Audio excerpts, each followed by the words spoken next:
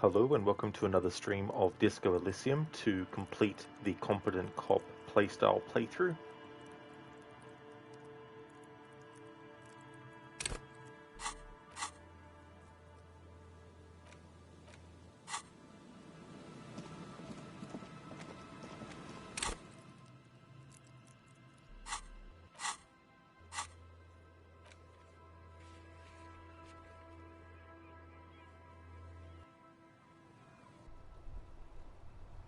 Hello Keone, welcome, how's it going?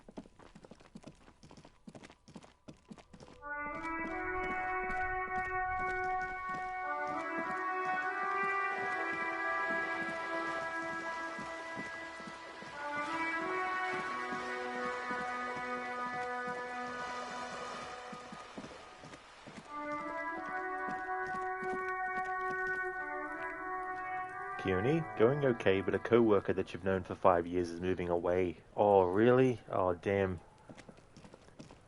Yeah, get to know someone so well over that time, like, that's a lot of years.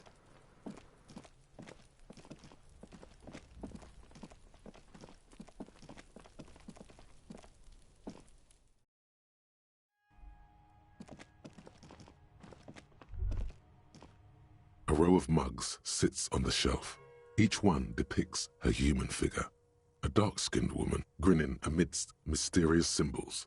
A broad-shouldered man shoveling potatoes, and others. A little ring.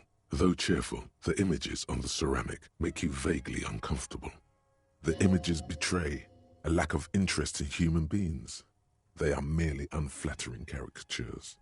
The owner of these mugs doesn't like people of other ethnicities very much. This person is unhappy. The lieutenant picks up one of the mugs, then puts it back down with a look of disdain. I'm beginning to feel better about breaking into this man's apartment. Yes, your broken mug friend would feel very much at home here. The same humor, the same mocking lines. There's the missing tin soldier. Whoever lives here might have used the Whirling's container to dump his trash. And now they've drawn the ire of the Union. The plot thickens, as they say. An interesting little clue. Let's see where this goes. Clues have a way of magically connecting to other clues down the road. Perhaps you should break into apartments more often. Who knows? I'm not expecting too much from this clothes in the trash lead either way. It might turn out to be some random local matter, but still, a nice coincidence. You could ask Everard who this person is once you're done here.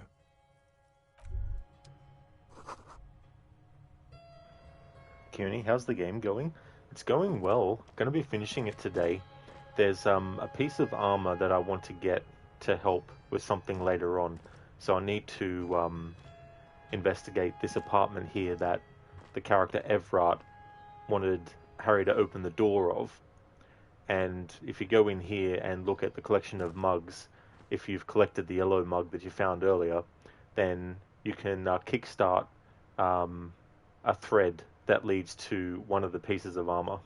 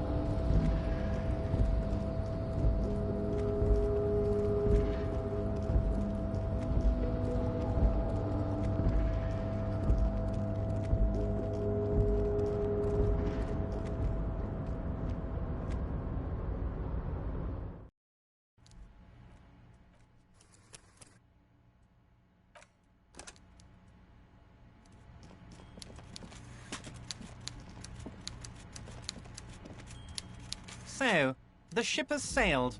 Did you see it? I know you did.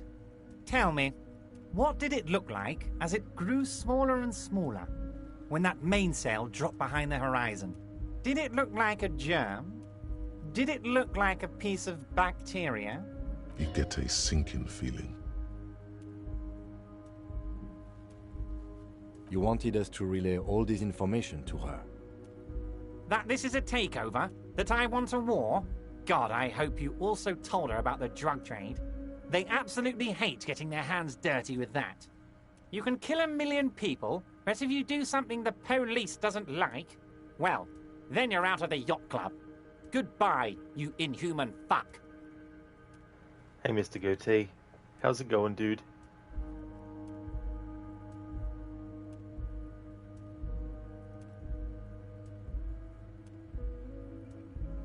No, Harry. What we have is real. We're working men. This here is real. Harry. I can't see into the future. We are all playing by ear on this planet. I had no idea she'd react so strongly. Mr. Goatee, trying to learn your Japanese. It's friggin' hard, so you'll be out of stream a bit today. Oh, that's definitely fair enough, Mr. Goatee. Are you doing anything with it, like, because I know there's that Duolingo program. I've never actually used it, so I don't know how effective it is, but what are you doing? I did. I knew the negotiations would go better with police officers telling her horror stories from inside the harbour. It's scarier this way.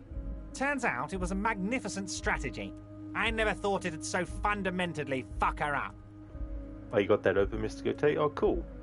You're trying to say it too. You would like to reheat this item. Oh, I mean, that's the other thing too, because like you gotta think about too, like context as well. Like, I don't really remember too much Japanese, because I remember growing up, there was only one time in primary school that we had to learn it, or learn a bit of it, and then in high school, it was a requirement for grade 7, but after that I didn't choose it again, so. You only need an impersonation redeemed forever. Harry, I did. I knew the negotiations would go better with police officers telling her horror stories from inside the harbour. It's scarier this way. Turns out it was a magnificent strategy. I never thought it'd so fundamentally fuck her up. That's the best I could do. It's not exactly the same, but...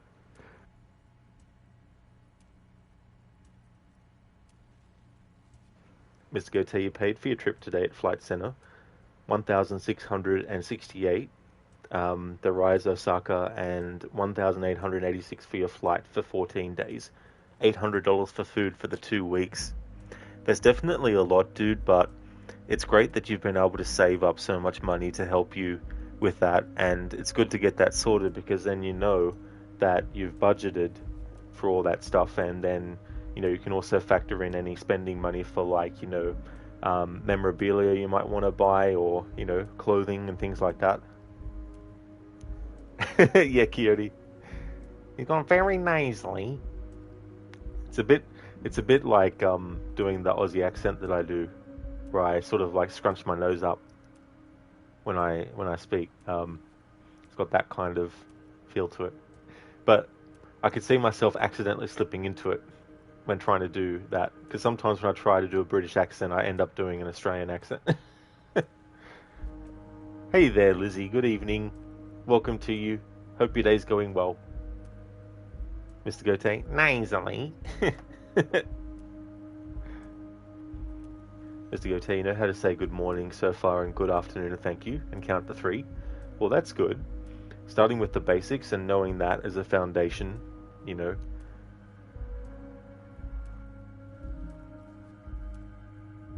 Harry, you made a conscious decision to relay that information to her. You could have kept it for yourself. What was always going to happen? We take the harbour and she fucks off to Ozon, uncorks a bottle of wine, calls her partners, and says they need to distance themselves from this nasty business before the big shit spinner splashes everyone. Only difference is the Union doesn't have to lose 2,000 men to machine gun fire. Lizzie, you're doing well, just eating dinner. Oh, very nice, that's cool. I hope you enjoy your dinner, Lizzie. Mr. Goatee, also it's very hot today on the coast, man. Did you see 50 degrees in WA? I didn't, no. But yeah, that is just insane. Like, I friggin'... Like, if summer was just like, 25 degrees, that would be the sweet spot.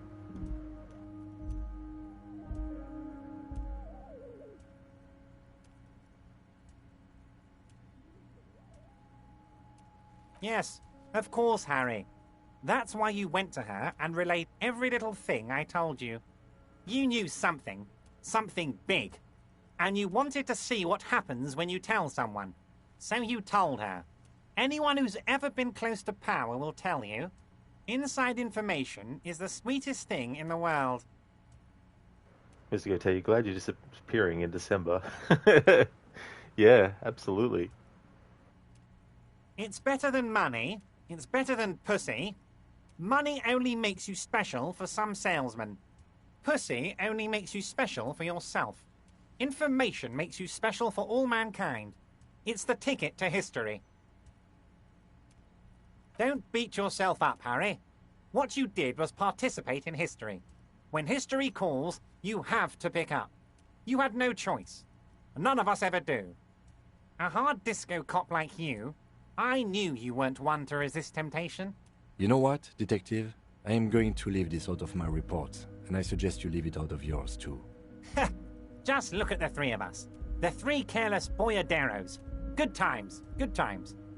Now there's a whole lot of work to do. For me and for you.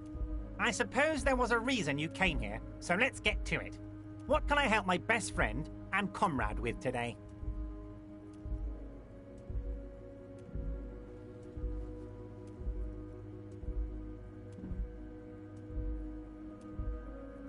I'm always happy to educate and entertain you, my friend. So, what's on your mind? Very nice, Harry. Is there anything else? Most certainly, Harry. Nothing brightens my day like brainstorming these things with you. Racist mugs in the trash and in the apartment? You guys are just light years ahead of me. I have so much confidence in the ability of your organization. I'm relieved you're doing this and leaving me to do what I do best, helping people, with the power of politics. Yes, yes. Do you think this weasel is somehow connected to the murder? Oh, no. I don't cross paths like that. All I want is for you to succeed in your investigation. I would never complicate things for you. Believe me, Harry, he's a nobody. Just your basement variety nobody. Can't imagine him being connected to a high-caliber case like this. But he does live nearby. Maybe it's a pedantic weasel. Fascists are known to be neat freaks. I feel like a real detective right now, Harry. Am I getting this right? Of course, Harry. I'm not a real police officer. You are. That's all he's going to say on this subject. By all means, Harry. What's on your mind?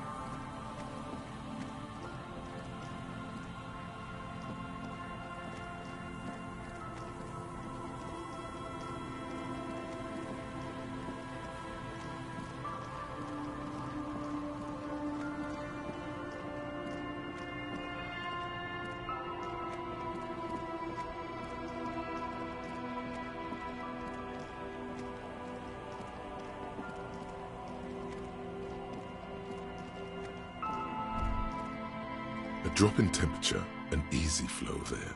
An empty street. Before you, a thoroughfare unjammed with lorries. No more drivers smoking on hitch steps. Just silence. Chemically sweetened. Across the road, a forgotten bus stop. Corrosion has opened a hole in its roof. An elm tree watches over the building. Its branches are dripping with rain and snow. The road is smooth and motley. Craters filled with a black asphalt. The asphalt, first laid, is grey already. A row of tenements are under construction in the distance. A tub warm with water, white with soap. A man bathes while radio waves transmit the lottery numbers. 4, 18, 21, 4, 1. A modern washing machine rattles a drawer full of silverware. His boyfriend is on his way home. He brings tins of meat and vegetables with him. Their pockets are heavier with money, but only slightly. Number 312D. Young girls used to come here huddled up, hoping for more warmth than their thin coats give them. The bus took them to school. It has not run for 8 years. There were not enough girls to sustain its cost. Craters pocked the surface. Children played in them until heavy trucks full of black pitch rolled in. The landowners have filled the craters with money. It is a vital artery of the flow of trade. There's one bump on the road. A dead dog lies flat about 200 paces away, right at the turn. The wind moves the aerosol. A detective stands behind the boom barrier. A breeze moves a curl of his hair.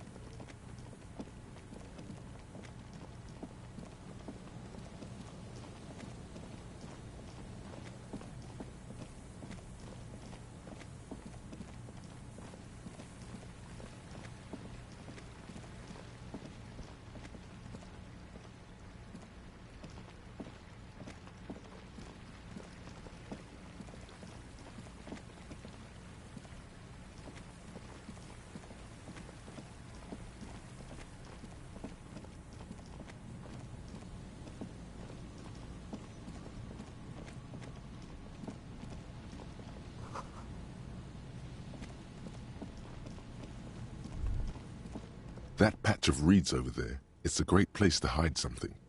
Kind of out of the way, being so close to the water. Nothing.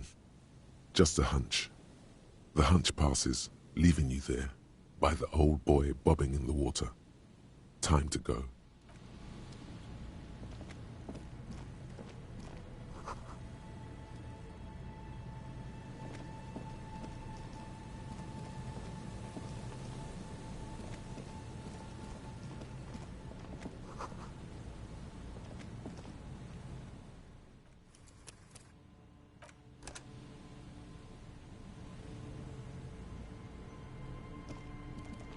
Hello, I'm Gary. How do you do, officer? Yellow man.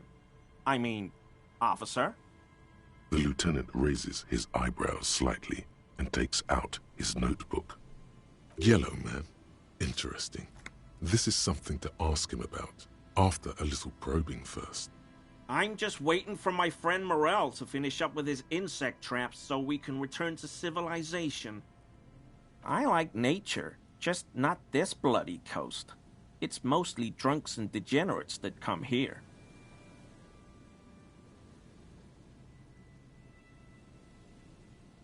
Hey, Theory. Morning to you. How's your morning so far, dude? Oh, I've been tempted. But someone has to stay strong for Revocol.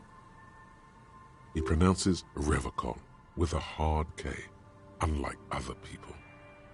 Serious question time. This man is no innocent. No one is.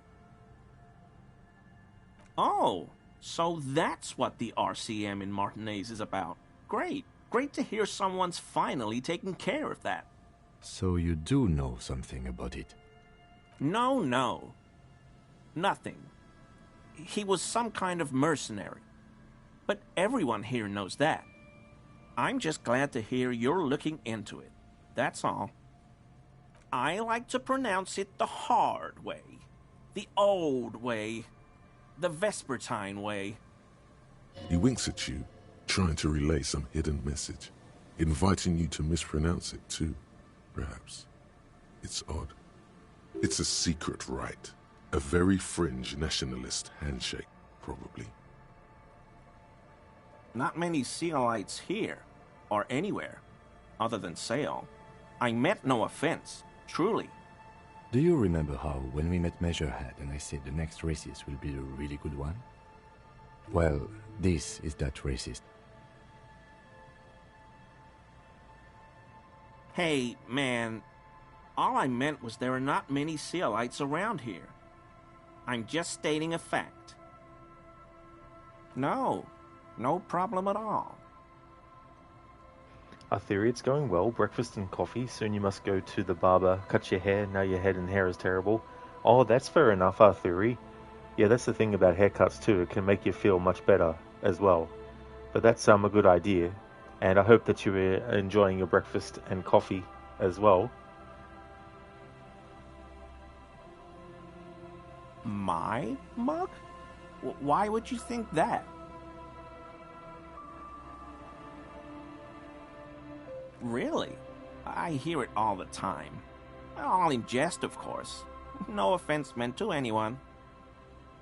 Okay, I admit it. I threw the mug away in the trash container behind the hostel. I know I shouldn't have, and I am very sorry, officer. You're not going to find me, are you?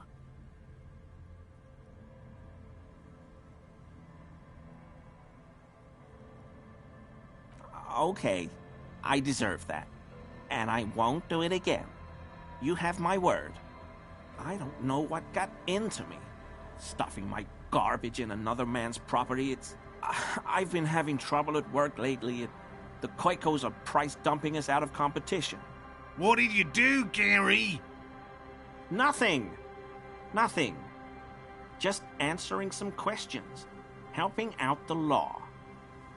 I know a guy who works with the trash collection services, CS Municipal. He gave me a master key for the trash containers of Martinez, so I can use the Whirling's trash compactor to store my own stuff. Garbage disposal is expensive as hell. The damn Hemians run it like a mob. I'm sorry, okay? I thought I could cut costs. I shouldn't have. I shouldn't have disgraced myself. Disgraced? No need for the histrionic, sir. It was, after all, just a trash container. He studies his reaction.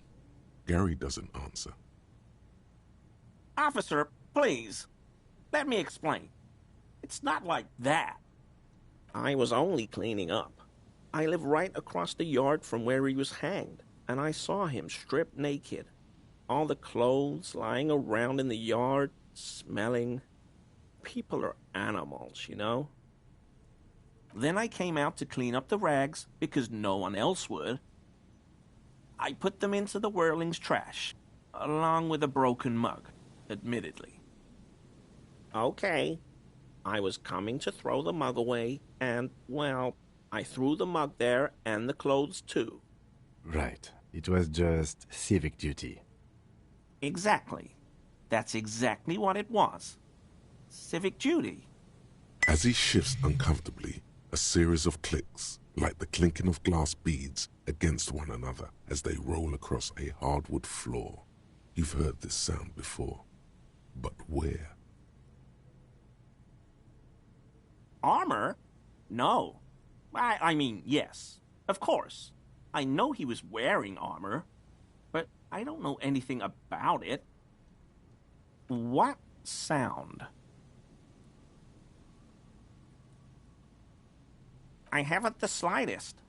There's lots of weird stuff out here in the reeds, though. Insects, trash. Could be the wind shifting some garbage nearby. Every day, the wind shifts the reeds and whatever was left in them. Tambourines and condom wrappers, plastic and glass bottles. The smell of decay. I hope I could help your investigation, in my small way. Does this mean you were in his apartment, admiring his colonial mug collection? Perhaps it would be interesting to tell him. Sure do, officer. His eyes narrow slightly. He's wondering where this is going. In my home. Yes. When I was going to... How did you know? Mr. Clare unlocked my apartment? So you work for Everard Clare? Officer, please tell him we're good. No, tell him I'll make it up to him. What have I done? He'll send the muscle after me.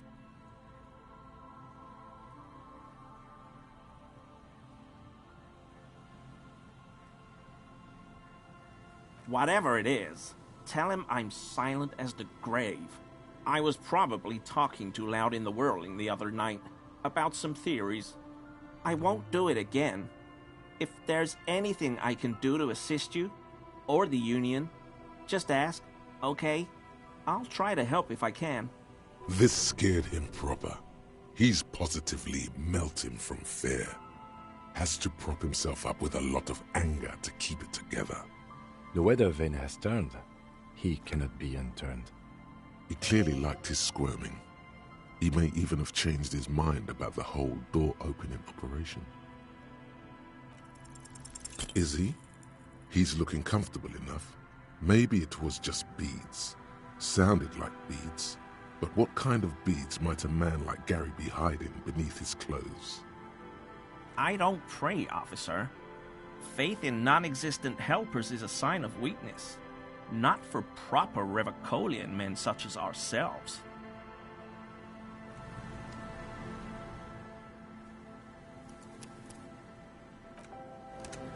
Hello there, Ryu.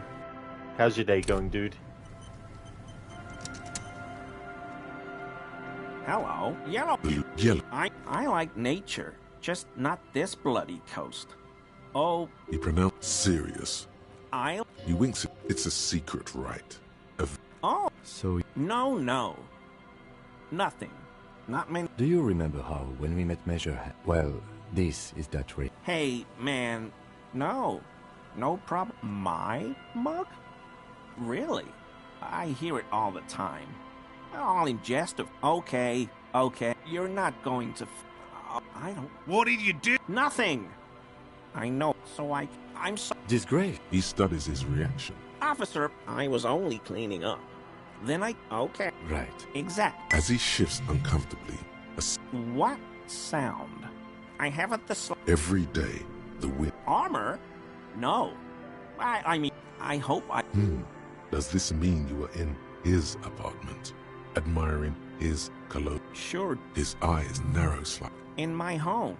Mr. Clare, so you... What have I... Whatever, I won't do it. This... The weather vane. He clearly liked his squirming.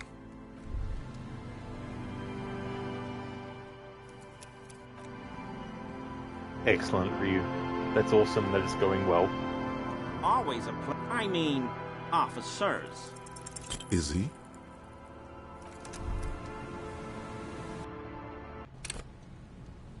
Always, I mean, officers. That shirt looks very uncomfortable on him. Look at the buttons, barely keeping that thing together, as if something is ready to rip out from underneath. Yes, like a piece of ceramic armor, for example. One that makes a clicking sound when the plates meet each other, resembling pearls or marbles, stolen from the corpse in the yard near where he lives. I knew you'd figure it out, officer. I'm sorry I didn't tell you at once. I was ashamed of what I did. And I didn't want you to know. This shame is surprisingly sincere. Gary, what's going on? Later, Morale. I've got apologizing to do. No, you've got explaining to do. He sighs again, hangs his head, and unbuttons his shirt fully. A cuirass that matches the dead man's boots comes into view. Soon it is in your hands, smelling of his sweat. Everyone was picking those pieces off him, and I was watching them do it. And they'd scattered his clothes all over the yard. Everything was smelling. So I went there to take out the trash and started cleaning up. All those rags on the ground, him swinging up there, and I had a lapse of honor, sir. I thought, he's a foreigner. They all say he wasn't from here. Only the cuirass was left, so I stripped it off him. It was early in the morning. No one saw me. I took it with me. It was a mistake. Had I known it'd give you guys trouble, I wouldn't have... Fuck. It's okay. It was a loose end, and you are tying it up now. I'm so fucking sorry I called you Yellow Man. Seolite officers commanded the suzerain's navy. Most of them sided with the king when... They were thoroughly conservative men, he realizes suddenly. It's difficult to say what the lieutenant thinks of this historic apology. His face does not belie emotions. Because I was weak. I should have told you the moment I saw you. But The hell, Gary? You in trouble? I'll explain later. I always thought it was the Union, but I sure as hell won't go around saying that anymore. You have my word. I don't know, and I won't be running my mouth on this subject anymore. Yes, absolutely. I will never do anything like this again. I won't mess with Mr. Clare either. You have my word.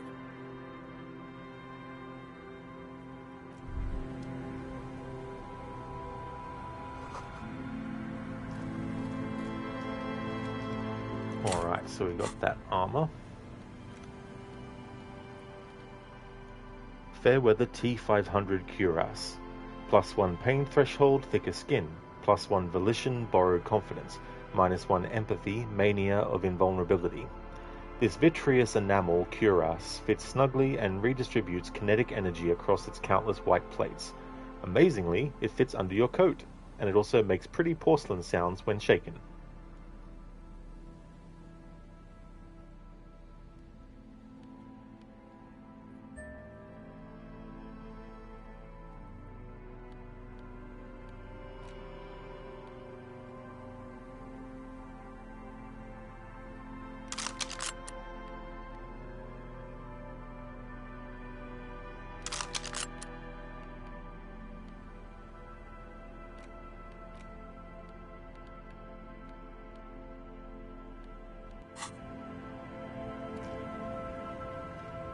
Lizzie, T500, is that a Fallout reference?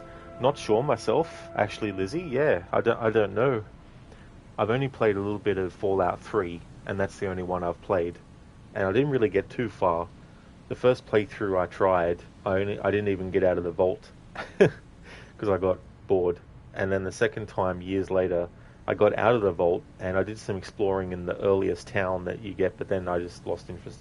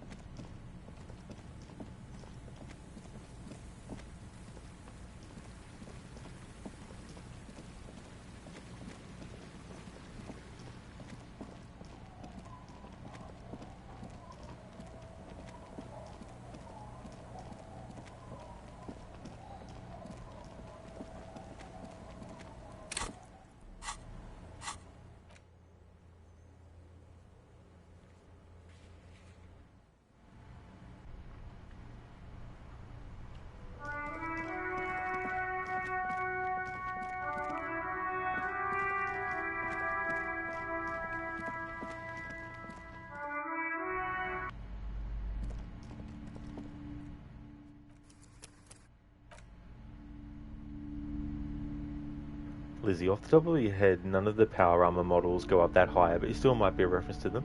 It could be too, yeah. Yeah, they might not have been able to mention the actual exact name of it.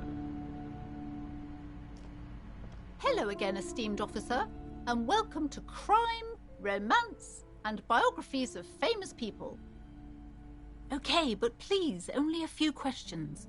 The woman before you scans.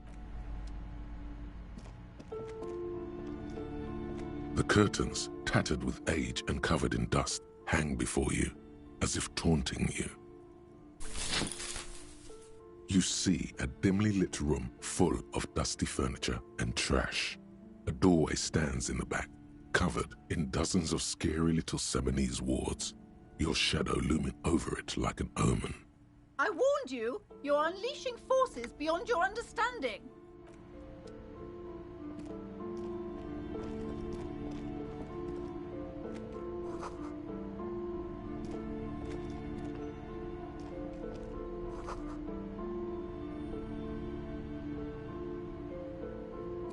A heavy door with a missing handle stands before you, covered in dozens, if not hundreds, of Seminese trinkets and charms. It appears to be locked.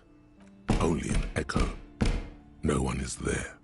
A hollowed-out, dark echo.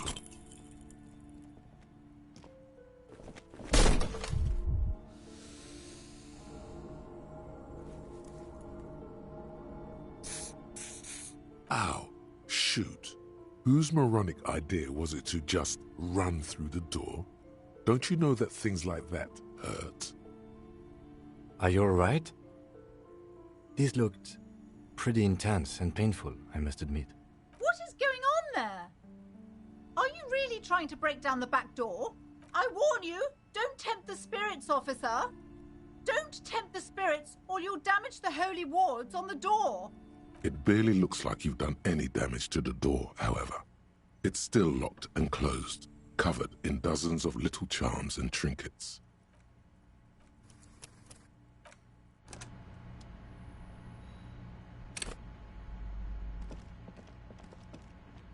The curtains, tattered with... I warned you.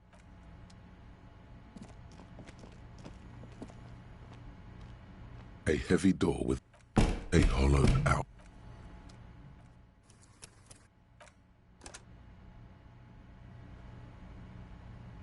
A heavy door with a missing handle stands before you, covered covered in dozens, if not hundreds, of Seminoese trinkets and charms. It appears to be locked.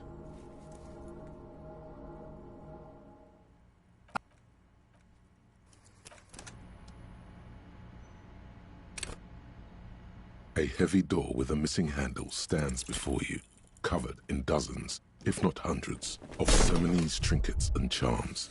It appears to be locked. Ow.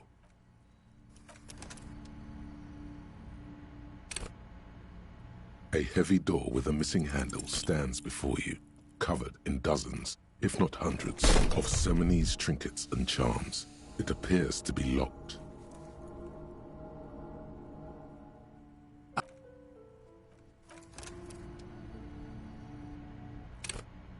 I am the T-500 you speak of. Take cover, or you might just get terminated.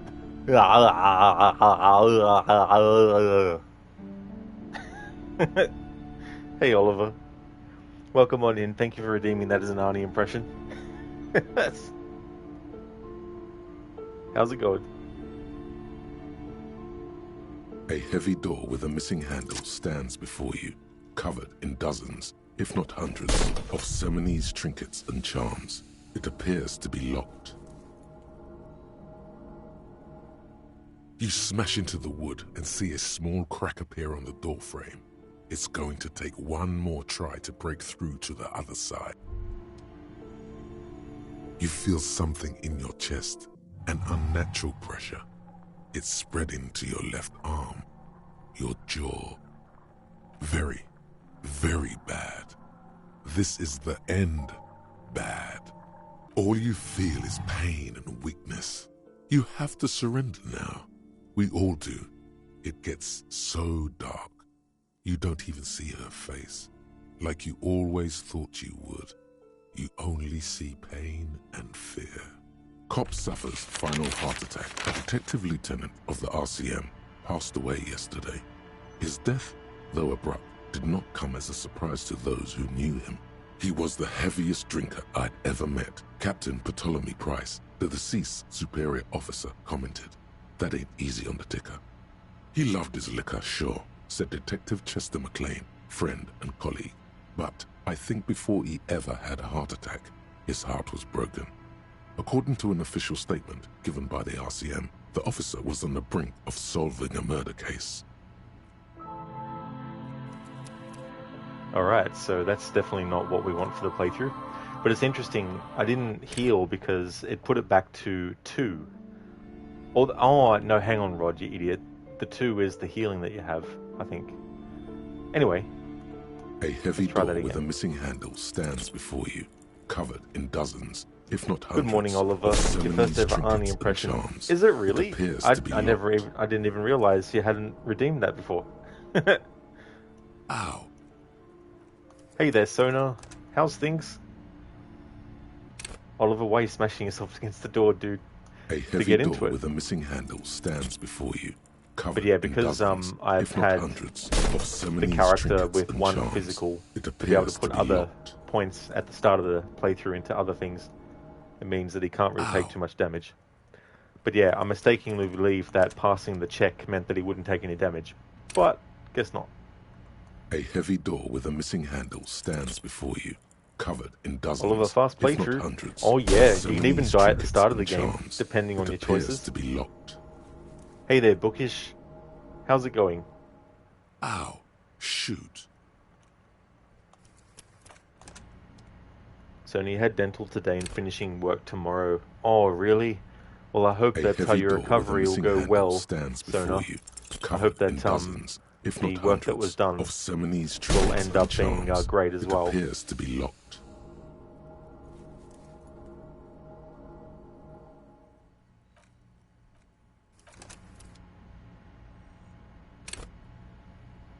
A heavy door with a missing handle stands before you, covered in dozens, if not hundreds, of Seminoese trinkets and charms. It appears to be locked. Ow.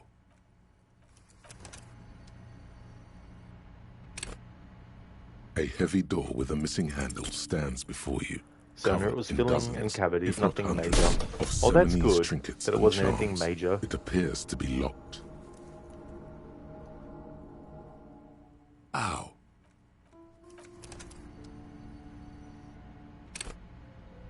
A heavy door with a missing handle stands before you, covered in dozens, if not hundreds, of ceremonies, trinkets, and charms.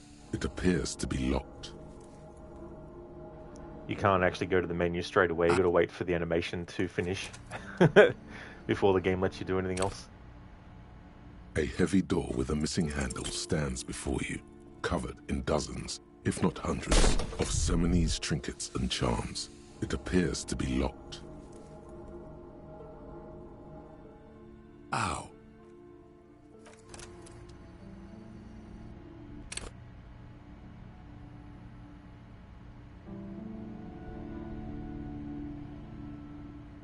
A heavy door with a missing handle stands before you, covered in dozens, if not hundreds, of ceremonies, trinkets, and charms.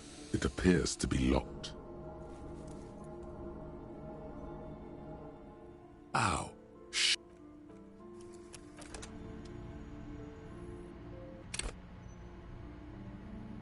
A heavy door with a missing handle stands before you, covered in dozens, if not hundreds, of ceremonies, trinkets, and charms. It appears to be locked. Ow.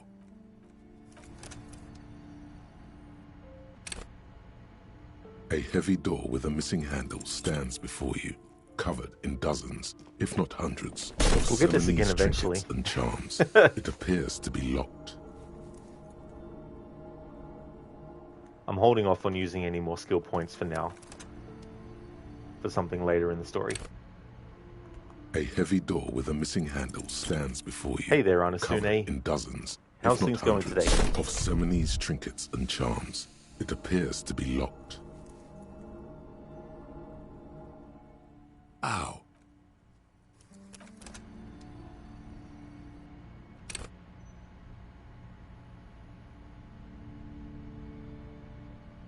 A heavy door with a missing handle stands before you, covered in dozens, if not hundreds, of ceremonies, trinkets, and charms. It appears to be locked. Ow.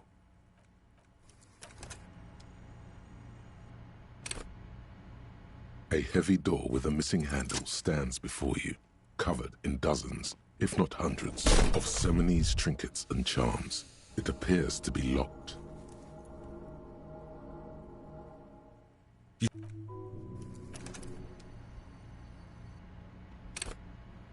A heavy door with a missing handle stands before you, covered in dozens, if not hundreds, of ceremonies, trinkets, and charms. It appears to be locked. Ow.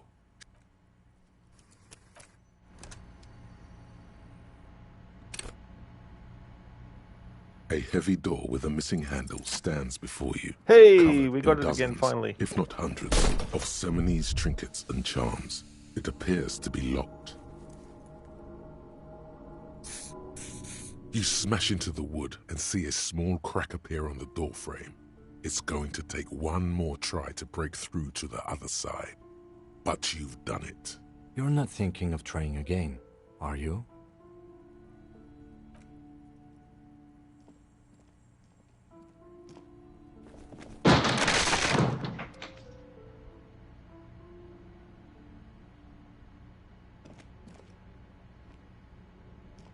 What is this place?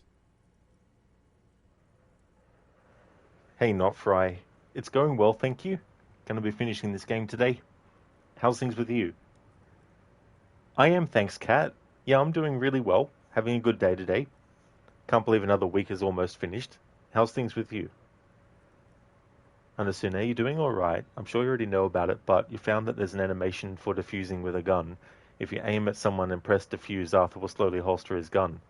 Oh, I didn't know that he'll slowly do it. That's interesting. So you aim and then press defuse. And then he'll do it automatically. Interesting. Thanks for the GGs, Oliver. Harry finally got through the door. Cheers, not Fry. Thank you, dude. Glad to hear that you're going good. That's awesome.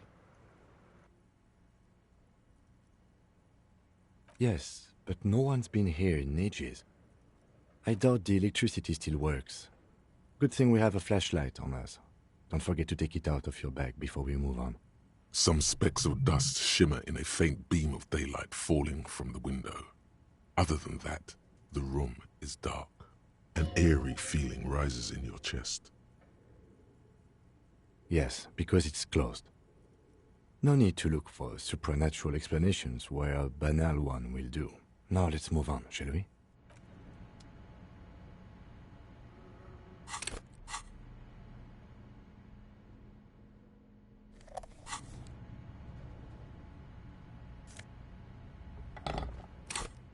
Shot put ball. A ball used for playing shot put, a favourite pastime of elderly gentlemen. You feel like you should hold on to this and make good use of it. To sell such beautiful old-school sports equipment would be a sin.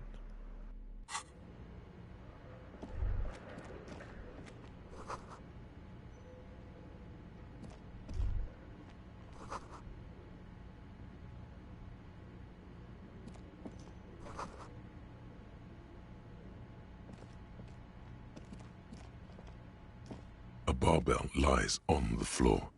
The color has worn off its weight plates. There are no collars on the barbell. This is a safety hazard. Why does it feel so familiar? No, it's not that. It's the stale smell of rubber, the squeaky sound of sneakers, your bruised knee against the mat, and a whistle. Then the feeling is gone. It's just a memory. You're right. The weight may fall off. Better not touch it then. It would be a violation of EPIS safety regulations if the gym was still operating, but it isn't. No one's supposed to come here anymore.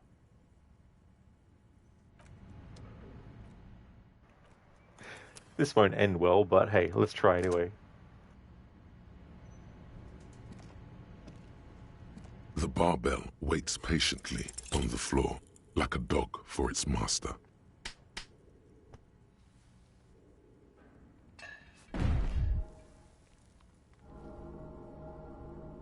You Let's see what it manage to says if you hoist die it from off the this. ground, but the barbell feels wobbly and dangerous. Your hands slick with sweat.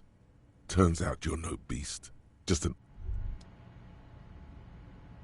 You feel something in your chest, an unnatural pressure. Oh, it's the same kind of death. Very. All you cop suffers final heart attack. Alright. I thought there'd be like a unique, different...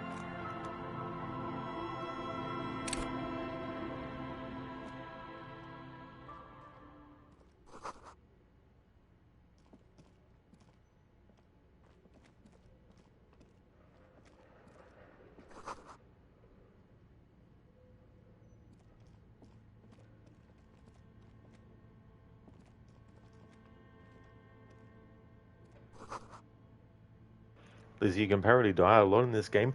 Absolutely, yeah. Yeah, there's definitely different avenues and stuff.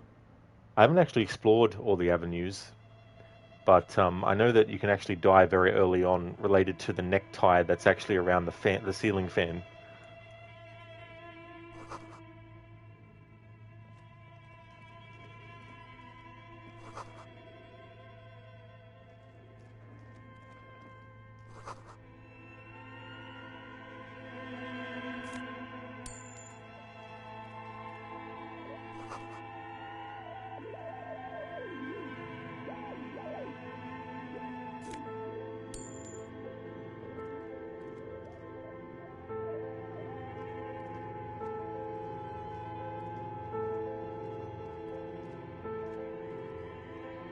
This appears to be some kind of machine with a cube-shaped heart and a wired framework. The keyboard has a rectangular on-off button. A piece of paper still hangs from the printer. A radio computer. Just sitting here without anyone inside. We have one of these down at the station, but I never really learned how to use it. The machine lights up like some prehistoric animal stirring from its slumber, revealing fluorescent play and print keys on the keyboard. The hatch on the machine's central compartment is wide open.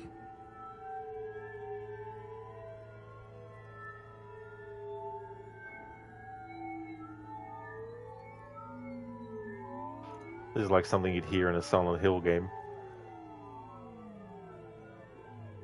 It's empty like a beehive without its brood.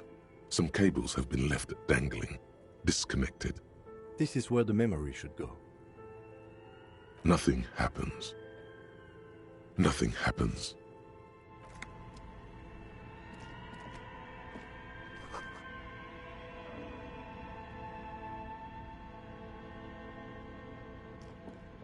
This old fireplace is covered in lines drawn in blue and red marker, the mesh spreading over the stone like blood vessels on alabaster skin. It looks ghostly and strangely ancient. The whole thing resembles Cadran mosaic tiles, very pedantic. History classes, students with their textbooks open, studying the roots of our civilization. Those aquarelle blue tiles looked beautiful in the sun. Radio frequencies, it seems. UKV 123.6, UKV 123.7, UKV 123.9. Some written notes, too. Sparse and cryptic. Unclear. It looks like a cardiovascular system split into veins and capillaries. Very advanced. You think so? The web is comprised of radio stations, all lead back to one red heart, titled the Game Master Frequency. A note says, this one can listen in on any station it wants.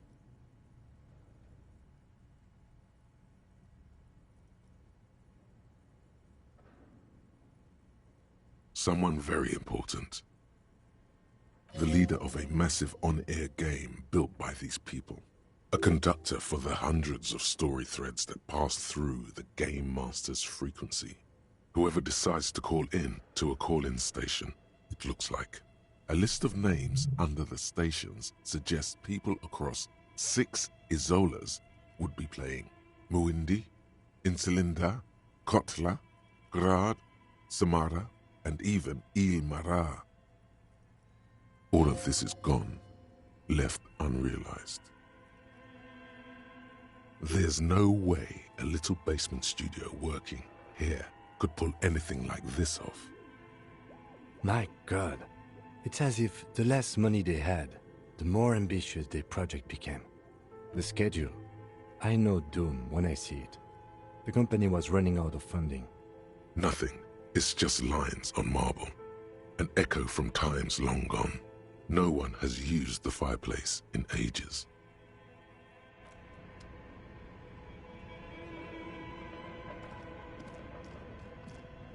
Your flashlight slides over an old green chalkboard covered in scribbles, sketches, and schemes like some ancient cave mural. Some of the writing has faded with age, but you can still make out sections here and there. Photos and drawings have been pinned to the board. These lithe, pointy-eared creatures appear to be different types of welkins. You make out autumnal candle welkins casting wax-based magic. Translucent welkins with organs shining under their skin. And even ether welkins hailing from the vast emptiness of sidereal space. Who are all those creatures? Fantasies of a tortured, feverish mind? One of the welkins, towering among the rest, appears to be different, however. It's Vara Hamira, a high welkin, his face white and scarred like cracked marble. This is clearly a welkin supremacist. The note says, all non-welkin races will be purged. The Haldor, the Tworg, the humans, and even headless men, all of them, purged. Imagine a world filled only with welkin, green welkin, dread welkin, and the high welkin to rule them all. An inordinate amount of time has gone into drawing these little welkin creatures.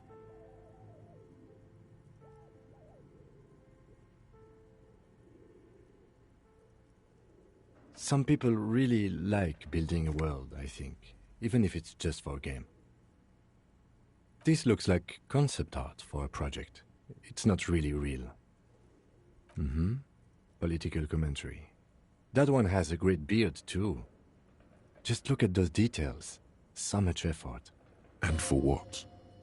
All gone. The photo collage depicts barren, icy landscapes wrapped in perpetual night. You see permafrost and glacial landforms, dead trees grown in under the snow. Entire oceans have been frozen from shore to shore. There are pictures of settlements on dried-up riverbeds, abandoned in a storm. Animal corpses in the dark, carcasses and bones. You see primitive oil rigs built into glaciers, boreal dvorg, yurts under the snow, great mammoth-like beasts of burden. A pinned postcard reads, "The heat death scenario. A desperate fight for geothermal energy engulfs the world as Wirral becomes untethered from its sun, drifting through the universe." This is a monthly calendar from the year 50. Cryptic words like sprint, daily minimi, and GPI span the marker-drawn grid, the grand scheme of production and money. It looks a bit like an academic calendar, only much more brutal. Minimi stands for a mini-meeting. It's part of a bigger framework for managing work called RUN. Station 41 tried to implement it a few years ago, but failed. Mini-me. I can't help but think of Austin Powers. As time goes on, the numbers in the boxes grow rarer and rarer. The board becomes an empty snowfield in the final days. Only failure and regret dwell in this region. Looks like they didn't make it. A note in the bottom left corner of the chalkboard says, "See the prod schedule filament for details." The handwriting is only partly legible, but you can still make out 3 slogans: "Call in, tune out," "Wirral untethered," and "Heat death of the universe." The full text reads, "Heat death of the universe is the new black." Another note says, "The biggest advancement in role-playing systems since the 30s. Outside, a cold wind wraps the building in its bosom. Snowflakes in the wind. An old woman passes what the locals call the doomed commercial area. She tries hard not to look at the bookstore windows. It's unwise."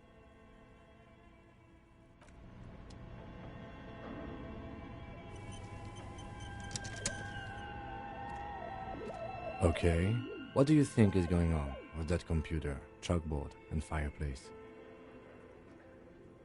Yes, that is the question. It looks like one of those popular pen and paper role-playing games, only these people were trying to automate it, make it work on radio computers. Utter madness, he thinks, as a compliment.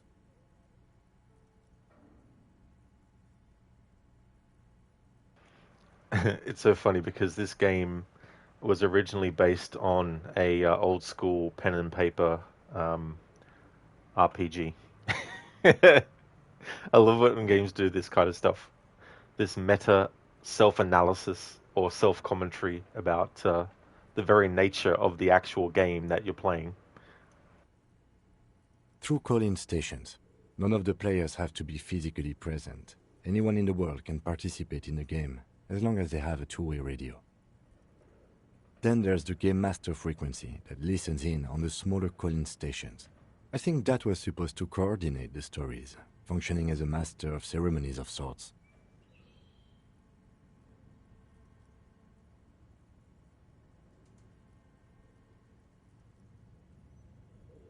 Not to my knowledge. They make automated games in Grad, Messina, Königstein. You know, places with industry. Not in Revachol West, among the ruins. But I don't think anyone has attempted to create an interinsulary game before. We just don't have the technology. Indeed, those Welkins are a dead giveaway. Role-playing people love that stuff. The world looks like a modified version of the WeWorld board game, with heat death thrown in.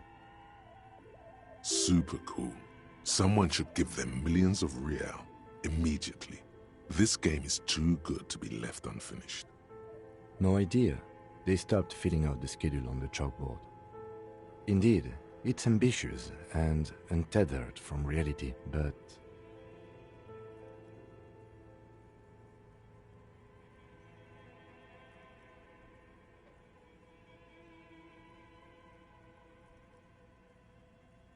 It's too late for that, I'm afraid.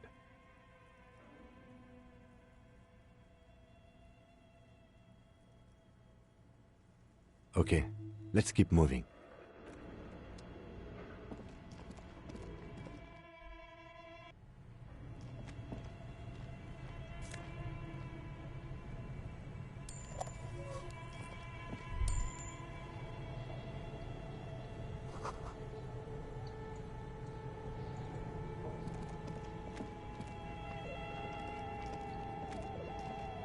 A thick layer of coal dust covers the furnace, coloring it pitch black. Looks like this furnace has a face, and it's a face of agony. Hello, AC. Hope things are going well, dude. Thank you for leaving the lurk.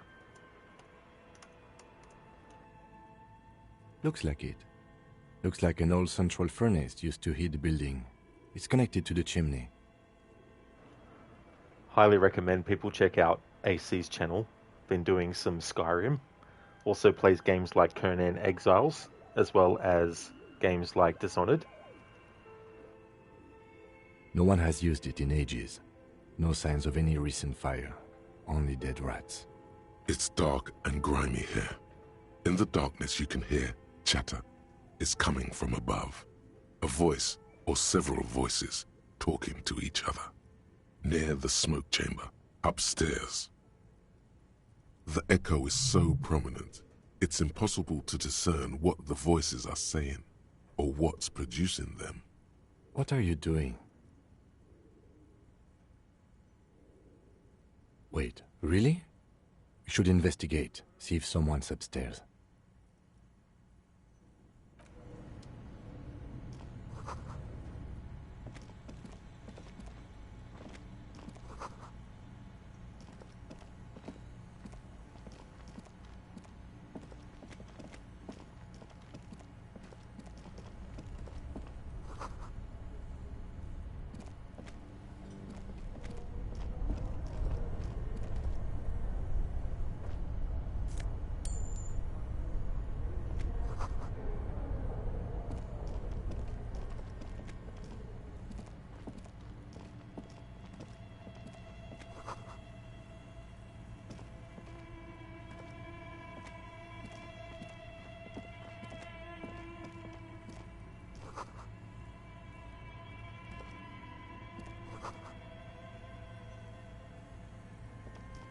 A few bricks have fallen off, revealing a compartment behind the wall.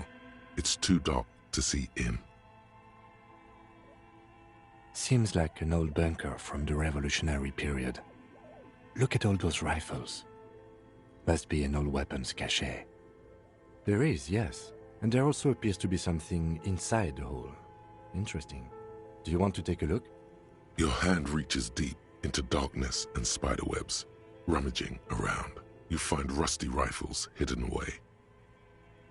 Most of them are rusty and inoperable, like the rest, but one catches your eye. A bolt-action model with a fine wood stock, in better cosmetic order than the others. Take it. You're a police officer. Police officers carry guns. That's a rare sight. Seems to no longer be functional, but still a beautiful thing in its own way. It means there are firearms, breech loaders, still lying around in Martinez. This would have been good in our case against Ruby for Titus. Too late for that now, but still, might be useful down the road. He likes this find.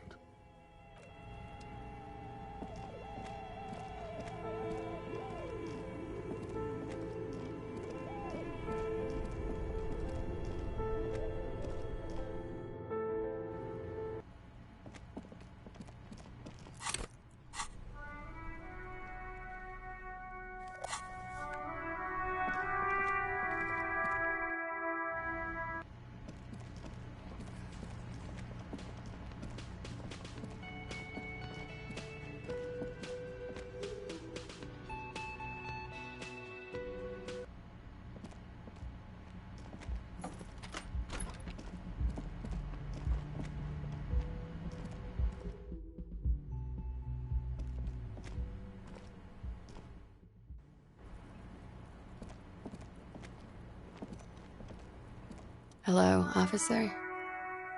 What brings you up here again? Yeah? I have no idea, officer. All right.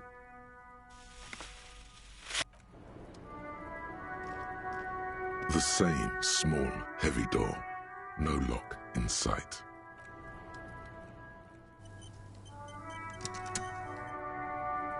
The same small, heavy door.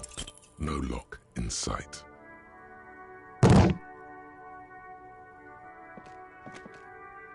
You kick it.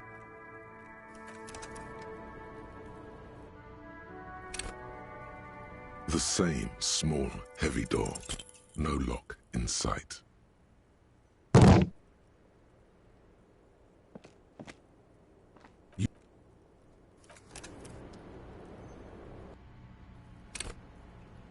The same small, heavy door. No lock in sight.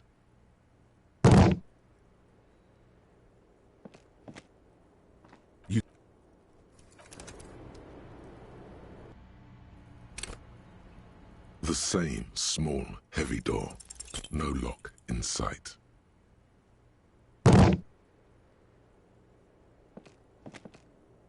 You...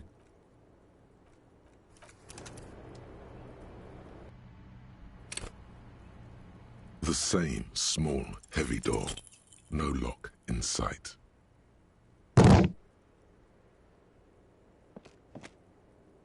You...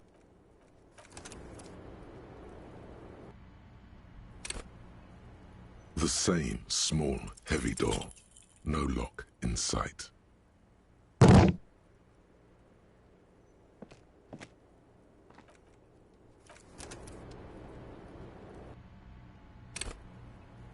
The same small, heavy door. No lock in sight.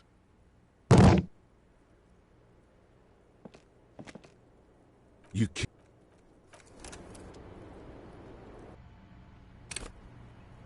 The same small, heavy door. No lock in sight.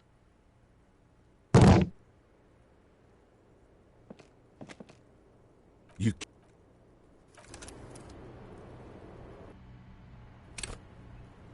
The same small, heavy door. No lock in sight.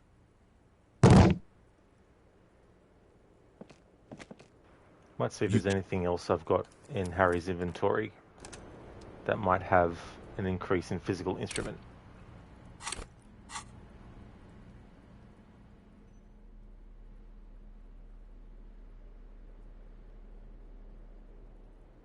Alright, so number one, this centered scarf is -2 physical instrument, so we'll take that off.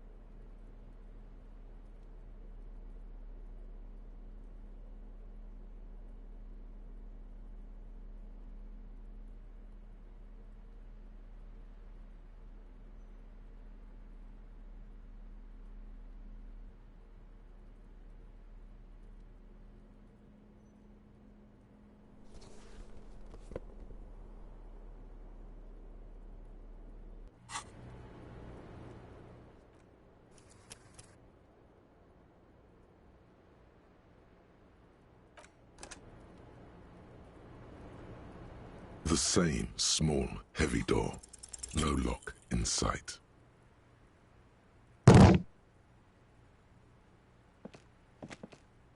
You...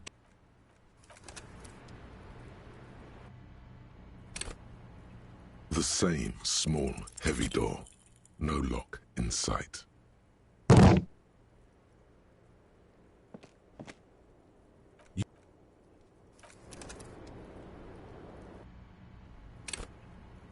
The same small, heavy door.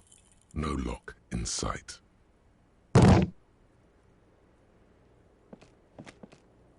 You...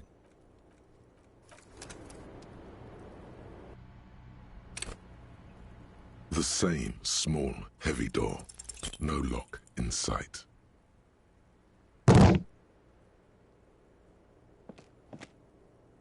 You kick.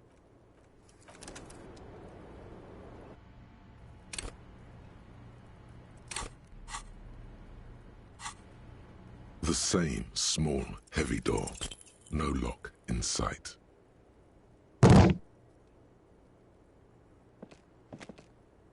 You kick it.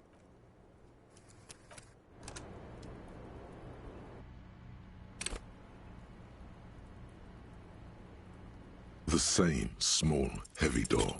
No lock in sight.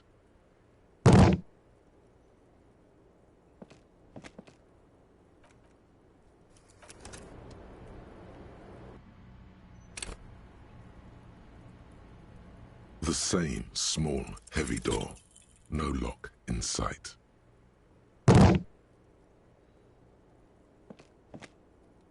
You kick.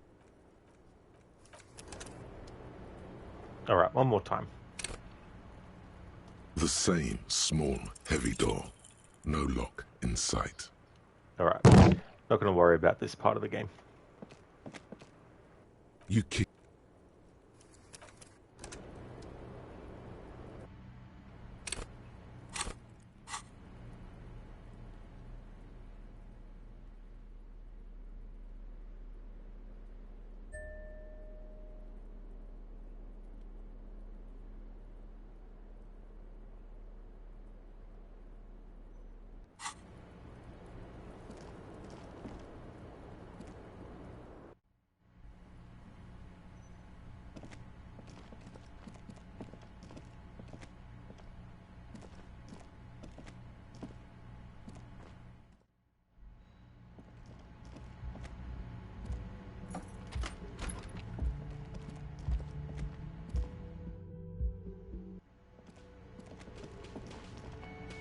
Can I help you? Another thing. Great. I love them. Yes?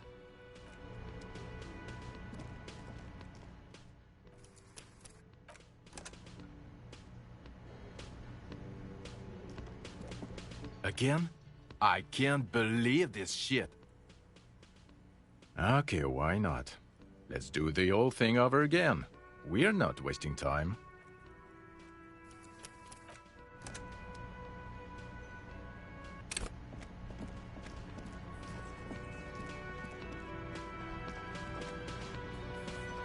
The Coppernado is back.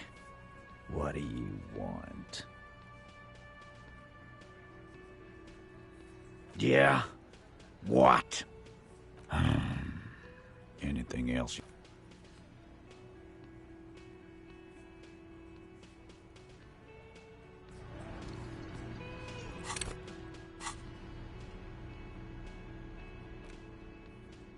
It's the ledger you found in the trash. A cabbage of papers hanging without resistance or sound. It's slightly, ever so slightly. It's made of dark blue plastic. With your hands, you four-sized paper.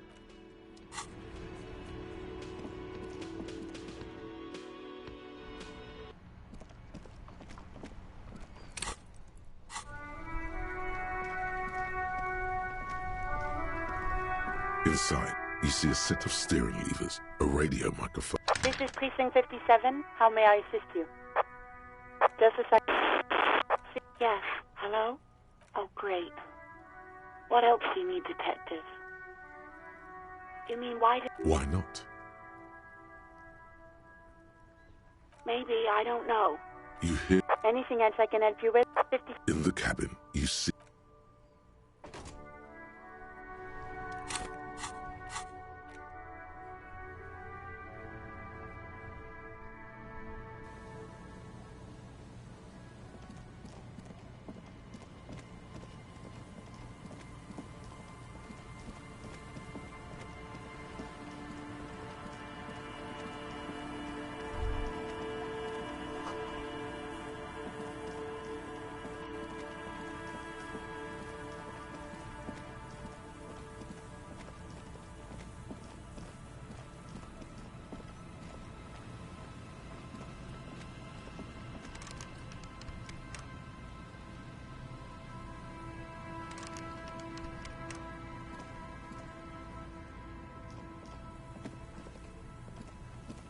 The once bright mural towers above you, saying, Feld Electrical.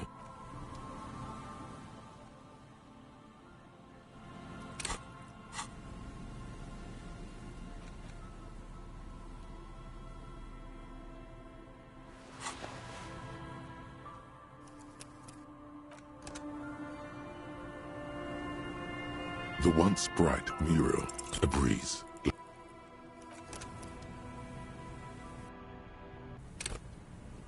The once bright mural, a breeze.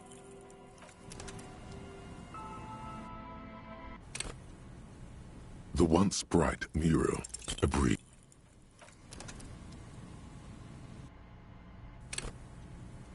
The once bright mural, a breeze.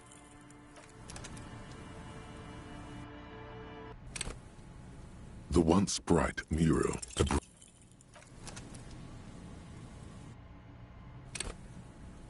The once bright mural, a breeze.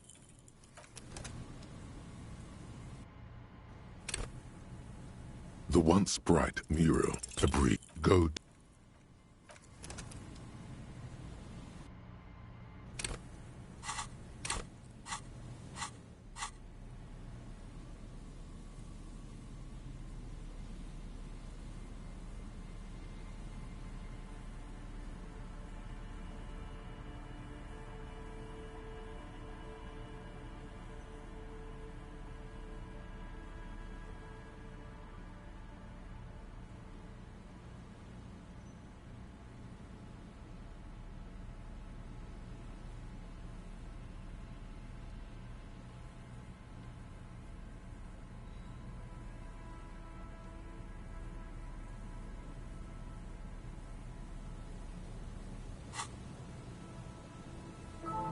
The once bright mural, a breeze.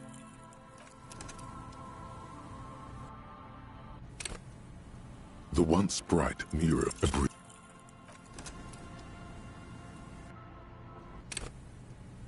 The once bright mural, a breeze.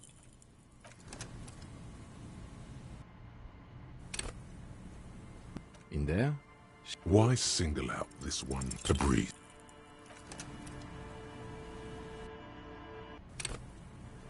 The once bright mural, a breeze.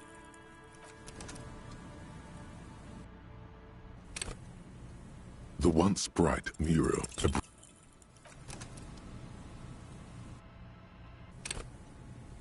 The once bright mural.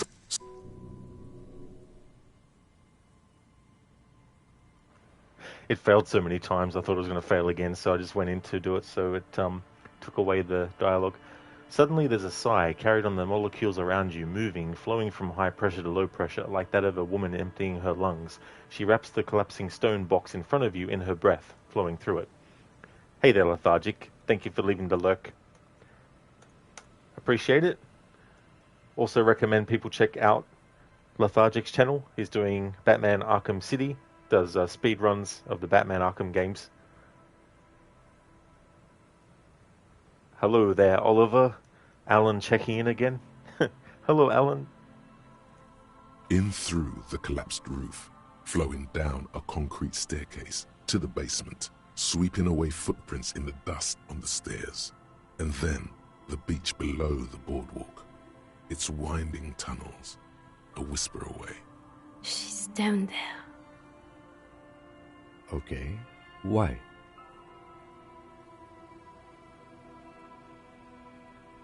Right. How do we get in there?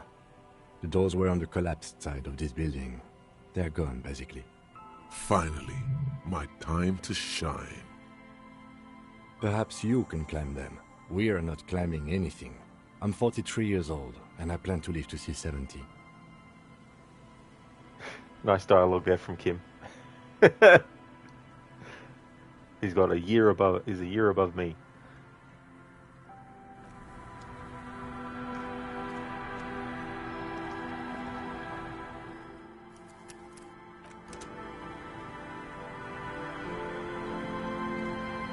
A rusty ladder leads to the rooftop. Some of the rungs are missing. Yeah, that doesn't look good at all. The distances between the remaining rungs are rather wide. You'd have to use the mounting brackets. However, they seem corroded and the peeling rust is razor sharp. In addition, the first rung is going to be tough to reach.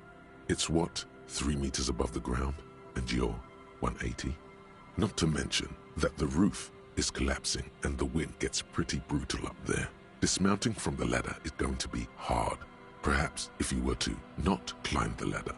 Instead, what if you were to reconceptualize climbing the ladder? Astral projection. Be open-minded about this.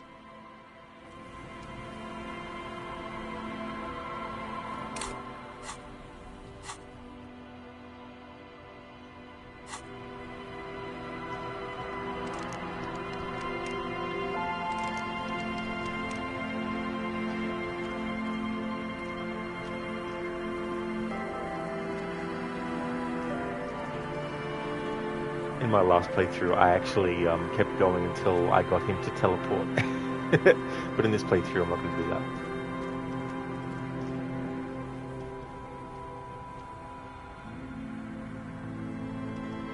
An old pipe peeks out from beneath the rotting boards of the boardwalk. Could this be an alternative path into the fell building? A building like this must have multiple doors serving various functions. Perhaps a basement access. Your eyes slowly begin to adjust to the darkness inside the drainage pipe.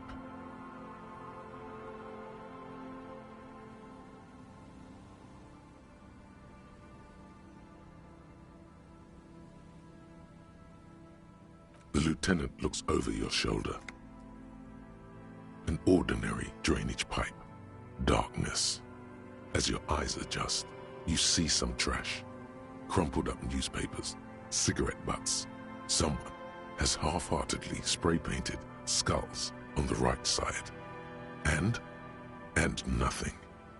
Broken glass from bottles thrown against the walls of the pipe.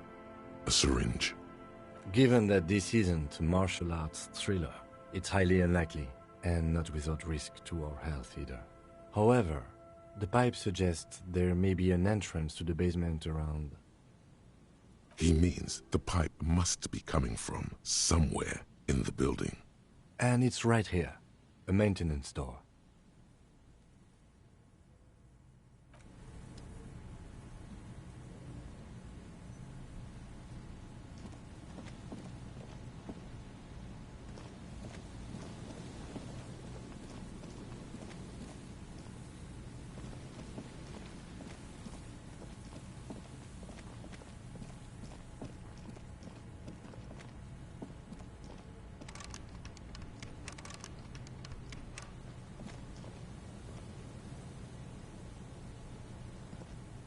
The rusty ladder leads to the rooftop.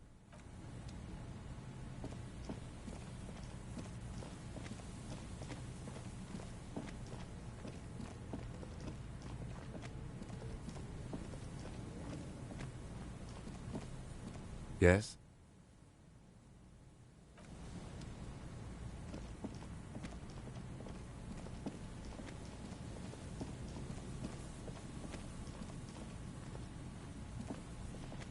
Hello. Isn't this a fine morning? Alternative? I don't even have a mainstream way in, I'm afraid, although there's a sewage pipe there. Maybe that does something? Sorry, I can't help more. How to climb that ladder, you say? I do know that Lomantangs used sticks to climb battlements. There's even a special technique for that. No, I'm just speculating theoretically here. Of course, there's also the method ancient Ilmarans used to get into the huts of their enemies. If I'm not mistaken, then it involved months of following a very rigid exercise regimen. No, years. In this case, I suggest looking into the Zeolite Invisibles class. The word refers to their remarkable ability to traverse any environment in the most efficient way possible. There's this excellent investigative piece of journalism by... Okay, I have some materials at home I could share with you.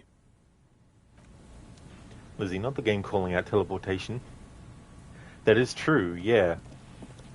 At the same time, it also allows you to do it if you persist enough. or you have the right things.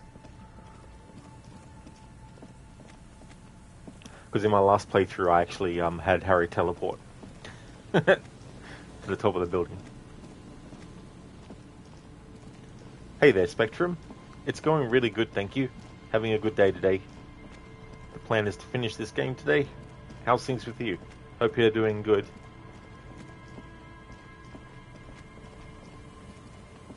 Behind the pipe, the main...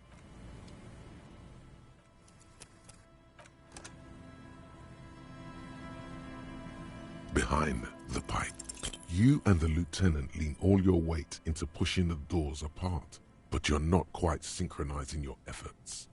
They slam shut again before you can enter. My wife said she's leaving me because of my Star Wars obsession. So I said, may divorce be with you. Hey, Dr. Darling, thank you for redeeming that as a Bane impression. I guess that would be Star Wars No Hope. Nice, Spectrum. Glad to hear that you're going well. It's bedtime for you, though. That's totally fair as well. That's understandable. Let's take a breather and try this again later. It's very tough.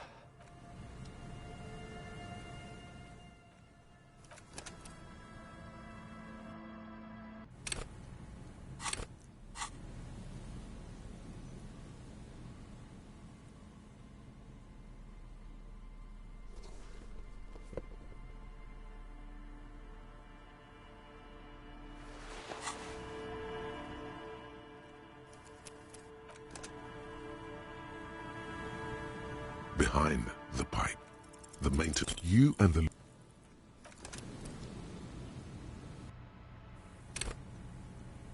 Behind the pipe, you...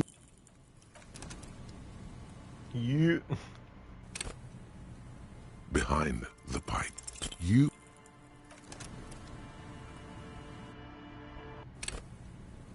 Behind the pipe, the metal doors are heavy and the flaking rust hurts your palms. But, together with the lieutenant, you manage to slide them open just enough to squeeze in. Good work. Shall we?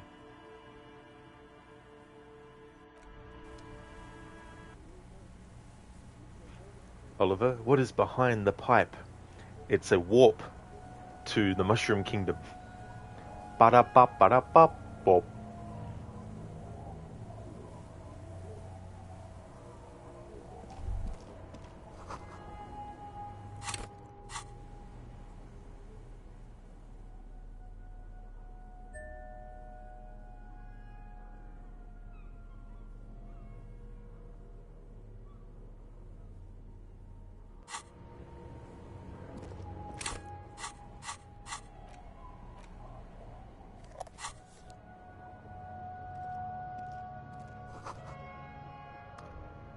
Yeah, Oliver's like, let's go.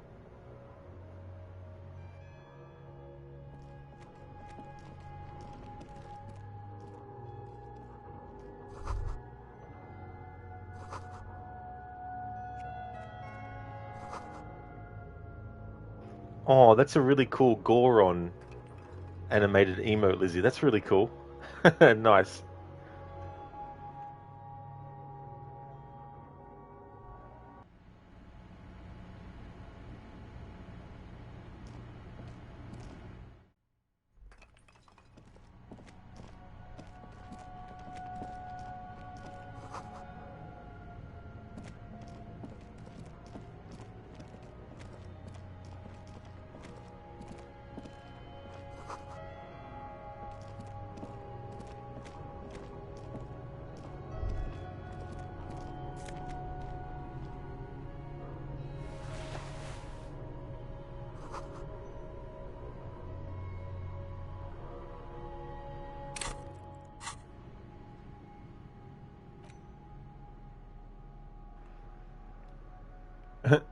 Revolutionary's hat. An Ushanka with the Mazovian logo, a pair of deer antlers on its silvery white front. Your ears feel cuddled and cared for by the state.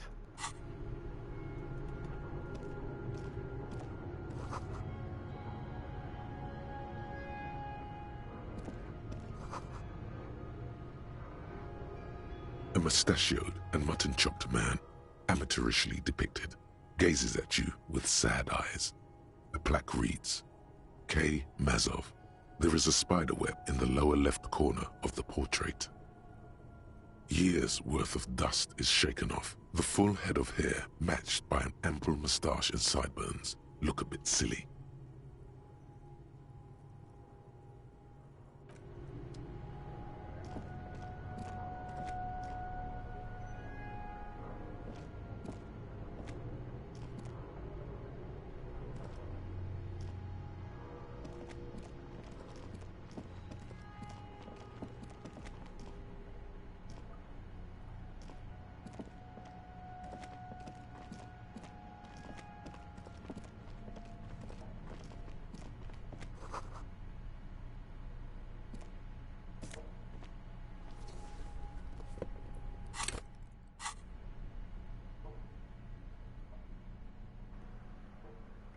Intersolary suit jacket, plus one suggestion, dressed for the occasion. A muted brown suit jacket perfect for a day at the office or an evening at the cafe. The red rose at the bottom of the left breast pocket is slowly wilting.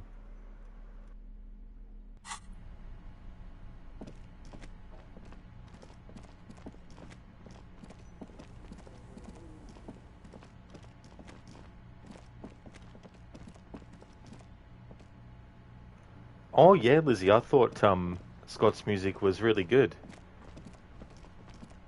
Yeah, the Beneath the Veil song, that was a really good one. So does he plan to have like a tour or something like that?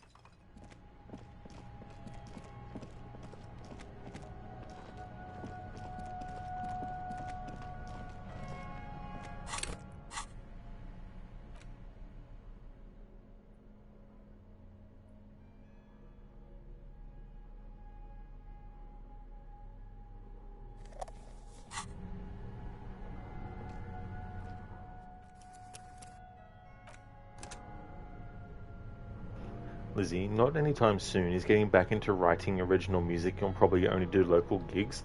Oh, that's definitely fair enough, Lizzie. Yeah. Yeah, that's a good idea too, as well, to focus on that and get some other, music.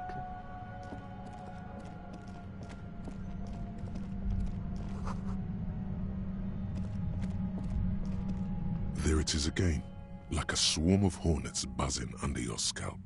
A strange tingling you can almost smell. No, what do you mean? I don't feel it, but we should still be careful. There were footprints back there, and I'm pretty sure they were fresh. Looks like our suspect. If she's in here, we need to plan our next step carefully. Once we detain a credible suspect, who knows what the Union and the Wild Pines will do? We'll set in motion events we have no control over. You will upset the balance of power in Martinez. The deadlock between the company and the Union will destabilize. Keep calm. Go over the whole situation in detail. I think I see a cavern. Maybe more cellars? I think we've been careful enough. We still have the element of surprise. I wouldn't be so sure. You haven't exactly been sneaking. Or maybe not. Either way, once we go deeper, there will be no turning back.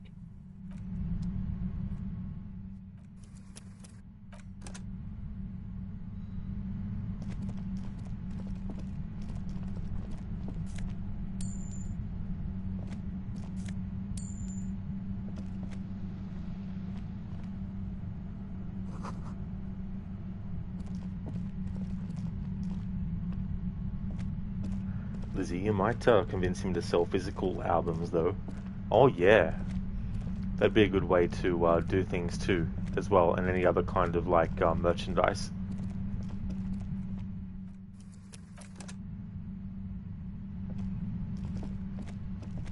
Suddenly, your entire body is paralyzed. Aggressive white noise fills your skull. A strange pain, like you've never felt before. Through the static, you hear a woman's voice. It's like 1,000 radio stations are being blasted into your head all at once. But her words are the only ones you can make out. I know you're feeling pretty uncomfortable right now. Don't move too much or fight it. That'll just make it worse. Can't say it's a pleasure, officer. I was really hoping not to make your acquaintance. But here we are. As she says the word officer, you feel a spike in the agony. It sounds like the entire radio frequency range is screaming directly into your neural pathways. You feel something in your chest, an unnatural pressure. It's spreading to your left arm. Yeah, all you cops suffer.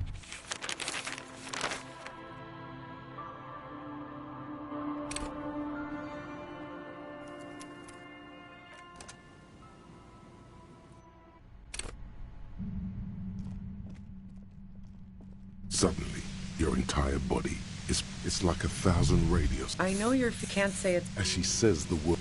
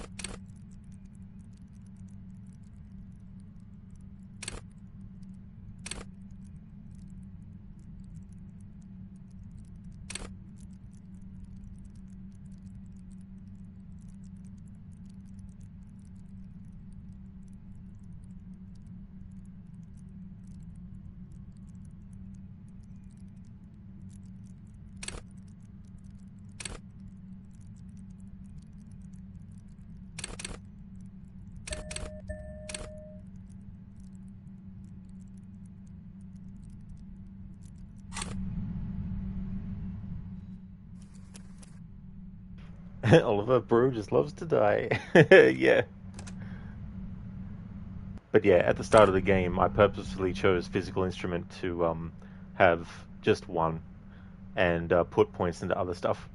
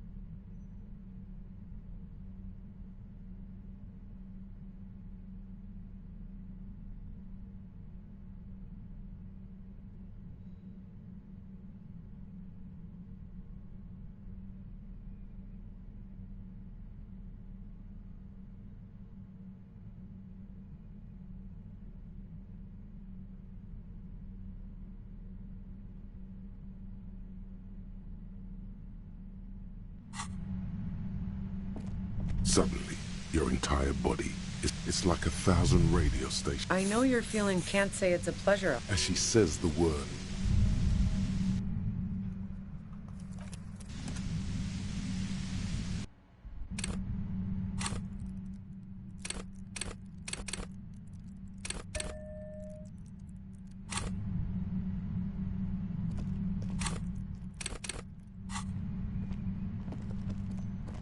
Suddenly, your entire body it's like I know you can't say it's a pleasure, officer. As she says the word nobody.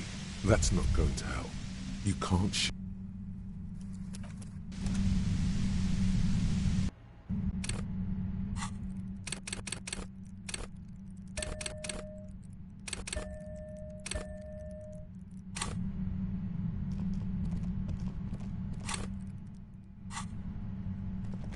Suddenly, your entire body it's like 1,000 radio stations. I know you're feeling pretty uncomfortable, right? Can't say it's a pleasure, officer.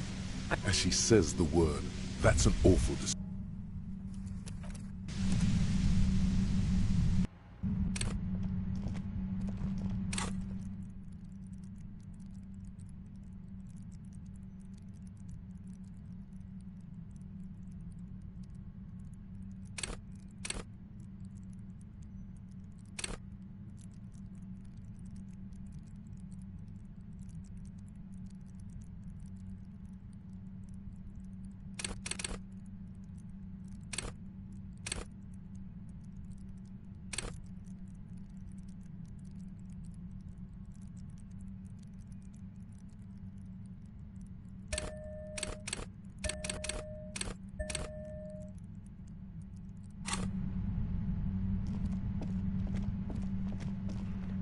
Alright.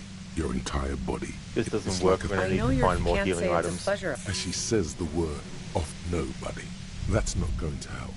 You can't shield yourself. Yep. Alright, so we're going to have to go and get some more healing items.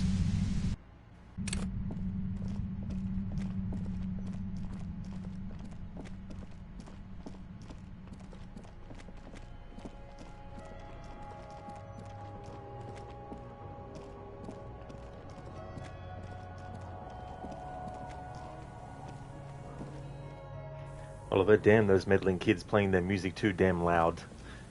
Yeah, that'll do it. Need like 50 plus med kits.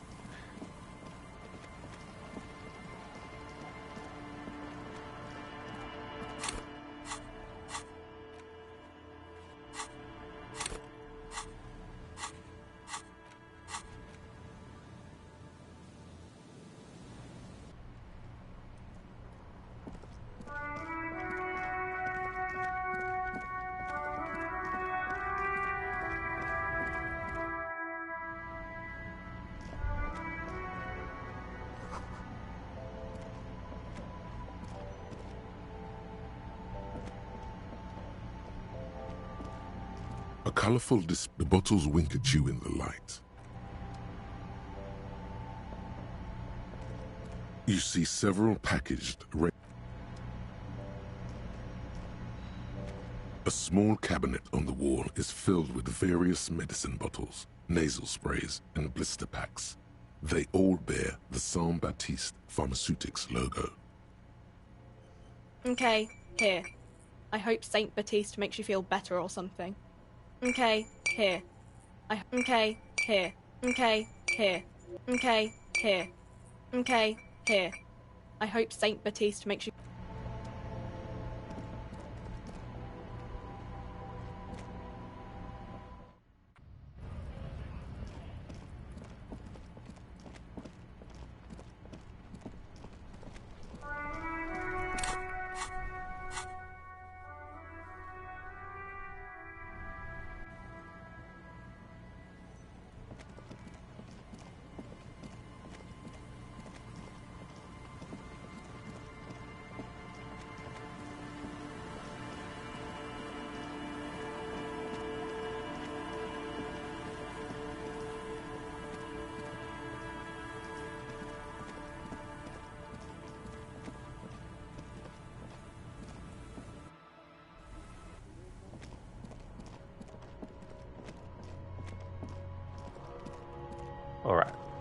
Now let's try this again.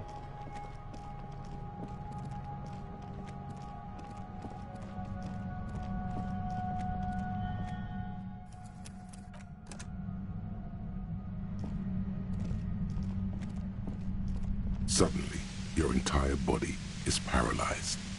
Aggressive white noise fills your skull. A strange pain, like you've never felt before. Through the static, you hear a woman's voice. It's like 1,000 radio stations are being blasted into your head all at once. But her words are the only ones you can make out. I know you're feeling pretty uncomfortable right now. Don't move too much or fight it. That'll just make it worse. Can't say it's a pleasure, officer. I was really hoping not to make your acquaintance. But here we are. As she says the word officer, you feel a spike in the agony. It sounds like the entire radio frequency range is screaming directly into your neural pathways. No, buddy, that's not going to help. You can't shield yourself from this. It's an entirely new type of experience. Way worse than all the previous ones. Don't focus on the pain. Focus on doing your job. Tell her she's under arrest. Really now? Check this out. You're overwhelmed with a new surge of violent static. It feels like a blood vessel exploded in your brain. I'm using a pale latitude compressor. You and your partner have been caught in its field. The explosion of static you're hearing is the ULAN frequency, blasted from that pale emitter that Angus mentioned. Saw my equations? You've been sniffing through my lorry, right? I expected as much. I am a bit surprised you knew what you were looking at. You should probably check on Kim. That's what good partners do. Right behind you, officer.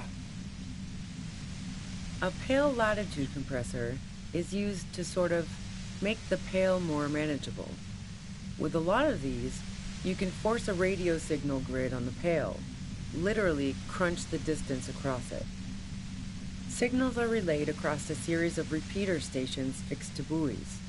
Not a fun job manning those stations. All alone out there in the pale, people lose their minds in just a few years. Dr. Darling, this scene looks as if the game took some LSD. It probably did. So, what we are experiencing is a concentration of radio waves. Precisely. This is an industrial strength paraboloid. It's meant for forcing dimensions on something that doesn't have them.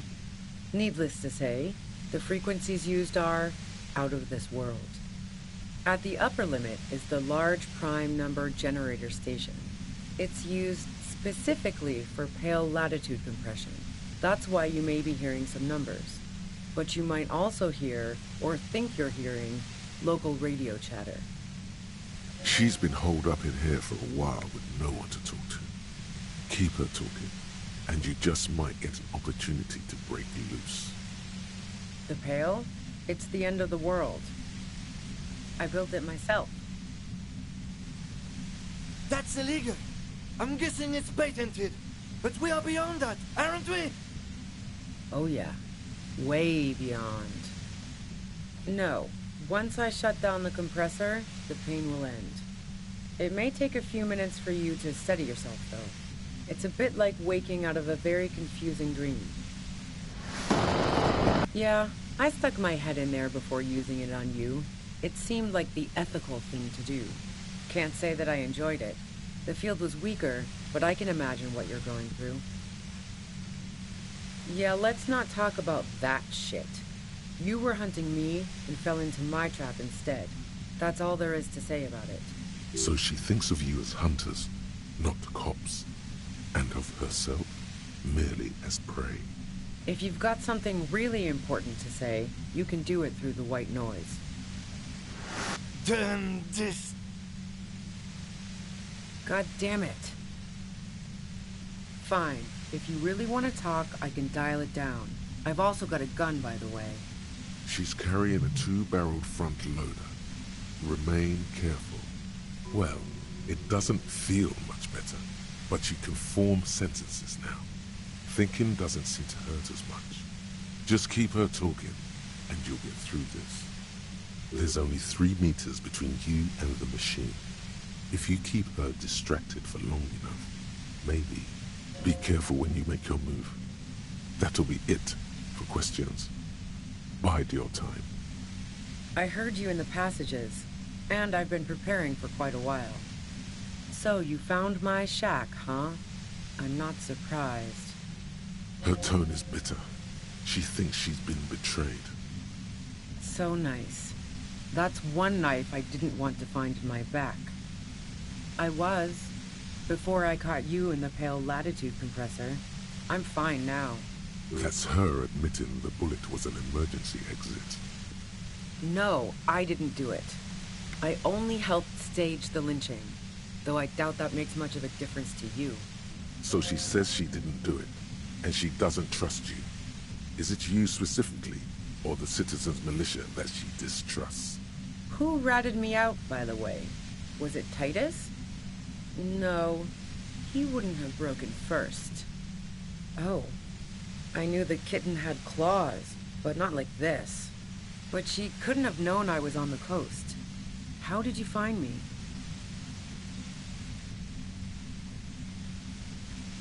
Oh, fuck. Took some convincing my ass.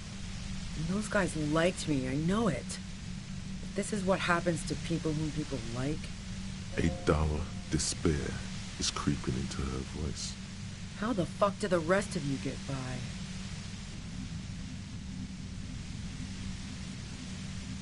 I did, didn't I? Now you've come for me. Pfft. Fuck them all the same. That did make her forgive them. A little. Like what? I already told you I didn't do it. A strong moral compass. She still wants the opportunity to make a case for herself. No. Gifts of flowers and candy aren't really my style. Nope. No, I did not. I didn't like him. Hardened mercenaries aren't particularly likable types. Yeah, sure. And I didn't like Wild Pines sending in those foreign hirelings. Me and a fuck-ton of other people around here. She didn't hate him, okay? I'm listening. Man, I was with the boys the whole night. I hope they at least bothered to impress that upon you. You mean the length of a toilet break? That wouldn't even have been enough time. No one takes a 15-minute leak. Look, fuck you, man. I might also have stopped by the bar. And?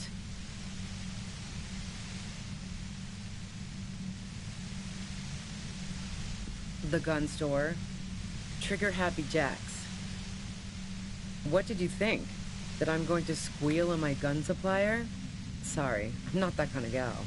Sure don't. A breech loader? No. This is such a wipeout. Yeah, evidence. So, Heart of Gold Tommy fucked me over too. Never trust a musician. That really comes as a blow to her. Okay, great. You got into my lorry on your own. What now? You're going to arrest me for drug trafficking? Beneath it, she's relieved Tommy didn't betray her. That's your prerogative. Man, it's to get away from all that murderous shit that I left Jamrock, my previous employer, for the Union. She deliberately avoided naming the mob she worked for. You might be able to find this out later. I got lucky being a dispatcher. Never had to do any of the really dirty work myself. This gun has only been used for self-defense against serious scum. Based on what I've heard about you, you are serious scum. Yeah? Where? More questions before doing anything. How should I know? As I keep saying, he already had a bullet in his head when I got to him, and there hasn't been any useful gossip over the radio. Those rings around her eyes, her tired voice. She's been staying up late, listening in on the conversations crisscrossing Martinez. Police radio? You've been following the case? Who hasn't? You know, I can still see him there, in Claus's room, lying on his side. He was still warm, but the bluish light coming through the broken window made him look as though he'd been dead for a good long while. She eyes you warily, as though gauging your sincerity. She's refusing to adopt the demeanor of a cornered animal, a leader with no one to lead. She still wants to retain some control of the situation. It's okay. We just want to... All right, don't kill yourself over it. I was shooting the shit with Hardy and the boys over a few beers, like always. Then Klasha comes in, all pale and shuddering. She sits down with a drink, trying to steady her nerves. So I grab a seat next to her. Oh yeah, super. But I didn't think too much of it at first. I'd seen her party hard before. No, I really didn't. She's not that easy to read. I just assumed she'd done too much blow. It wouldn't be a first for her. But no such luck. She was in some deep shit. She asked me to come upstairs. The merc she'd been going with was lying on the bedroom floor, dead. I knew she couldn't get the authorities involved, so yeah. You made it look like he'd been hanged. What? No. Faking a lynching was her idea. Yeah, in cold blood. It really surprised me how quickly she was able to get a hold of herself once we got up there. It was like she was another person. The party girl was gone. She asked me to help her drag him into the shower so she could wind the shower head around his neck to fake lividity. Then she dressed him while I went to get the Hardy Boys. Yeah, I wasn't sure whether to admire her or be disturbed. And potentially bring attention to herself? No. Besides, the shot was made from a distance. Otherwise, we would have heard it downstairs. She's right. No one mentioned hearing shots. The shot didn't come from the roof. We should have factored this in. Damn it. But even if this is true, weren't you worried this lynching might lead to... War? The thought crossed my mind. But the mercenary's death was going to have repercussions either way. Although the way things are going... Inmita, dude, thank you very much for the 19 months of subscribing in a row. I really appreciate that a lot, dude. Thank you very, very much. Awesome. I'm doing well, thanks. Things are going good in Mita. Gonna be finishing the game today. We're getting closer to the end. Things are going good. How about yourself? Cheers, Anita. Thanks, dude. Fuck it. I'm not responsible for these people after what they did to me. I saw you roll into town. I wasn't about to stick around for questioning by a goddamn La Puta Madre agent. Yes, you. Everyone says you're his peon, his human can opener. Through the sudden sharp pain in your head, you hear the lieutenant mumble something to himself. Fucking hell. And why me? You hear through the white noise. It's especially bad suddenly. Felt like a vein exploded. Everyone in Jamrock, the cops, the criminals.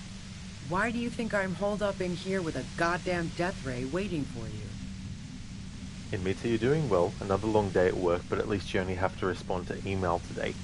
Glad that you're going well, dude. That's good that that's all you have to do today. Hopefully it'll be like a very, cruisy kind of shift as well. How's things been going with the gaming front? Oliver, question. How are they hearing her past all the noise? That is a very, very good question. Considering that for us as the player, they didn't want to obviously make the noise potentially match what it actually is supposed to be for the characters. So I can't necessarily say that because we can hear her voice that it means that they can hear her voice too. If she knows that about you, she must know your real name too. Harry Dubois. One corrupt motherfucker with the disco pants and a funny tie. Agent to la puta madre. So she knows your name. That doesn't mean you're on the tape. Criminals make up bogeyman stories about cops all the time. All of this just means that you're effective. Criminals know you and are scared of you. Is that a joke or a threat? I'm guessing both. Yeah, sure. She doesn't believe you. I'm sure La Puta Madre himself will explain it all to you soon enough. You've been to my lorry. You think the biggest player in Jamrock appreciates competition? And now I have Harry Can Opener in my lair. Fucking Titus. I thought we had an agreement, she thinks. This was not supposed to happen. She's not going to change her mind that easily. She still perceives you as a threat. Wait, one thing, possibly small, but she said you rolled into town. Was that you singular or plural? She might know something. Yeah, you had your death squad with you.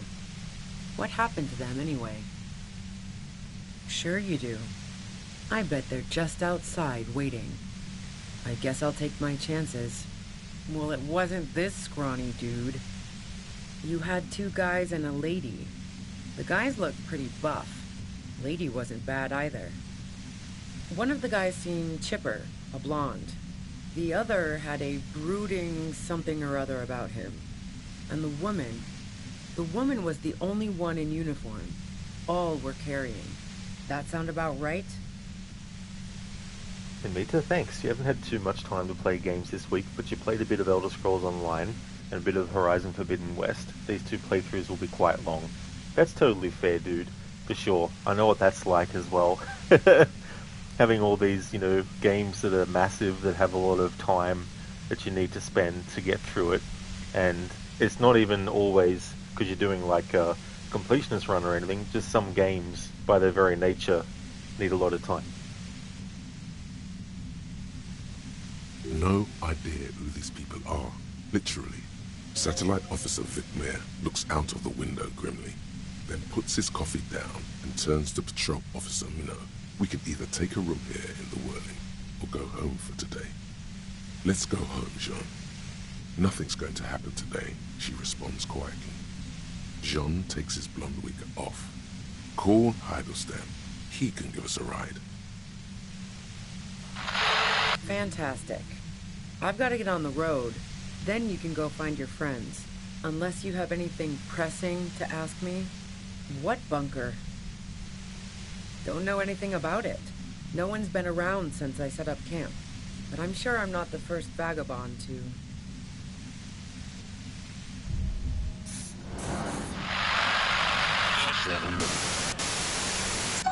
What bunker? Don't know anything about it. No one's been... Oh, you're kidding me, right? Sorry about the noise.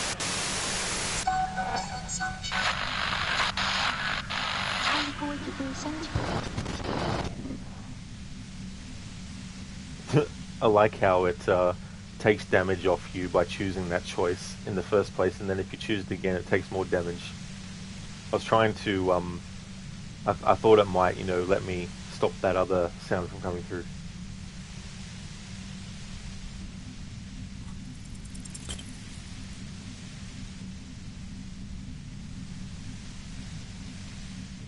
The violent white noise becomes even more overwhelming closer to the compressor. Feels like your brain is swelling up in your skull. There. I told you it's best not to move. 8, 7, 5, 2, 6. Look, I know this isn't very fun for you, so let's wrap this up. You have a tribunal to attend. Tribunal is an awfully fancy word for what they're going to do. But yeah, I was listening to their frequency. They've finished their investigation. Now they're gonna put on a show before meting out punishment. Even though those assholes gave me up, I'm worried for the boys. And you. Watch out for yourselves. You seem to have a habit of walking into traps. I'm guessing you don't know that a third mercenary has come to town just in time for the tribunal. Now you do. If one hornet can kill 40 honeybees in a minute, then 3 hornets should be able to kill 120 honeybees in a minute or more, since they'll also be covering one another. A third. Ah, this is bad. As I said, watch out. The pain is becoming unbearable now. Glad to have been of assistance. Best of luck to you, officers. Revishal's a bitch. The woman runs past you and disappears into the darkness of the tunnel.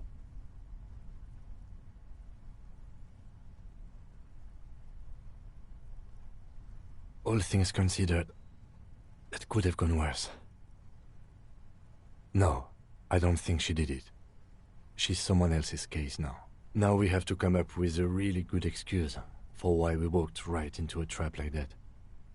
This isn't going to look good in the report. Her tent. Maybe there's something in there. Alright, I'm going to reload the save so that I don't use as many health items.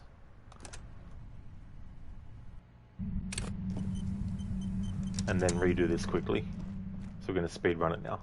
Suddenly, your entire body is paralyzed. It's like 1,000 rays. I know you're feeling pretty... Can't say it's... As she says the word, nobody. Don't focus on the pain. Really now? You're overwhelmed with... I'm using a... The blasted from that pale... Saw my... You should probably check up. Right behind... A pale signal... So... Precise at the upper... She's been holed up in here. The pale? I built it... That's a Oh yeah. No. Yeah, I stuck my head in there before. Yeah, let's... So she thinks of you as hunters. If you've got... God damn fine. She's... Well, just keep... There's only... Be careful when you make your move. I heard you in the passages, so you... Her tone is bitter. So nice. I was... That's her admitting the book. No. So she's... Who ratted me out? But she couldn't have known I was on the coast. How... How the fuck did the rest of you... I did. That did make her forgive them. Like... A strong moral compass. I didn't like him. Hardened mercenaries aren't particularly... Yeah, She didn't hate it. I'm listening. Man, I was with... You mean the... No one... Look, fuck you, man. And? The gun trigger had... What did you think? That I sure does... A breach? No. This is such a wipeout. Yeah. No. Gifts of flower... Nope. No, I did not. So... That really comes... Okay. Beneath it. She... Man. She I got lucky being a dispatch. Based on what I've heard about you... Yeah? More. How should... Those... Who hasn't? He was still warm. She's refusing. It's okay. All right. She sits down with a drink. Oh, yeah. No, she asked... You made it look like it'd been... What? Yeah. Yeah. And potential... We should have... But... War? Fuck it. I'm not... I saw... Yes. You... Through the fucking hell. It's especially bad suddenly. Everyone in... If she knows that about... Harry Dubois... So all of this just means that you're effective. Is that a joke? Or... Yeah, sure. She doesn't... I'm sure La Puta Madre himself... You've been to... I thought she's... Wait. One thing. Yeah, you had your... Sure you did. Well, it wasn't this... One of the guys... That sounded... No, satellite. Let's go home, Jean. Fantastic. I've got to get on... What bunker? Don't know anything about it. Glad to... The woman runs past you and disappears into the darkness of the tunnel. I probably could have done without using that health by not actually choosing that dialogue option, but meh, whatever. I wanted to make sure I still had some health items left. All things considered, it could have gone worse. No, now we have her tent.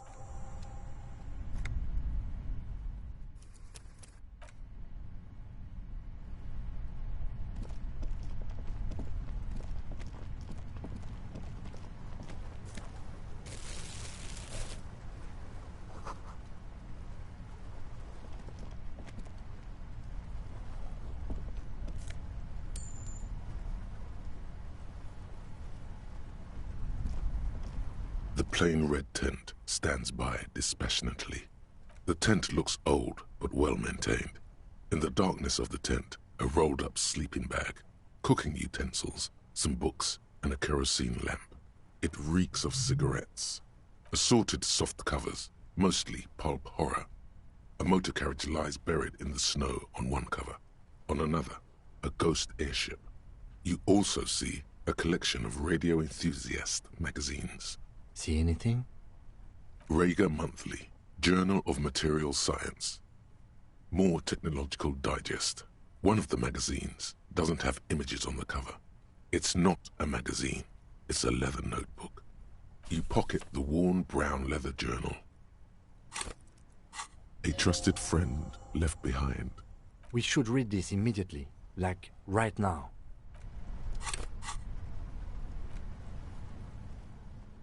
Ruby's Journal, a well-loved journal with a brown leather cover and the brand name Schneller embossed on the back.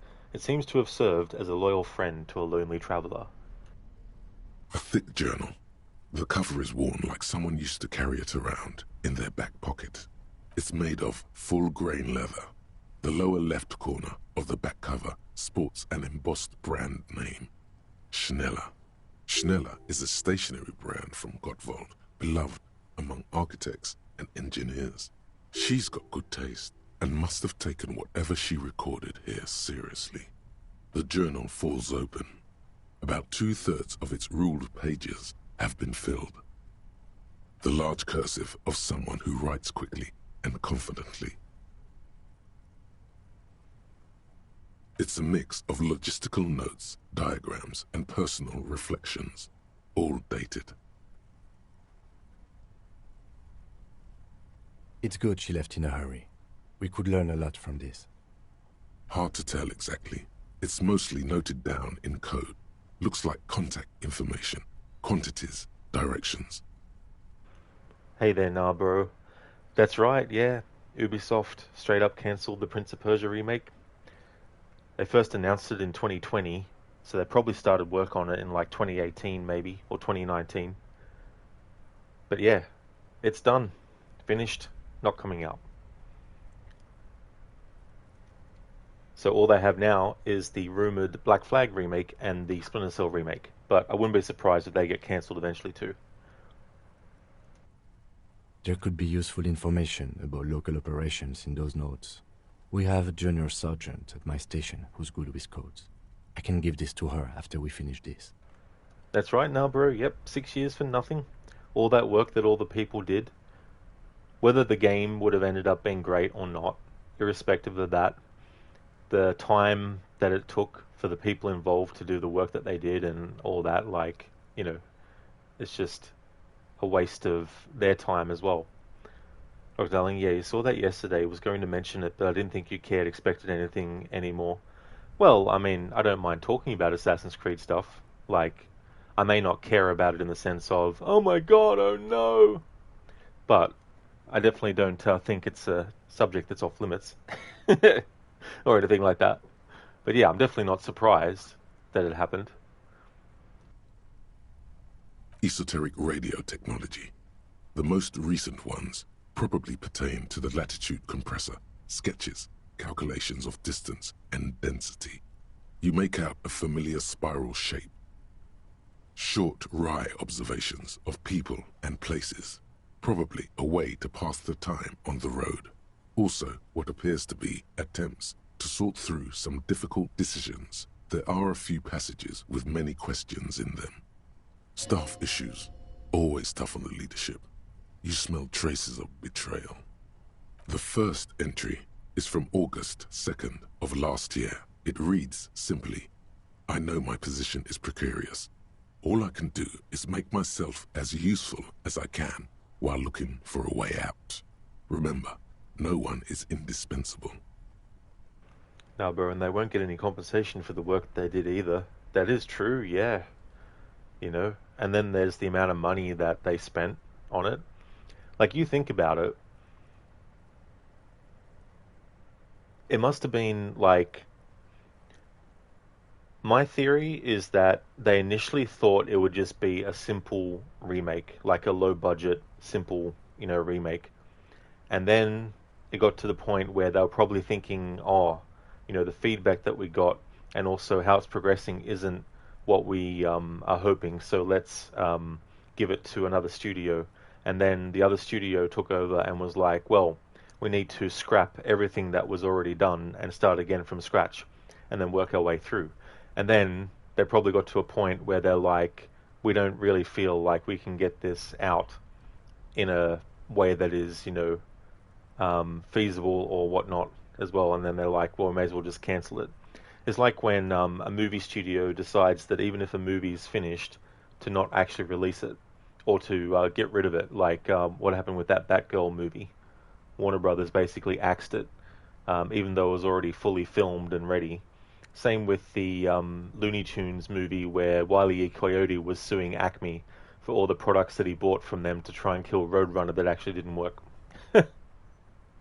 As an aside, that's a really fucking funny concept for a Looney Tunes movie. I wish that actually got made.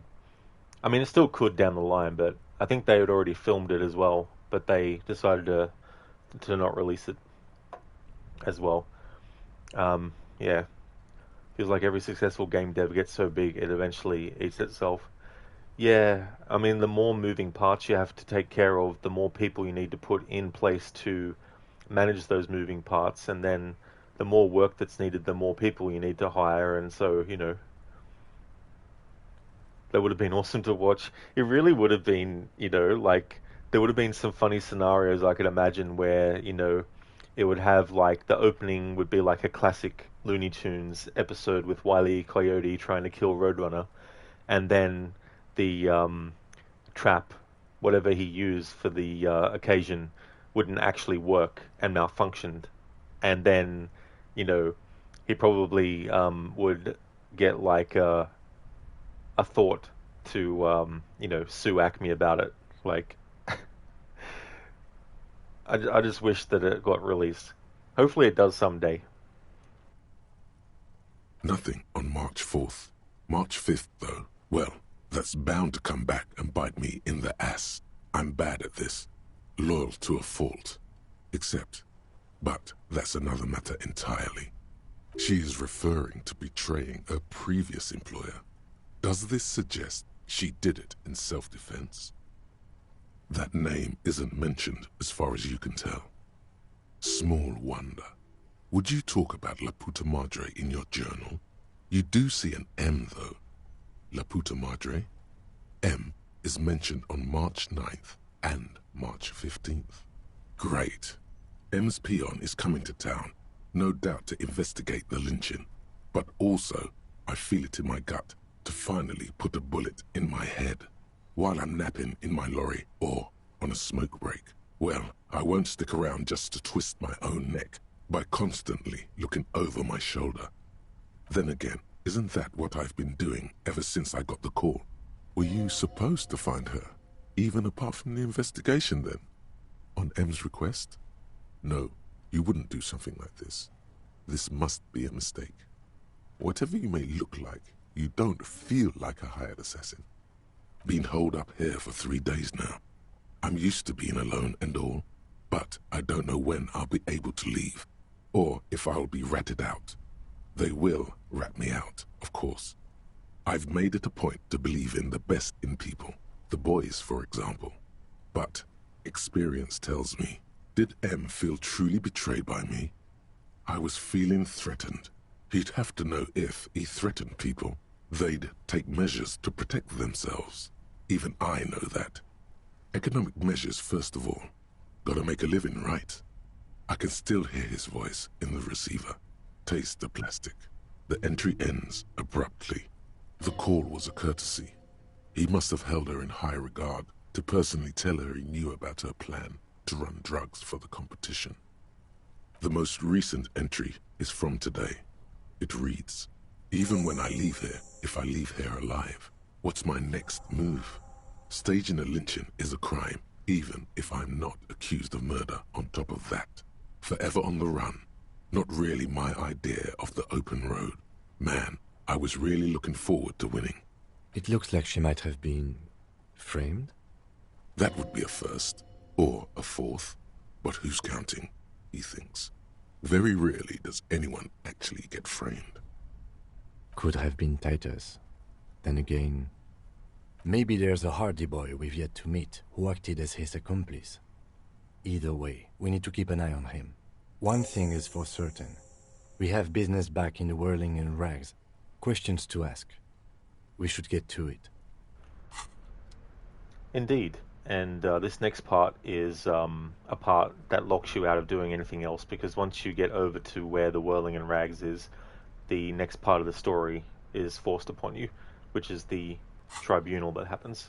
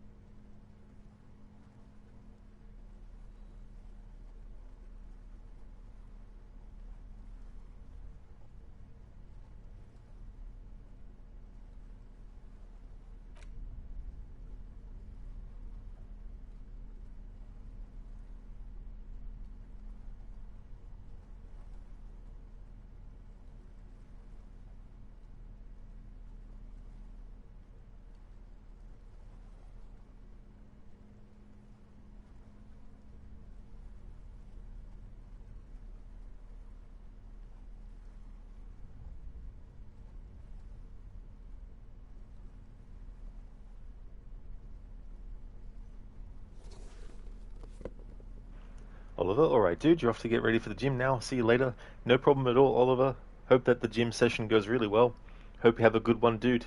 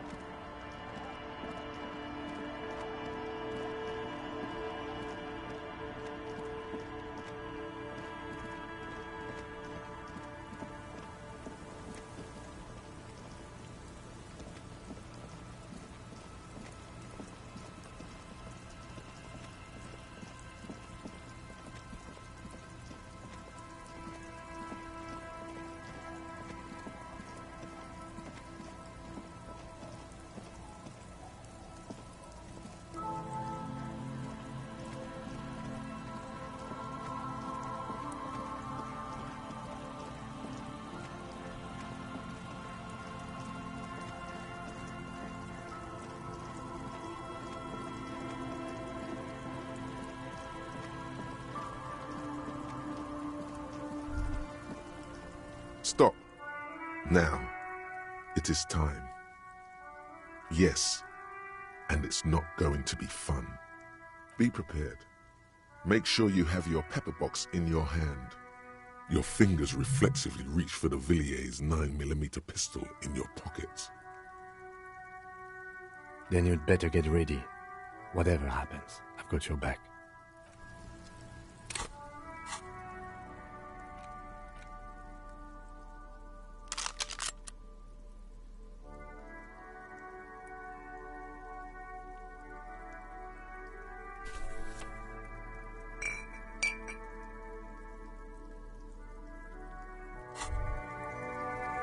Holding the gun feels natural and satisfying. It's like an extension of your arm, the polished wooden handle almost fusing into your palm. It reminds you of the day you first held it, with fear and respect, hoping you don't have to use it in vain. The sun was out in Jamrock. It was so long ago. This is your gun, And in the world of unarmed civilians, a man with a gun is king, but in a wholesome and life-affirming way. You just keep the wheels of the world spinning, and maybe there's some money to be made on the side. Well, hello. Someone seems to have found himself a bottle of alcohol. Here's where the magic happens. Oh no, you don't. Not this one. That's not you. You, light reflects off the green glass of the Commodore Red. The gods have been generous. Better pop it open before they change their minds. Wow, the gods of mass production have made this alcohol container laughably easy to open. A child could have done it. Fine, we're not worried. You'll crawl back to this bottle soon enough. We'll give you another chance. Booze always gives you another chance. Yes, it's merciful that way. It's your friend. Come back to it. We're all rooting for you too. Not all of us. You've passed up your chance to start drinking alcohol for now. But don't worry. The option to start drinking becomes available again in 2 hours.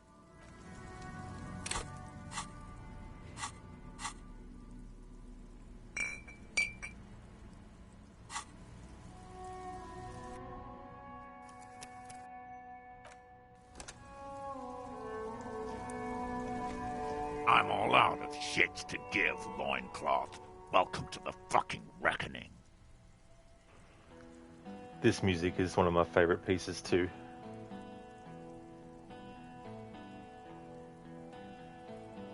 Put your damn gun down. People are gonna get hurt. We need to talk this through. All right? Shut up! You're not gonna talk yourself out of this, loincloth shit fuck. Shh. This is a misunderstanding. Nothing irreversible has happened yet. You can just return to your unit and forget all about this. The Kipt is merciful, willing to spare us if we just forget about our murdered and humiliated commander. I think we should just kill everyone, Corty. You are all drunk.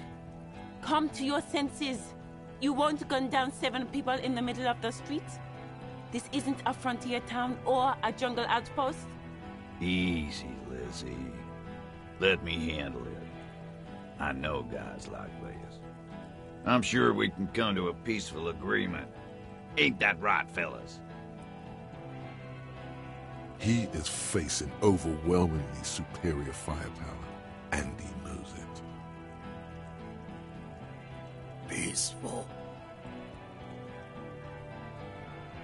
Fuck, there's a third one. How did we miss something like this? This third one, he is the most dangerous of them all, heavily armed.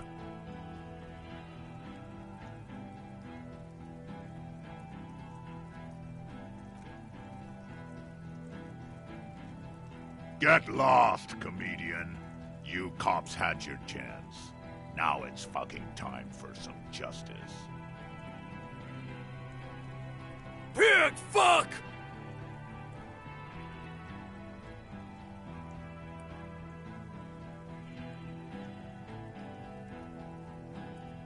To your left, you hear the lieutenant cock his gun. We're gonna tear right through. I don't give a shit if you're cops. No one is going to kill anyone. Let's just put the guns down and talk like civilized human beings. With a wordless gurgle, the killer loads his long rifle. The leader gives a small nod to the helmeted man. Suddenly, the grip of your sidearm feels comforting and warm in your hand. Feels like it's saying, do it. Shoot him in the mouth. Shoot him before he shoots you. No, wait. It's good you have that gun. It really is. Just soften him up first. Present an argument. Even if it comes to a fight, it's always a good idea to drag it out first. Get under his skin. I don't know about this getting under his skin. What if he gets under yours? I'm barely keeping your hand from trembling here.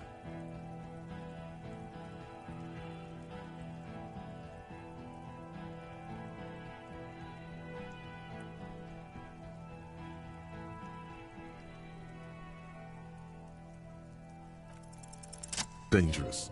Ask about him first. You don't want personal facts about his dead friend coming out of your mouth. He has to start it. Sergeant Major Raoul Cortiner, reporting in to burn this fucking mud hut to the ground. Click, click, click. The realization comes to you like a picture puzzle coming together. His name is Raoul Cortiner. The dead man's name is Elise Cortiner. He's brothers with the deceased. I don't think in my previous 2 playthroughs that I've discovered that information. Maybe I have. It just feels new, maybe, because of the approach I've taken this time around. For killing, maiming, and humiliating our commanding officer, you're all sentenced to death by lead. He sways from left to right, inspecting you. He wasn't my fucking brother. We just grew up on the same farm and got beat into place by the same sick fuck. Same fucking mud hut town, too. Okay, good. Who? Laylee? We researched him. We contacted the ICP and looked at his birth records. That was in there. And other things. They fucking put Laylee in a leaf compactor, and now these cunts finished the job. It's a mindfuck, Corty.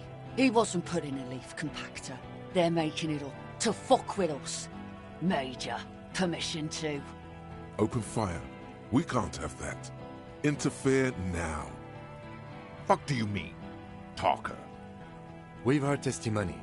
People say he was charismatic, a nice guy to be around. Yeah, he liked to chat up the natives. Share leaflets, squeeze a bit of kip-tass here and there. Great fucking idea that turned out to be. If Laylee was here, he would spare the lot of you. Maybe shoot one for show. But me, I'm not a big fan of public affairs, clay monkey. I'll gun every one of you down for what you did. Ready to open fire, Major. At your command. Baby blue, yeah. Like someone fucked up and put a baby's eyes on a grown man. It was creepy, but bitches like that shit, I guess. Or, I don't know what bitches like. I just know how to mow down cloths. Find his killer. Cop, his killer, stands right there, shitting his pants, and you're standing in the way, protecting him. I know what this tactic is, Silo Sam. You're gonna die for them. Right here. Big talk, but that leaf compactor won't leave his mind anytime soon. It's a small thing, but it got him off center.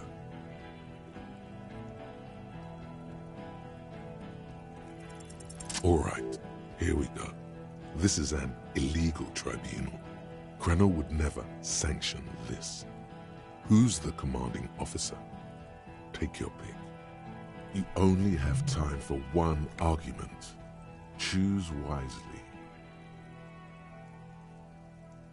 What always happens when you get good at your job? That name meant night raids. Fucking extrajudicial funky time, burned villages. Shit that sounds bad on the radio. The same thing happened when we were called whatever the fuck it was.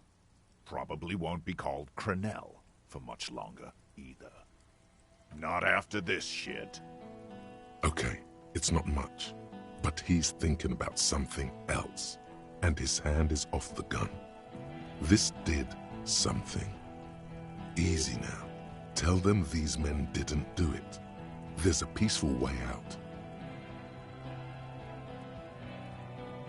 Yeah? Who did then?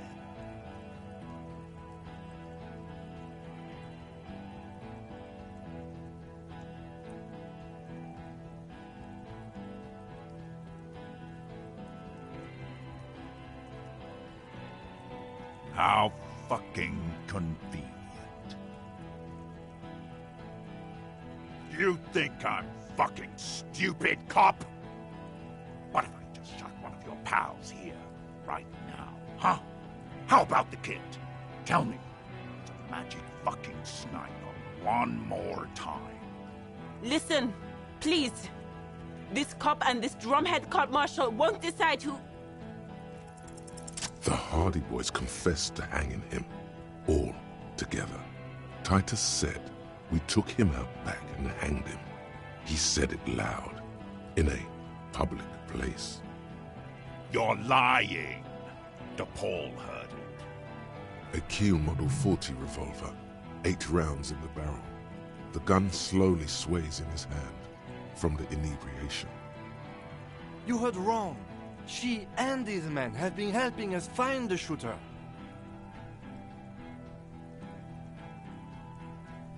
Fucking liars.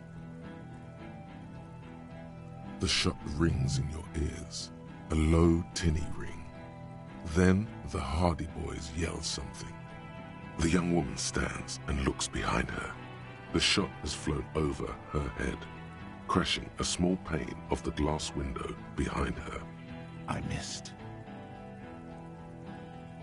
I know what I heard, Corty. They said they killed him. They said it was a good way to end a Sunday night. That doesn't sound good. You need to change the topic now, or there will be another shot.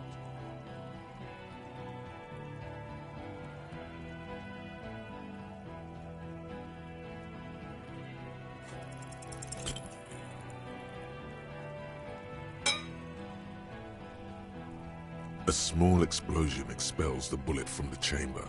With a puff of smoke, it hits the man square in the chest, producing a soft clicking sound in the armor.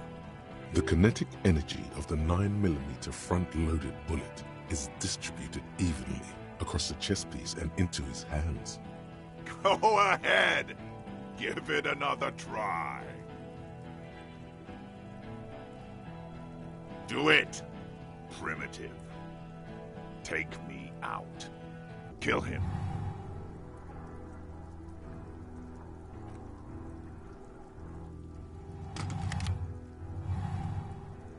To your right, the killer raises his rifle and takes aim at you. His moves are steady, but the long barrel of the rifle sways slowly. From the corner of your eye, you see the lieutenant raise his pistol and aim it at Rude. He's trying to find a straight line of sight before the rifleman can take you out. You stare down the barrel of the gun. You see Rude's mask behind it, his eyes in the slit of the helmet, like a camera lens, focusing on you. 0.4 seconds remain. There are 6 little black dots in the tip of the barrel, like a honeycomb. This is a knock cannon. It shoots 6 rounds in one pull of the trigger. God, you're so frail. Too frail to think further. Time is running out. A low shot rings. You feel a tapping, like rain on your chest plate. Heavy drops of rain. Then the sound of dice rolling as the cuirass distributes the shot evenly from plate to plate. You got hit. The armor took most of it, but still your ribcage burns. Feels like blood is slowly seeping into your lungs. God, please. He's aiming for the eye slot in Rude's helmet. An extremely difficult shot. 2 shots ring at once. One from the lieutenant's pistol, and the other from DePaul's. It's aimed at the lieutenant, but it misses. You hear a scream behind you. Glenn, dying in a puddle of blood behind you. His mangled torso has 2 gunshot wounds. Blood gushes out of them like red geysers. Oh God, watch out.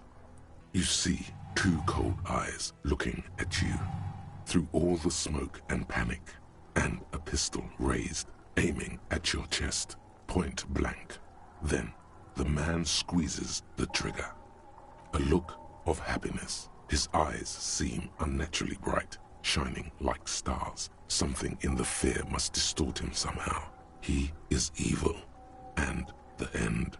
Here it comes. Death.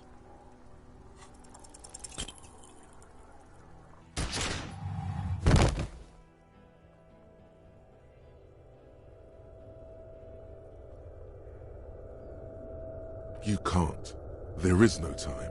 Something inside your pelvis explodes. Your entire lower body is on fire, and your legs can't support you. You fall down like a rag doll.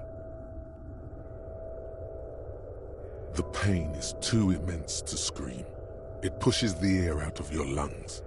Everything goes dark, a distant blur as you recede into it. The Hardy Boys are yelling. Someone is running, jumping over you. In the background you hear gunfire shatter glass, and then a man in pain. A familiar sound. It's Titus with a splat like meat. You hear bullets rip into him. His voice, still giving orders, grows fainter. A gurgle.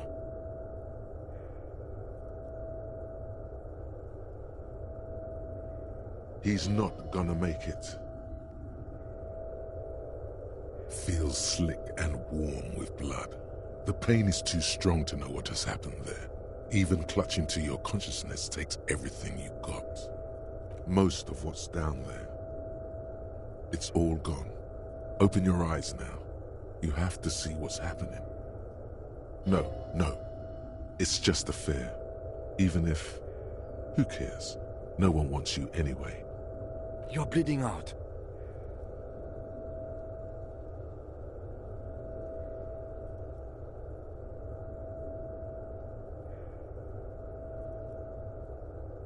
Stay with me.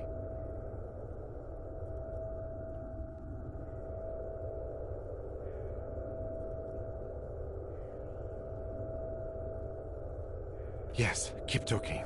You hear me? Stay awake. But you can't. It's so hard.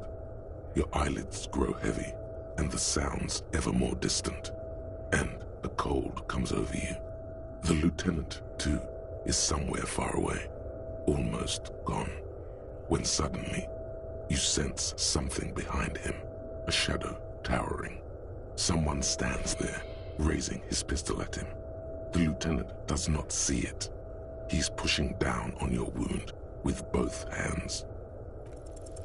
No, you say, and hand out your firearm to him.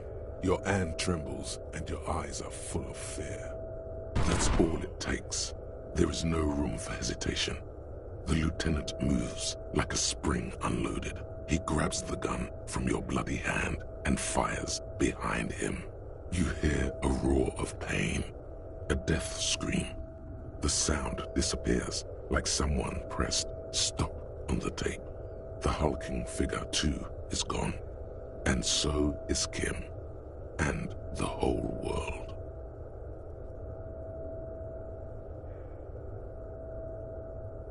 This is death. One more door, baby. One more door. The fight? There is no fight. The fight is over. It was lost 1,000 years ago. You have laid here forever. Keep falling deeper. Take the door. He's not taking it. His body is not taking it. Oh God, no. He's not disintegrating. He's swelling up instead. Over the hours, hurting, moaning in his sleep, and rotting, and being disinfected, and smelling of drugs, and feeling saliva in his mouth, drifting in painkillers, thrashing in his wound sleep. He can't go. Not before the case is solved. Hours turn to days. Soon we will get up again and go through it again. Finally we know what the infernal engine was outside. The clarion call. The engine of a Caprice Canema. No, it was him. He is the infernal engine. Can't you see? He never stops. He only gets worse.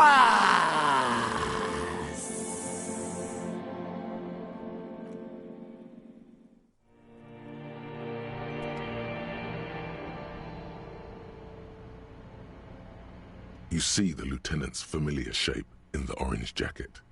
It turns double, then triple, from the pain. Sunrise, Parabellum.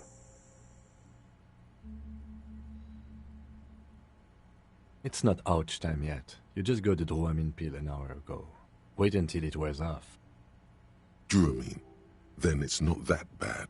Neither surgical nor organ damage bad, but still under-the-counter bad. Mr. Gart cleaned it. It took him an entire day. 2 days, in and out. You've been up enough to take Dramamine and curse. And drink water. Yes, the joke wasn't funny anymore. I took it off. The close proximity of death must have made the lieutenant contemplate his life choices. He's done with the jacket. Sunrise, Parabellum. Sunrise, prepare for war. It's an old revolutionary saying. Cops like it. The gates of the harbor are boarded up. The streets are a little more empty. Apocalyptic violence is yet to erupt, I am relieved to say. I think we may have held it off, for now. Barely. Yes, we have also completely failed, but that's okay. What happened? You shot the Major, and successfully, a firefight ensued.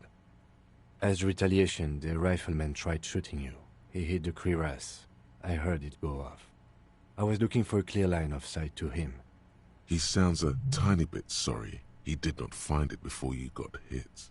I shot and wounded him, while Glenn took a bullet in the spine. It was meant for me. He did not survive. Titus, Fat Angus, and Theo charged. Angus and Theo died before they made it to intensive care. Titus died in a hospital yesterday. Alain and the young musician, I forget his name, they are all that's left. Yes. You were bleeding out. I think you said something about your wife, and you warned me. I was able to disarm the Major before he got the jump on me. Thank you, although... I was not able to kill him, as I should have. Crenel took him. A stray bullet killed the Pole, though. And that's what happened. Yes. He's in a private hospital across the river. Crenel claimed him from the local butcher shop where Titus died. Turns out he's insured. We won't get to him anymore. The good news is he's not coming here either. I did some damage. 5. Glenn, Theo, Shanky, Angus. The fat one. He took a lot of bullets. And Titus. All.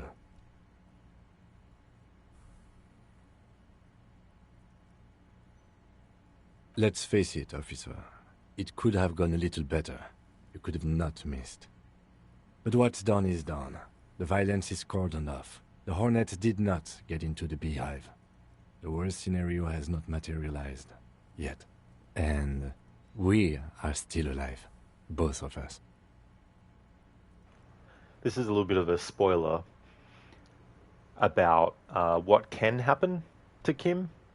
So I'm going to talk about what can happen to Kim and who ends up being someone that accompanies you for the rest of the game if that happens to Kim.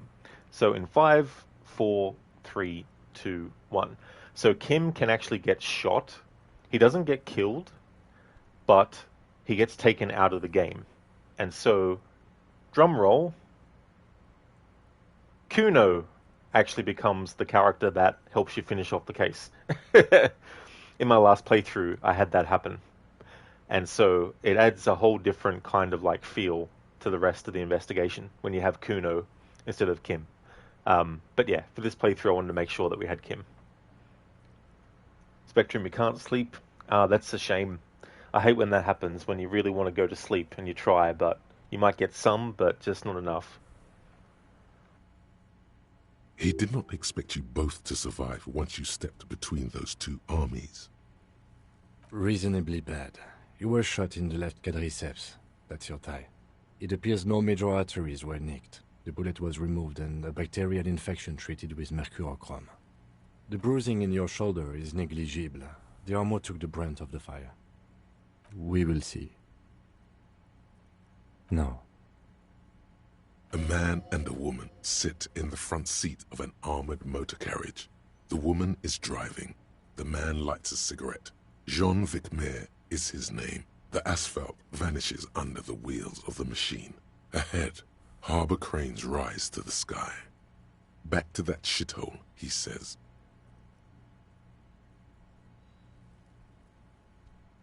I called your station after the fight. The injury was logged in. They told me they've sent officers to join you on the site. I'm sure they're worried about you. I did. No need. Not very. I have a concussion from the Major beating me with the butt of his gun. I tried to not move too much. Things would be worse if you didn't warn me. Thank you. I did not see him coming. Stupid of me.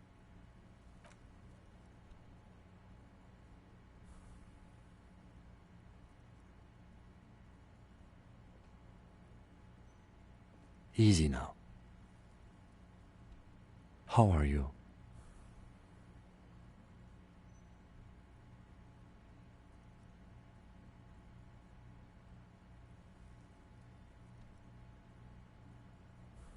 The lieutenant doesn't reply, just looks at you teetering on your feet. I honestly don't know.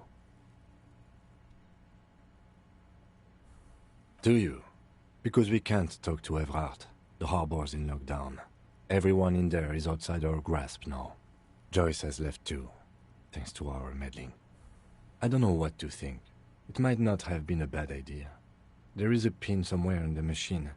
Something is keeping Connell from sending in a death squad. Maybe it's her. Maybe she kept her hand. Either way, Ruby's gone, and Claudia too. We really should have arrested her, you know? Oh yes, she left 20 minutes prior to the tribunal showing up. I asked Mr. Gart.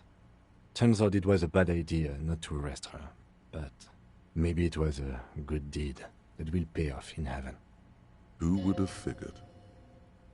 I don't know. I think the theory you presented, it's someone else outside our circle of suspects, was right. It better be. Everyone within the circle is either dead or gone. Honestly, I think our investigation has not produced a single credible suspect.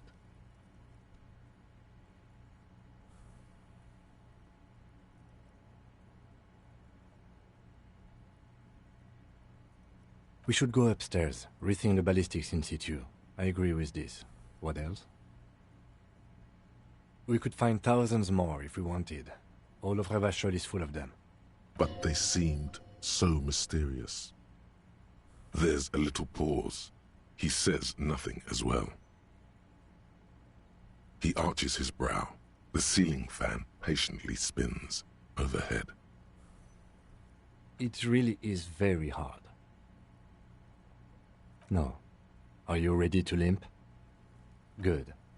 Where do you want to limp to? The lieutenant did mention doing more ballistics. Why not? Another look at the window, perhaps? The one he was shot through. I don't know. I can't think of anything better.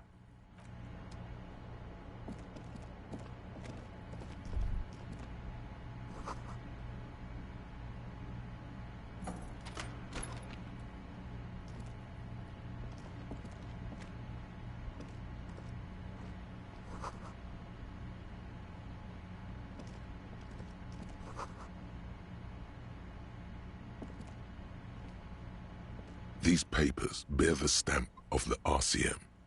They appear to be fragments of the lieutenant's paperwork, half finished. You make out notes on this and other recent cases. I had Gart open the door to your room. You were running a low bacterial fever the first night. It would have been easy were it not for my concussion. We both got lucky, considering the odds we faced. Let's go?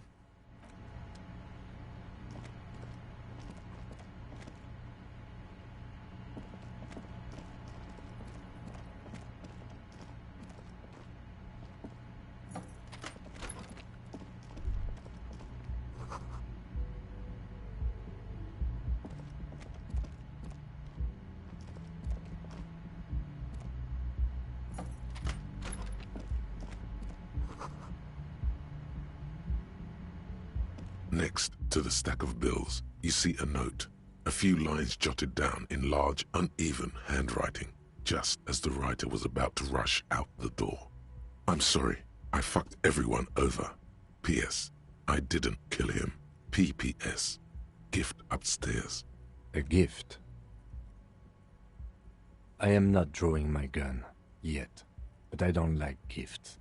He says he's not, but his hand moves instinctively toward his holster as he studies the note. Relax. Not everyone is out to trap you. It's hardly surprising.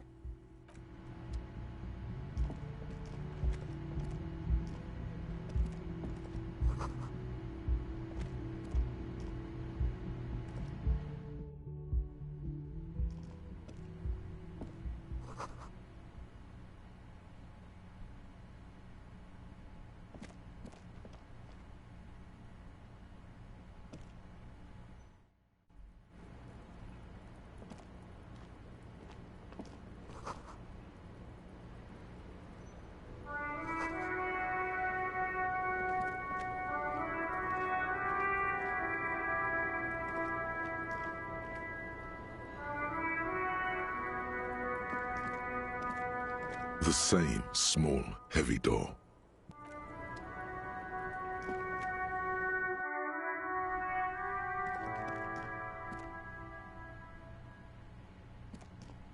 You see the same two neon-lit shapes, a man and a woman, only now a red thread bisects the room, pointing from the antenna outside to the cupboard on the wall. Hello, Shaky. Hope things are going well, dude. This is ballistics. She's left a trajectory for us.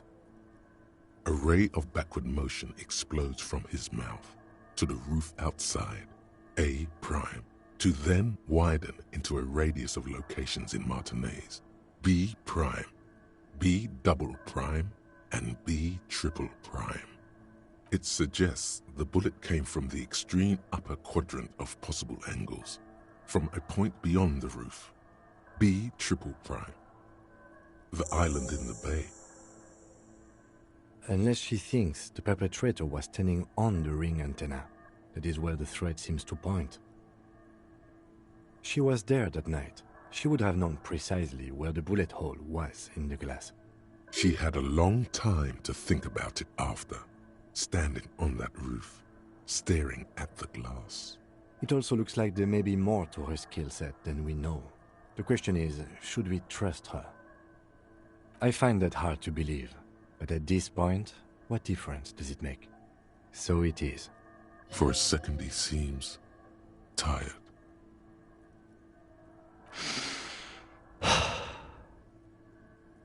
The lead is flimsy. You might as well go around Martinez looking under every rock and talking to every person. But what else is there? Not a lot, no.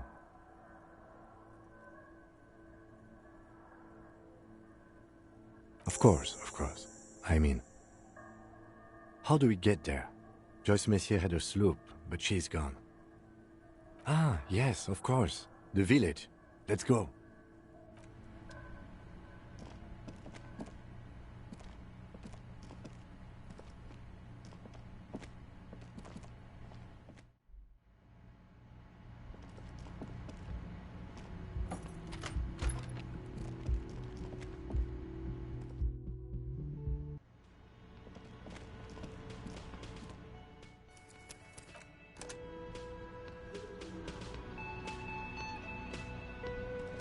Oh, you're up. It's good to see you back on your feet. Did you like your room?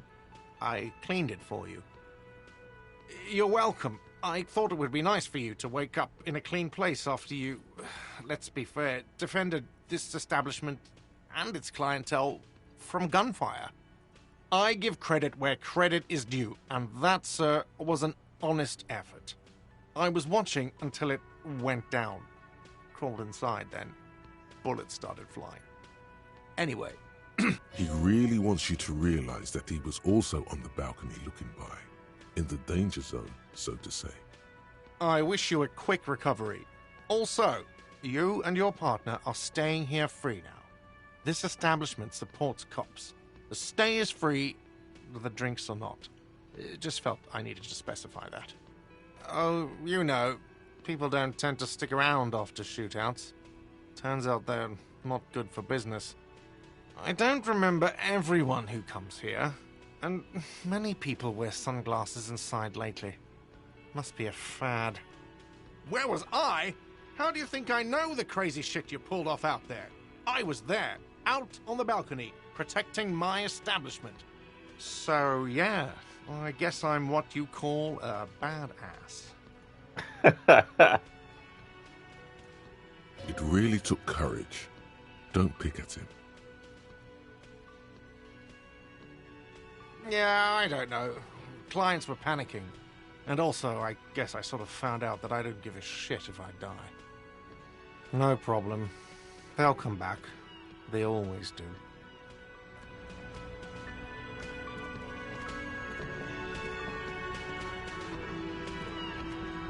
Seeing you approach, the bruised man raises his beer can in welcome. Oh, it's you. Didn't think we'd see you walking anytime soon. Elaine, look. It's the cowardly cop. Huh? What? Cowardly cop? Fuck you. Harry walked right in between the guy that was with the others that were going to shoot your asses. Our condolences for your losses. Does he look like he's okay? He does not. His unshaven face is almost grey, and he reeks of piss, sweat, and booze. He wasn't. That's the thing. Titus, Theo, Dennis, Angie, they're all gone. But he got away without a scratch. There's nothing left. Nothing. He has lost the will to live.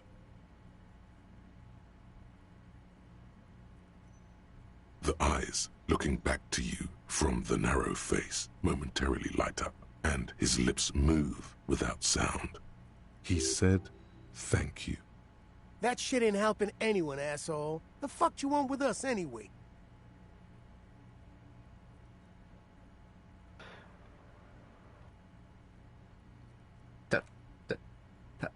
Titus is fucking dead. What's gonna happen to the Hardy Boys? Look around you, man. This shit is done. There are no more Hardy Boys. No, man. I don't know. I guess the Union will still be policing the neighborhood, but who's gonna do it now? Me? No, man. I'm not a leader. You know, Titus only recruited me because I play the guitar. Said the team could use the morale boost.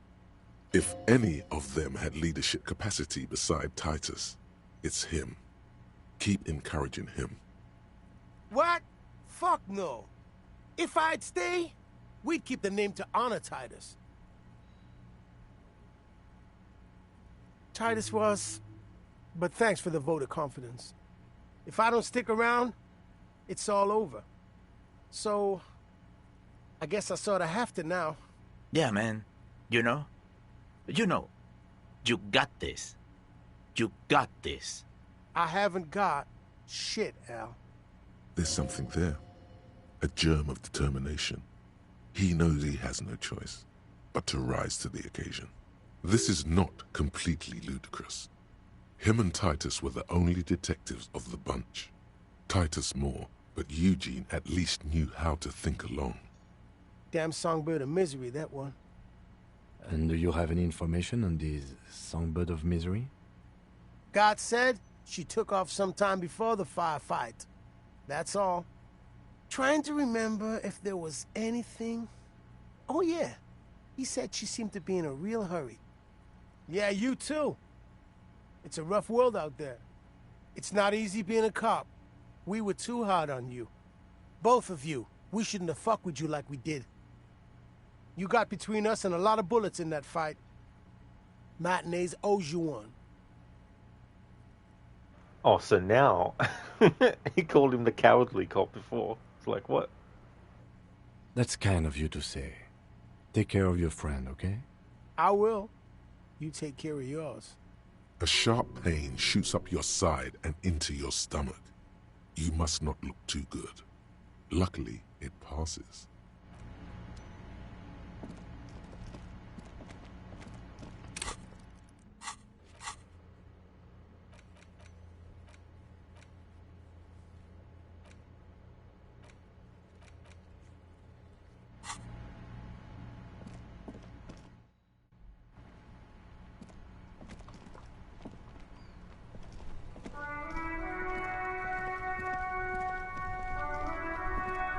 The graffito has been painted over the traces of the fight that took place here.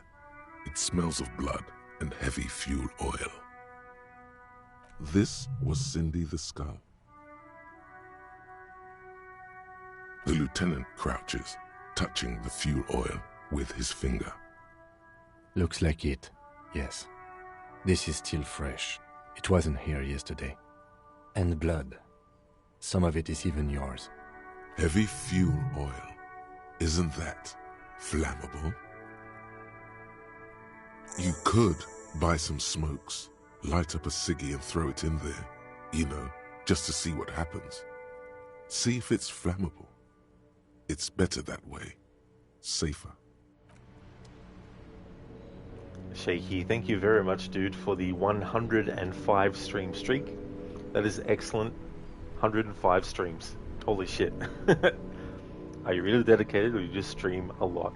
Probably both. Definitely stream a lot, that's for sure. It's moments like this with watch streaks when I realize actually how many streams I do. Cheers, Shaky. I'm glad that you enjoy the streams. That's awesome, dude.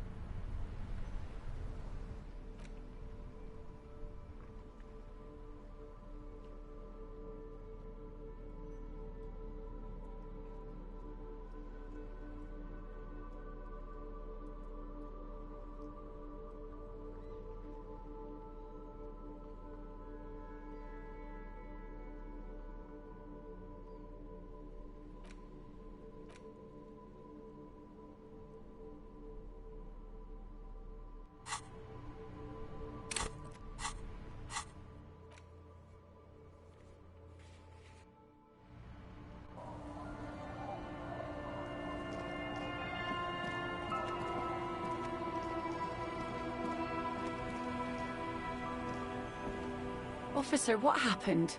You're limping. Why are you limping? You look terrible. She sounds almost disappointed with you, reprimanding you for falling and hurting your knee. Is this from the shooting in town? We heard gunshots. Not that we don't hear gunshots all the time, but they were closer than usual. There was an exchange of fire on Rue de Saint-Guylaine. It's nothing to be worried about, madame. Of course. Can I help you with something? Oh. That's good to know, I guess. Why is it in the sea? This calls for a funeral, if you ask me.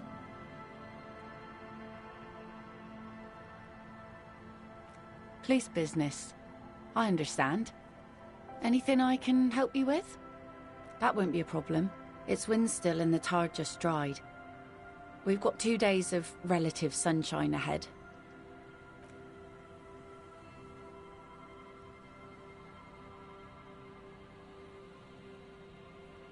Ah, no audio for this. Nothing, just ruins. Used to be some kind of fortification there before the war. For the communards. An anti-aircraft gun, I think. Bombed to bits in the landing. I haven't been there myself. Always steered clear of it. Hasn't been there herself. Who has then? If you promise to bring it back, and no scraping the hull, I just got it nice and yellow, and no drinking on the boat, and no joyriding either. Of course, ma'am. It's only for a day or two. Official police business. Aye. The crow's feet disappear from the corners of her eyes as she smiles at you. Well, most of it's sunken. Underwater. That means concrete underwater. Cut your boat if you're not careful. Be sure to enter from the south side. Water's deep there. Please be conservative with the fuel, will you? Just filled her up, but it's a small tank.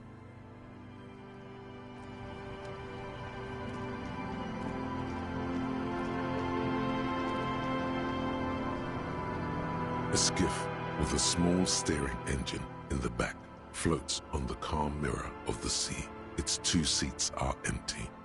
Once you get in, that's it. One pull of the starter handle, and you're off into the bay. A strange trepidation comes over you. Are you sure you want to go now? Have you made all the necessary preparations? Closed all your accounts? Remember what the net picker said. It's a small tank. You won't be going back and forth on this.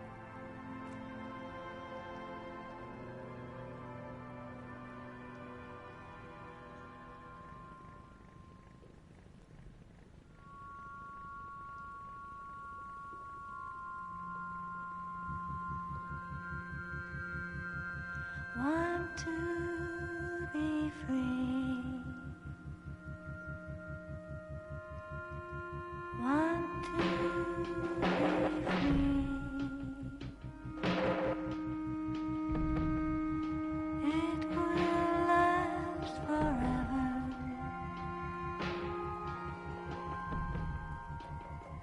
Eternally.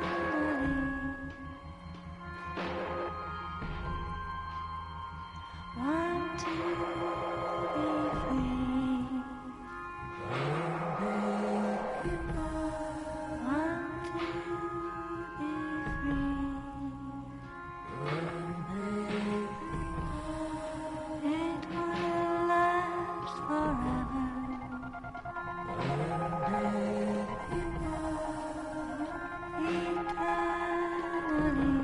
Want to be free.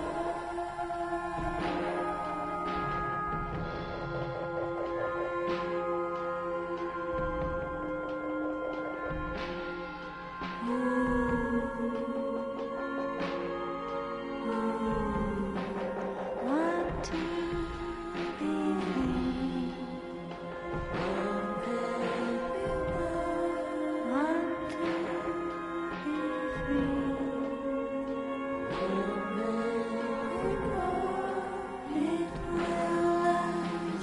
It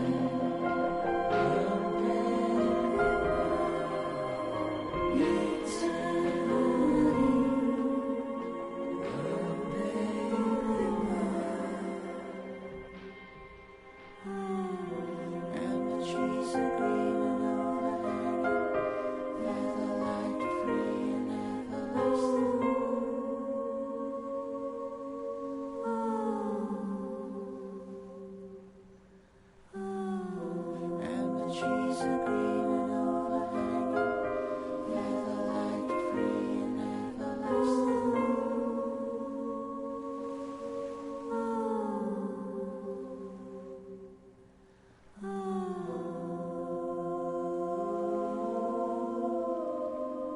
Want to be free.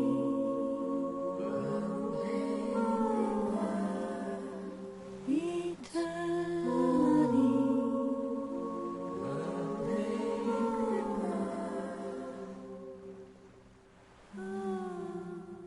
Disco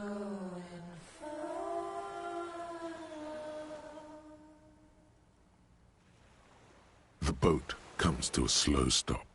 The lieutenant turns the engine off. Then there's silence.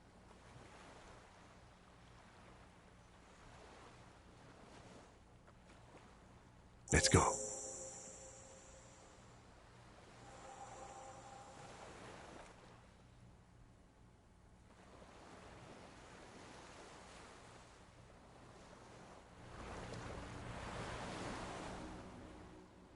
Understood. Now, you tried to rob the Valentine doctor, died because Arthur decided to take his sweet ass time opening the gun case and taking out the Schofield, and he shot to death. Oh yeah, that's definitely something that can be annoying in games when you try and do something and you just can't exit out of it. Dr. Darling, that's a very slow-moving boat. It definitely is. Yeah, I guess they wanted to make sure that it didn't capsize or anything like that.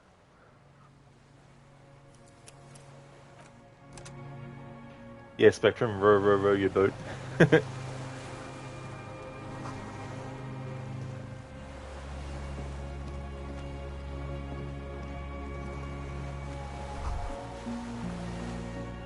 chain trails off into the ocean, connecting the island to the supply depot on the coast. Ah, yes, so it seems. For bringing munitions to the island, maybe? And supplies? You could also lock the bay when you raise the chain. As a defensive measure, lock it off that side of the bay. From enemies of the commune of Revachol. This sea fort was a revolutionary fortification, I believe. I understand a sense of urgency. Arthur, do you have one? Not in that moment, no.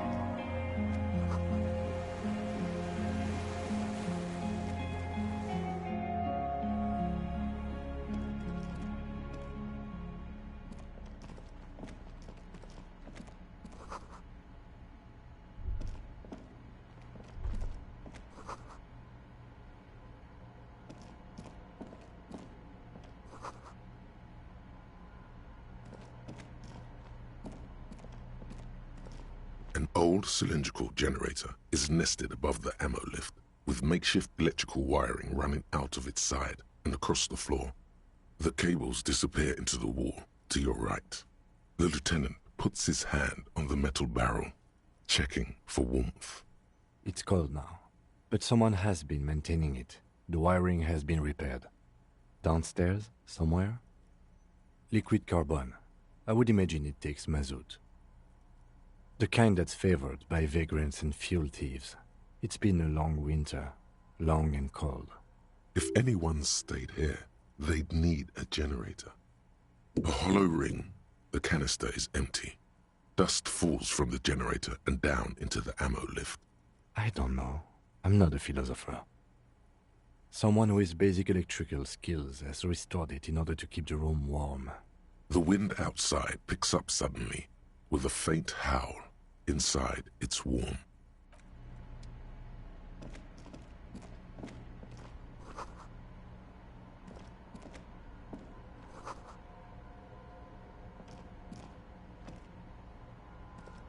There's a greasy old spring mattress in the corner, resting on piles of soft cover books. White linen and a pillow are visible under a worn-out caracal blanket. Someone has been squatting here. The linen is fresh, recently washed. A flash of pain interrupts you, making you wince instead of letting the words out. You know, officer, you can rest here if you are feeling tired. I will keep watch. You could use some rest for what's ahead. You face the concrete wall. There's less light there, in the dark corner. Like a dog, you lie there. The blanket feels cold. It's someone else's blanket, and the room is all concrete and cold. Sounds of the sea beyond grow distant. Slowly, your eyelids close. Sleep is merciful this time, brother. Not too deep. Lit by the continuous sound of the sea outside. And a little something in there. A sensation. A bow drawn across a string. Something small and crustacean-like. No, relax, man. It's just the comfortable darkness.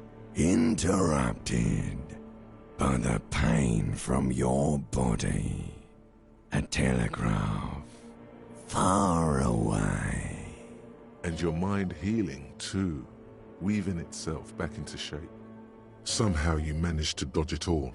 The church, the window, and the bad book in the store. On the shelf. You made it. Across the Black Sea, unharmed. Nothing. Just threats that pass by. Outside in the world. Ill omens from another life. Not this one. You ignored them. Good. The sleep is nourishing. Take more of it. You do so many times. Until dim light starts peeking into the hood you're under. The rough caracal. More and more each second.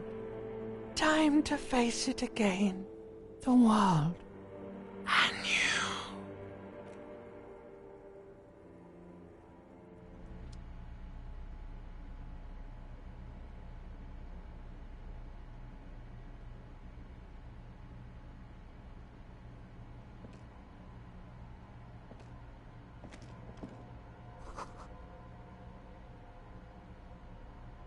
Books and magazines lie scattered on the floor and on a makeshift cupboard.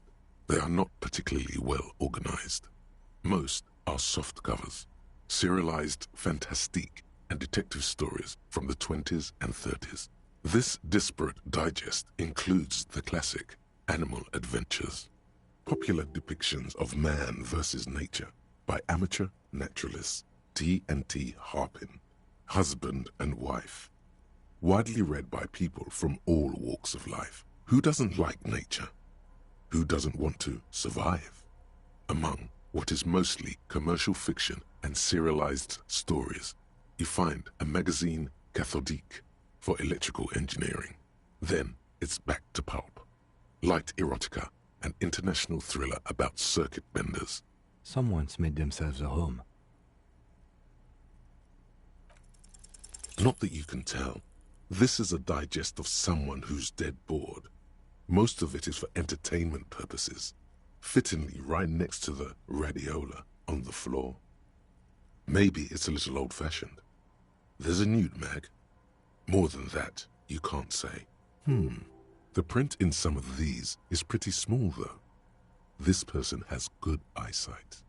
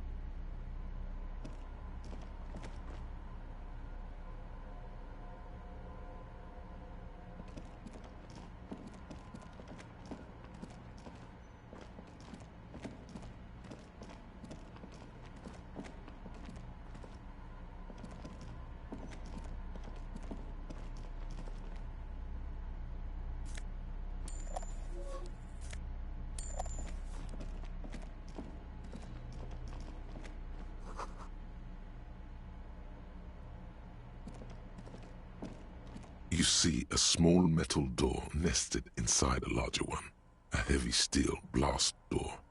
There is a conventional keyhole above the handle. It's very small. Another part of the island, probably. The lock looks like it could still be usable. Maybe this is one of the doors we don't open? Alright, I retract my statement. It was naive. Let's look around and get it open.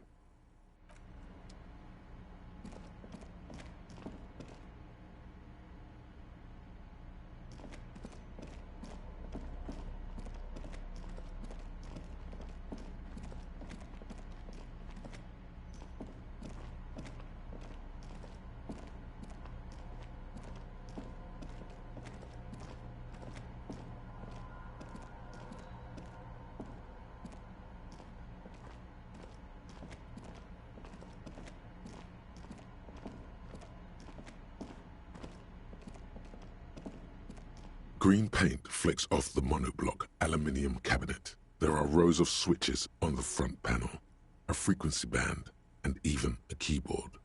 The keys rattle like teeth. This keyboard hasn't been functional in decades. The console of an anti-computation device. The generator upstairs, with wires coming out, they terminate here. Possibly. Urgence, ouvert, allumé, radiodiffusé. It sounds like this device was used to control the electronics here. Maybe it still does. We need to restore power before using this, officer. The generator, it didn't look like there was fuel in it. We should look around outside. There are barrels all over. Maybe one of them still has something in it. The console looks on as you talk, mute and unpowered. Its dials are covered in dust.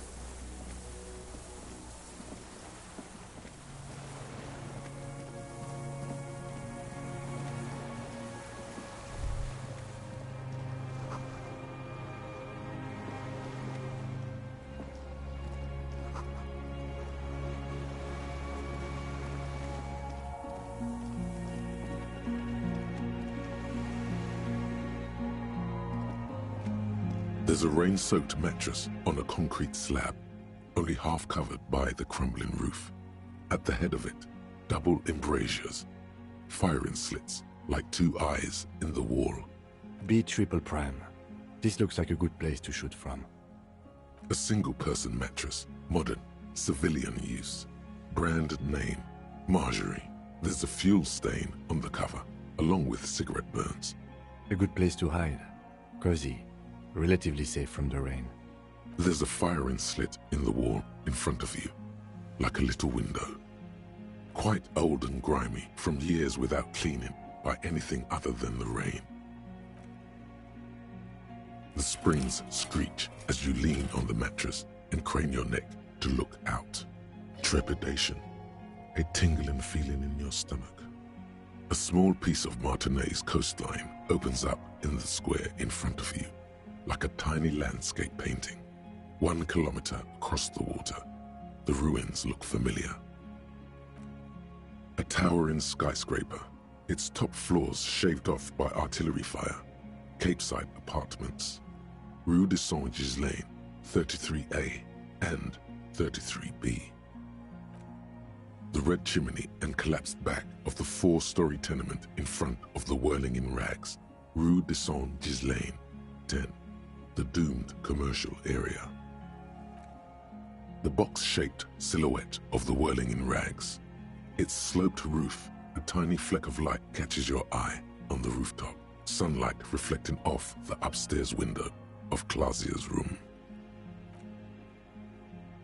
What does that mean? Do you have line of sight to the window? I can see it, through the scope of a rifle. The shooter would be prone, lying on the mattress, barrel resting on the embrasure. Cheek against a cheek rest, hand on the hair trigger, on a calm day like this. Good. I think we have it, Detective. The origin of the shot. This is the sniper's nest. Affirmative.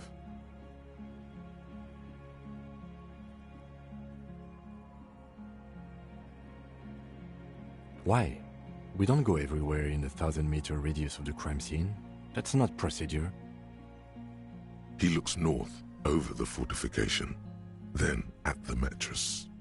Where? He does not answer, just nods. With his back hunched, he looks around once more and says, "We should move now."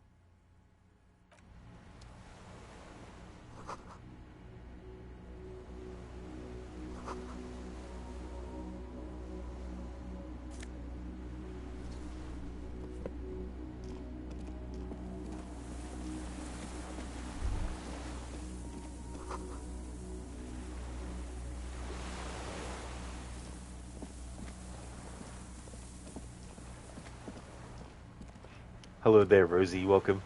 That's true, yeah, Harry has shaved. Oh god, you shaved, the horror. Yeah, he shaved and got rid of his sideburns and also got rid of the expression as well.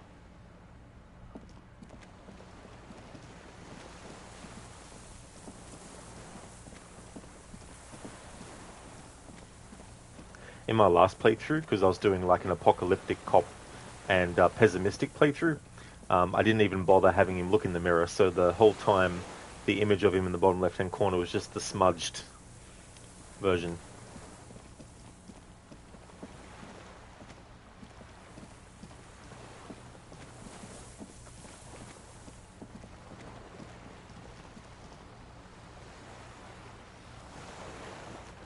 Now he just looks slightly depressed. Yeah, and that's the thing about this game too, is the character by default at the start has been, under a lot of addiction and all that kind of stuff. Whereas it's funny how all those things individually are sad, but removing them collectively is sadder. Well, I guess that depends or not, because for some people, shaving their beard is, the thing that they can't wait to do if it gets too long. For others, it's just like, yep, that's how I want it as well. But I thought that a competent cop would be clean shaven.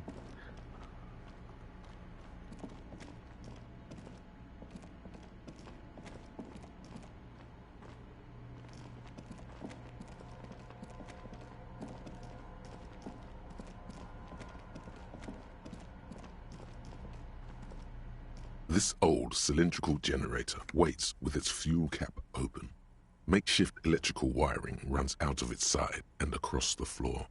The lieutenant assists you, holding the canister up to the fuel tank as you tilt.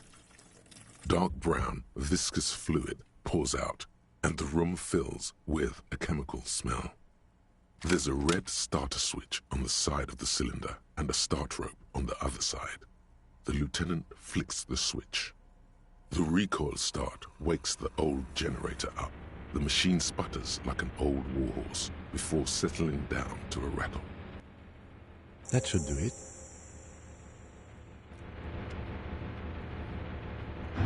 Rosie, not sure you fully understand the motive of the killer, maybe preempting things a bit. Yeah, he does actually go into explaining it. Or at least I think that is something that, you have to actually do, otherwise he doesn't. But maybe he doesn't, I don't know. Look, darling, when you started your playthrough, you're like, why is he smiling like that? I mean, it is such a funny look. It's one of the reasons why I made it an emote for when I play this game. Because I just think it's just such a funny look.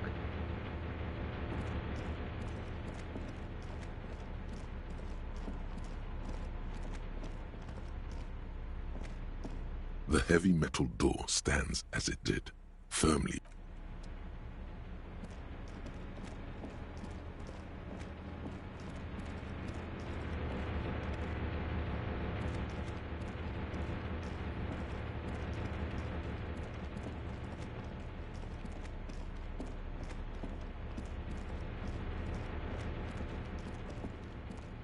A dim gold. It's on. Turn emergency open. The blast door opens with a series of clicks. A shaft of light appears, then widens as the light shines in.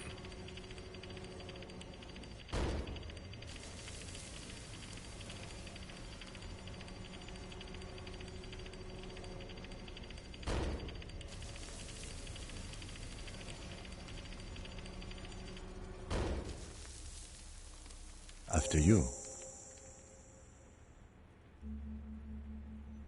So did I.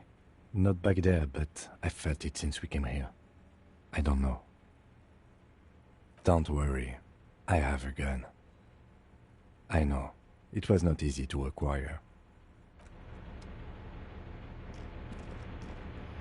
Rosie, well, at face value, is he a bit of like an incel? It's more the thematic question of why, I suppose, like, why did they choose this type of killer? Yeah, I don't know, to be honest. I guess in anything, there can always be a question of why does anything actually get put into a game or story or whatnot.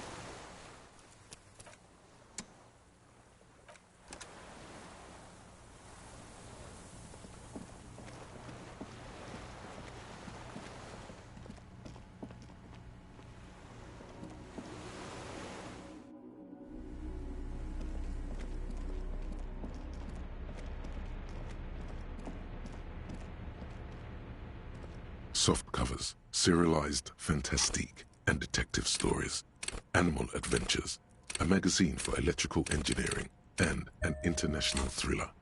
Also, light erotica and some historical novels from the century past. Soft covers, serialized still nothing, just books.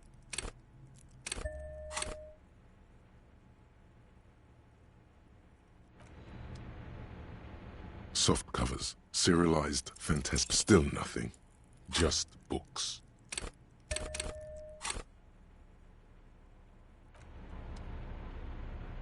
Soft covers, serialized still nothing, just books.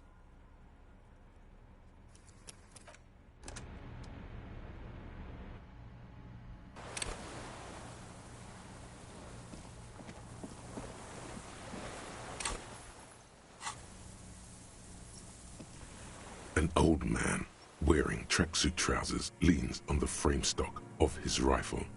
He gathers a big ball of spit in his mouth, then spits it out into the extinguished fire before him. He raises his black eyes, hooded by creased eyelids, to meet yours. I did. And you opened it. How?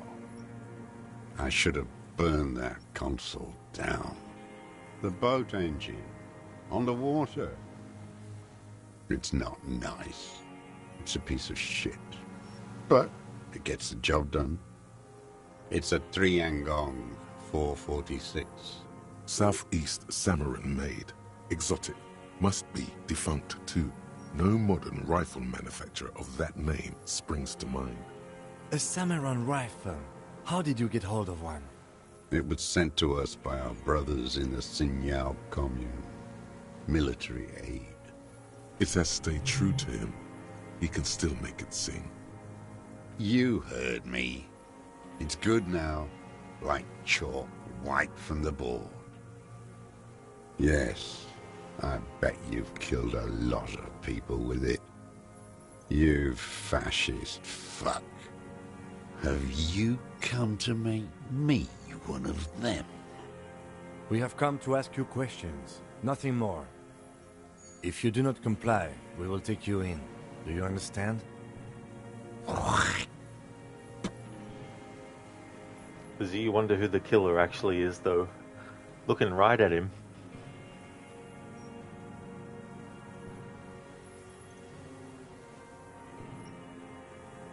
The lieutenant pulls his pistol from the holster. You are a glorified night watchman. This is a service rifle. I can only lay it down before an enemy commander of corresponding rank. The words, "I am an enemy commander," sound cold as iron from your lungs. The old man still hugs his gun. And what rank would that be, dog? A big wheel of the 4th Regiment of the Pederast Army. To hell with it. It's a walking stick anyway. It's out of bullets. Lizzie, what the heck? Yep. Yeah, this is this guy. He's the one that shot the what was he? He was a corporal, I think. The guy that was shot, and then the Hardy Boys and all that made it out that he'd actually hung himself, but he hadn't. His gaze follows your motions. The rifle feels surprisingly light in your hand. Frame stocked and patched in places with tape and wire. The rifle's in a shabby state, like a crutch that's seen too much travel. Hieroglyphs are embossed into the forearm, made of walnut. On the butt, you see Vespertine writing, burnt into the wood. Triangon, 4.46mm, made in Sinyao. Warren, personalized even. Looks like this weapon has seen a lot of use, hasn't it, sir? No response from the old man. The plastic cape around his shoulders rustles in a small bout of wind. Jacketed, military-grade ammunition, stable in flight, good for hitting something that's very, very far away. The old man keeps following your motion with his gaze. His right arm twitches suddenly. Was he PTSD? Yeah, I'd say that this guy suffers from that too, as well. This looked very much like the murder weapon. It could be used against him to get a confession in time. My name is Josef Lilianovich Dross, Political Commissar of the 114th Anti-Aircraft Division of the 4th Army of the Commune of Revachol. I am a deserter, a partisan, and a prisoner of war. This is my termless surrender. The Commune of Revachol? Do you mean the ICM? You're a holdover from the... From the Insular Indian Citizens Militia, the Army of the Revolution. I was recruited in Jamrock in 07, trained in the École de Contrôle Orient, and consigned to emergency defense duties in 08. I left my unit on the eve of the landing. When I returned here on May 14th, the Commune had fallen. Still armed and ideologically trained, I wrote a criticism of myself and resumed partisan duties. 51 minus 8 equals 43. No. I've been on other islands, too. I was in Resurrection until they turned it into a spa in 18. Then I was on E48, a nameless sound, until the sea washed over it. Then I came back here. That was 22 years ago. I was just 16 years old, 15 when I volunteered. I had a lapse of faith. And of courage, too. You could say I misunderstood the historic role of the proletariat and thought Mazovian socioeconomics were fallible. For a second, I doubted the irreducible laws of historic materialism. A second is all it took for reaction to take hold. Petty bourgeois terror. It's in all men. It's the same thing. You haven't seen it. Not really. Not naked. It's impossible not to be afraid. And this was when? May the 13th, 08. 44 years ago. The horizon was black with coalition airships. Their petroleum rose to the sky, and it looked like it formed the clouds, storm clouds. When they started shelling, it was dark magic. The combined might of international capital, all at once, all the greed and terror in the world, tore into Revachol. It lifted streets from the ground and turned houses into ghosts. We were in the flak tower, huddled on the floor. The artillery was 80 kilometers away in Ozon, but I knew the commune would fall. We would all be turned into ash. So I said I was going to the map room. A terrible shame still within him. The lobes of his ears are red with it. The shame and smallness of what he became. Nah. I climbed the chain link across the water and hid inland, in the bunkers there, like the weakest of the weak. A mouse, frightened at the ordnance all night, and the sound of the rotors in the morning, whirring. Airships. I climbed out into hell. The landing was complete. The chain was submerged. I had to swim back. The fortress was half submerged too, shattered. They'd all drowned in the lower levels, or got torn to shreds above. The anti-aircraft gun had malfunctioned. So had I. I left them without ideological direction. It was real. I'd seen it. I'd seen it in reality. The mask of humanity fall from Capital. It has to take it off to kill everyone, everything you love. All the hope and tenderness in the world. It has to take it off just for 1 second to do the deed. And then you see it, as it strangles and beats your friends to death. The sweetest, most courageous people in the world. You see the fear and power in its eyes. Then you know. Rosie, a line that stuck with you is the bourgeois are not human. Like, that's the core of his thesis, whether he was motivated by being horny or not. I see. That the bourgeois are not human. I had to. I had to fight it. I had to never stop.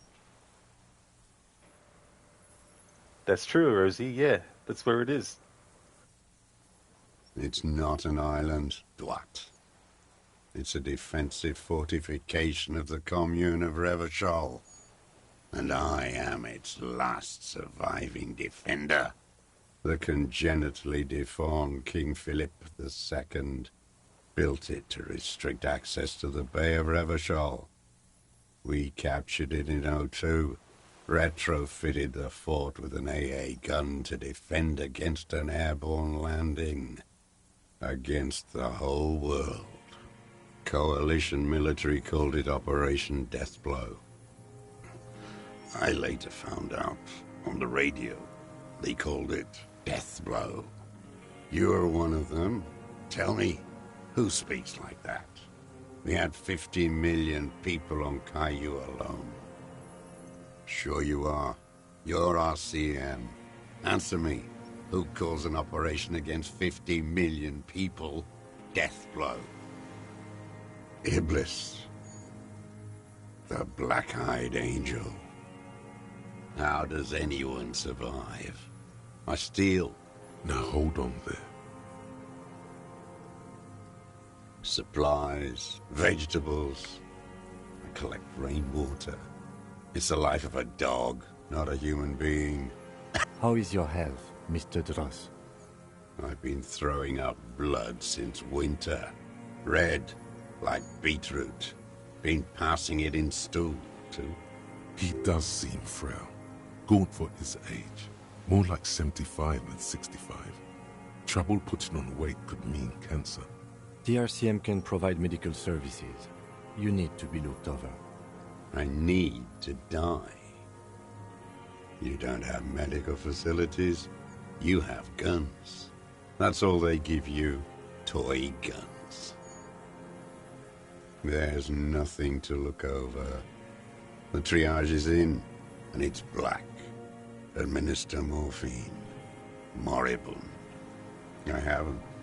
I have holes in my brain. Years missing. Others filled with pain only. A decade of... I don't even know what. Inferno? I would imagine it gets tremendously difficult, mentally, to live in isolation. Traitors. It's better alone. I watch the people of this city turn the lights back on, more and more each year. Ruins, glimmering in the dark, like a fucking merry-go-round. It's disgusting. It was hard in the Thames. I didn't have partisan training. They were searching for stragglers, those bloodhounds. Floodlights on the water at night. There were posters, campaigns. We communards still hoped, and they needed to snuff that hope out. The East capitulated. Martinez and Coal City were turned to dust. But Jamrock, Forburg, even Coron, and Boogie Street, of course. Those fucking kips had Marsov coursing through their veins. And others too. Some cordons of Revachol was still fighting.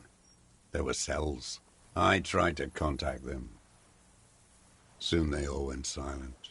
The frequencies dead. At night, I used a dinghy. I only went after dark then. When I got to the city, I stayed underground. Patrols, you lot, the commons too. They'd started snitching. In the city, you move underground? From bunker to bunker. Not anymore. No one cares now. I don't even have to hide. They think I'm another antisocial vagrant. I could walk straight into that town if I wanted. I don't want to. They're all traitors. Pigs, rabbits, and dogs. Men without ideals are only animals. So you finally found it. There must have been a small squadron's worth of arms in there. Elmer Graves, right? Useless now. Rusted away.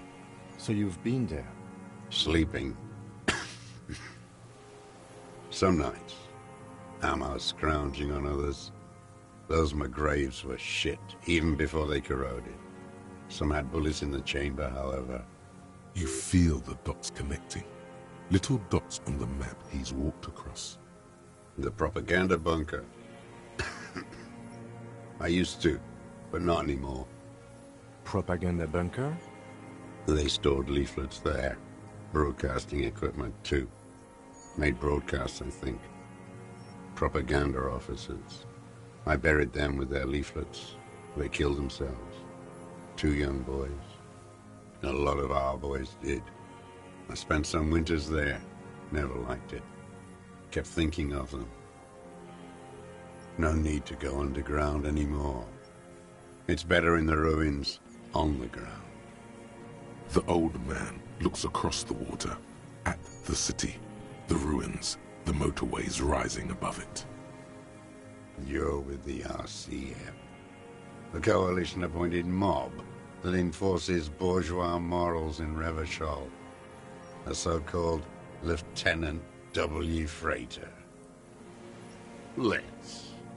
You represent the Moralist International, the enemies of humanity who took this city. I represent their adversary, le Parti Communiste dans le Monde. Take me to them as a prisoner of war. I have relinquished my weapon. I can no longer serve. No superiors can relieve me of my duty. You bulldoze them all to a mass grave for trying to free humanity.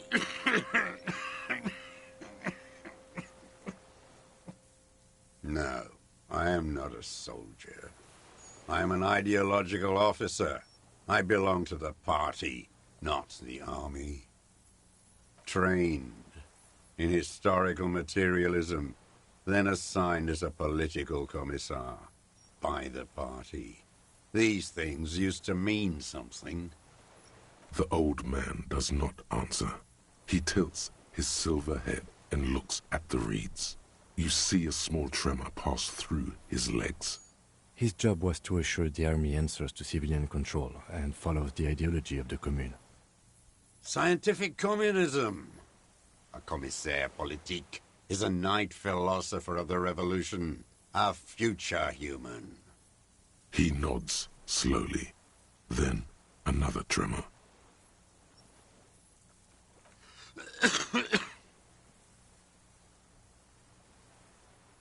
43 years and 10 months. It's not how a human being should live. But I had to. I couldn't just forget. I couldn't just forget what I saw. Rosie, his rage is justified, but there's no outlet, no one to take it out on, no one left to blame if there ever was one. Vengeance is pointless as the war that made him. Yeah, I guess too, it's like if you've committed to something and you've done what you can to see it through. And if you have succeeded at that, or it's gone to a point where you just can't do anything anymore, that there would be a sense of frustration that would understandably be there, that things didn't go the way that you wanted to, or they did, and there's just no other kind of, like, you know, enemy to go after next. What have you been doing during all this time? Hiding, fishing, waiting. 2 police officers step out of the Whirling in Rags cafeteria. Satellite officer Jean-Vic Mayer inspects giant letters across the plaza mosaic in dark red government-marked heavy fuel oil. Patrol officer Judith Minot points west. The fishing village. She glances at her watch. We meet in 15 minutes. It's a 10-minute walk. The officers go, leaving behind the writing, still smelling of petroleum. One day, it says, I will return to your side. Always waiting. For her to return. Her who? Girl child. Revolution.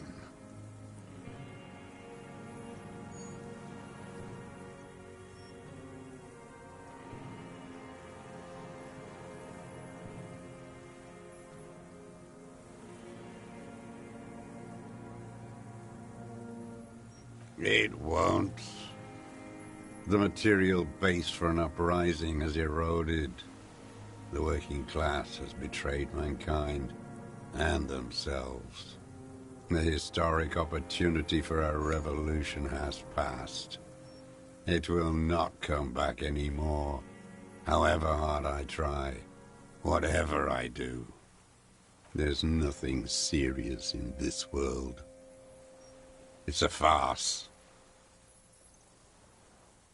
I've used it for killing people. Killing people? It's a gun. That's what they're for. You want a moralist euphemism? Defending your family and your property. I haven't done that. I've used it to kill people. Interesting. During or after the war? There is no after the war. Class war is never over. So he's continued killing after hostilities ended. Okay. Go in straight. No euphemisms. He doesn't like those. No. Be careful now. Slow and steady does it. Make him repeat it first. Don't mess this up. Remember, he wants to tell you. Get personal. What did I just say? What did I just tell you? Don't drop the ball now. I don't want to tell you anything, you grotesque murderer. And why did you think that was a good idea? Don't listen to me. I'm wrong all the time. The who now?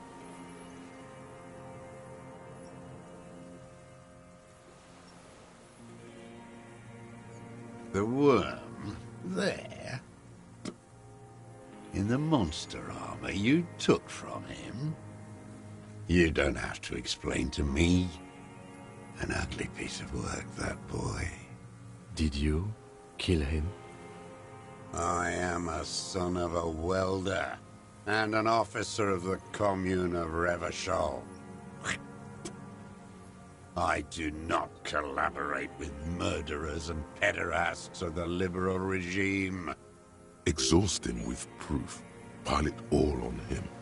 Get a confession. The gun. The murder weapon is the perfect opener. The scent of blood in the air. But what else? There was something you can't remember.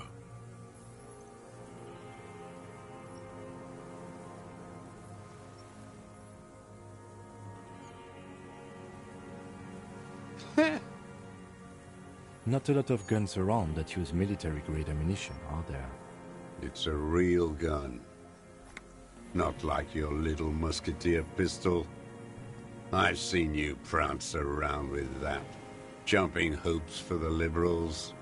You look like imbeciles. Why don't you ask them to give you real weapons? Going against automatic rifles with these toy guns. Of course you got those boys killed. Damn, he saw you. He's watched it happen.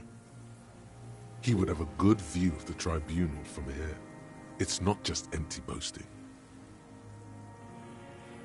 Rosie, but then why corrupt his motivation with perversion? Maybe the point is no ideology survives humanity.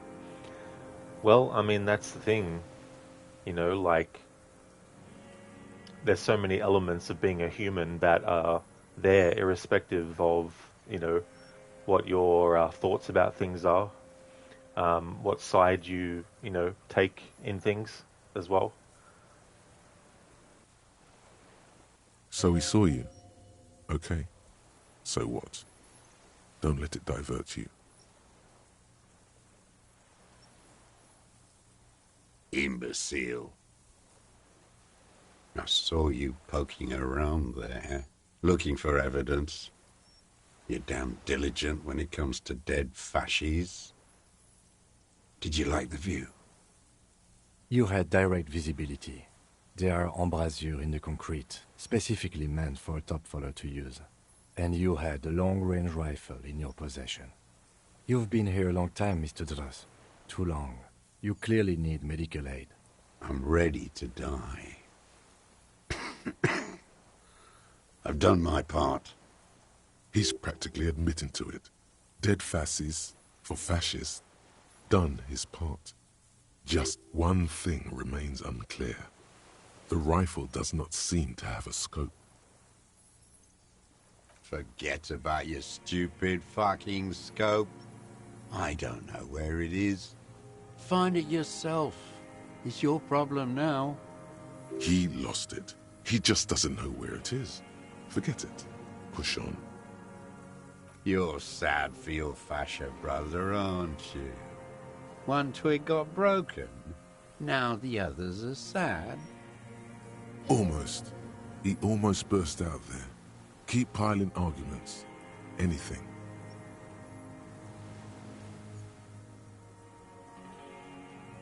You're lost, Dwat. You're lost. Petty bourgeois law. This is all you care about, right? The only thing in the world for you types. That's right. Pile it all on him now. 3 should do it. Maybe 4. You're lost, Dwat. You're lost.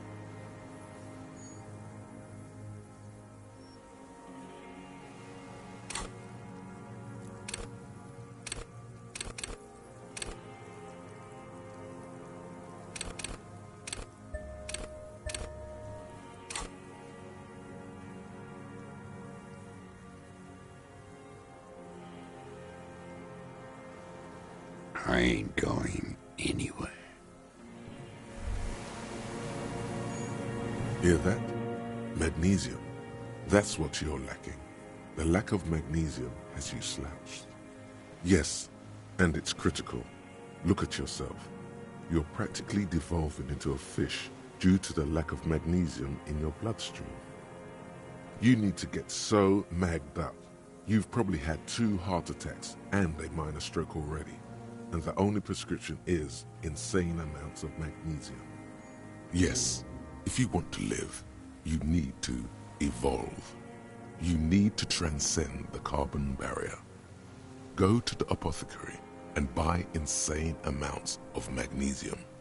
It will reverse the damage to your circulatory system.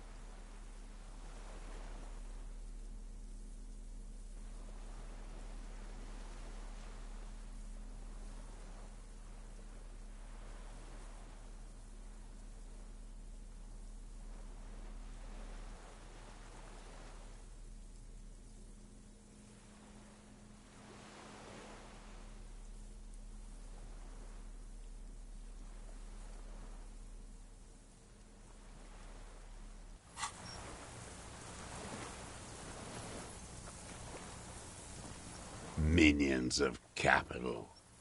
What do you want? For a 60-year-old man with stomach trouble, who spent his entire life alone on an uninhabited island, he seems surprisingly fit.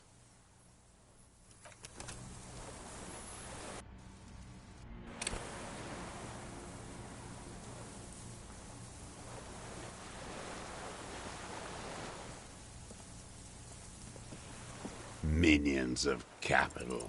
For a 60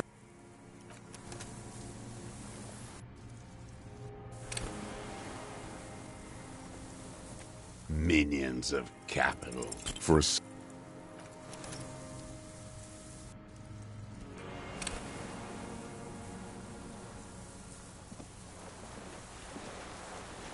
Minions of capital. What strikes you about this gaunt man is not the stomach pain, or the cough, or the malnutrition. For a man who's spent 44 years hidden in the urban wild, indeed, he speaks fluidly. His movements are rapid, if erratic. His voice, despite the cough, is there. It is capable of expressing complicated ideas. Above all, he seems animated.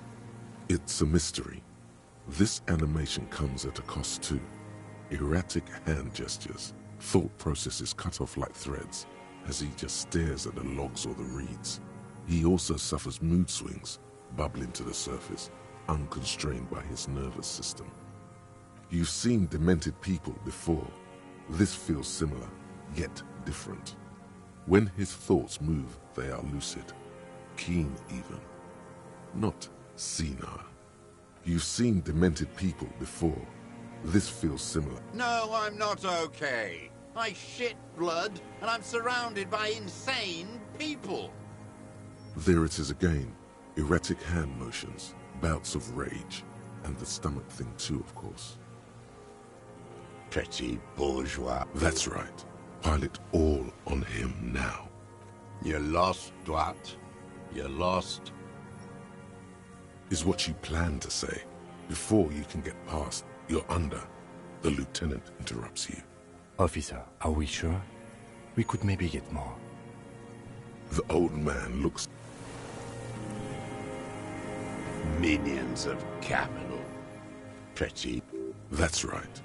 Wait, here it comes. The goddamn Maybells. The dried Maybells on Clausia's roof.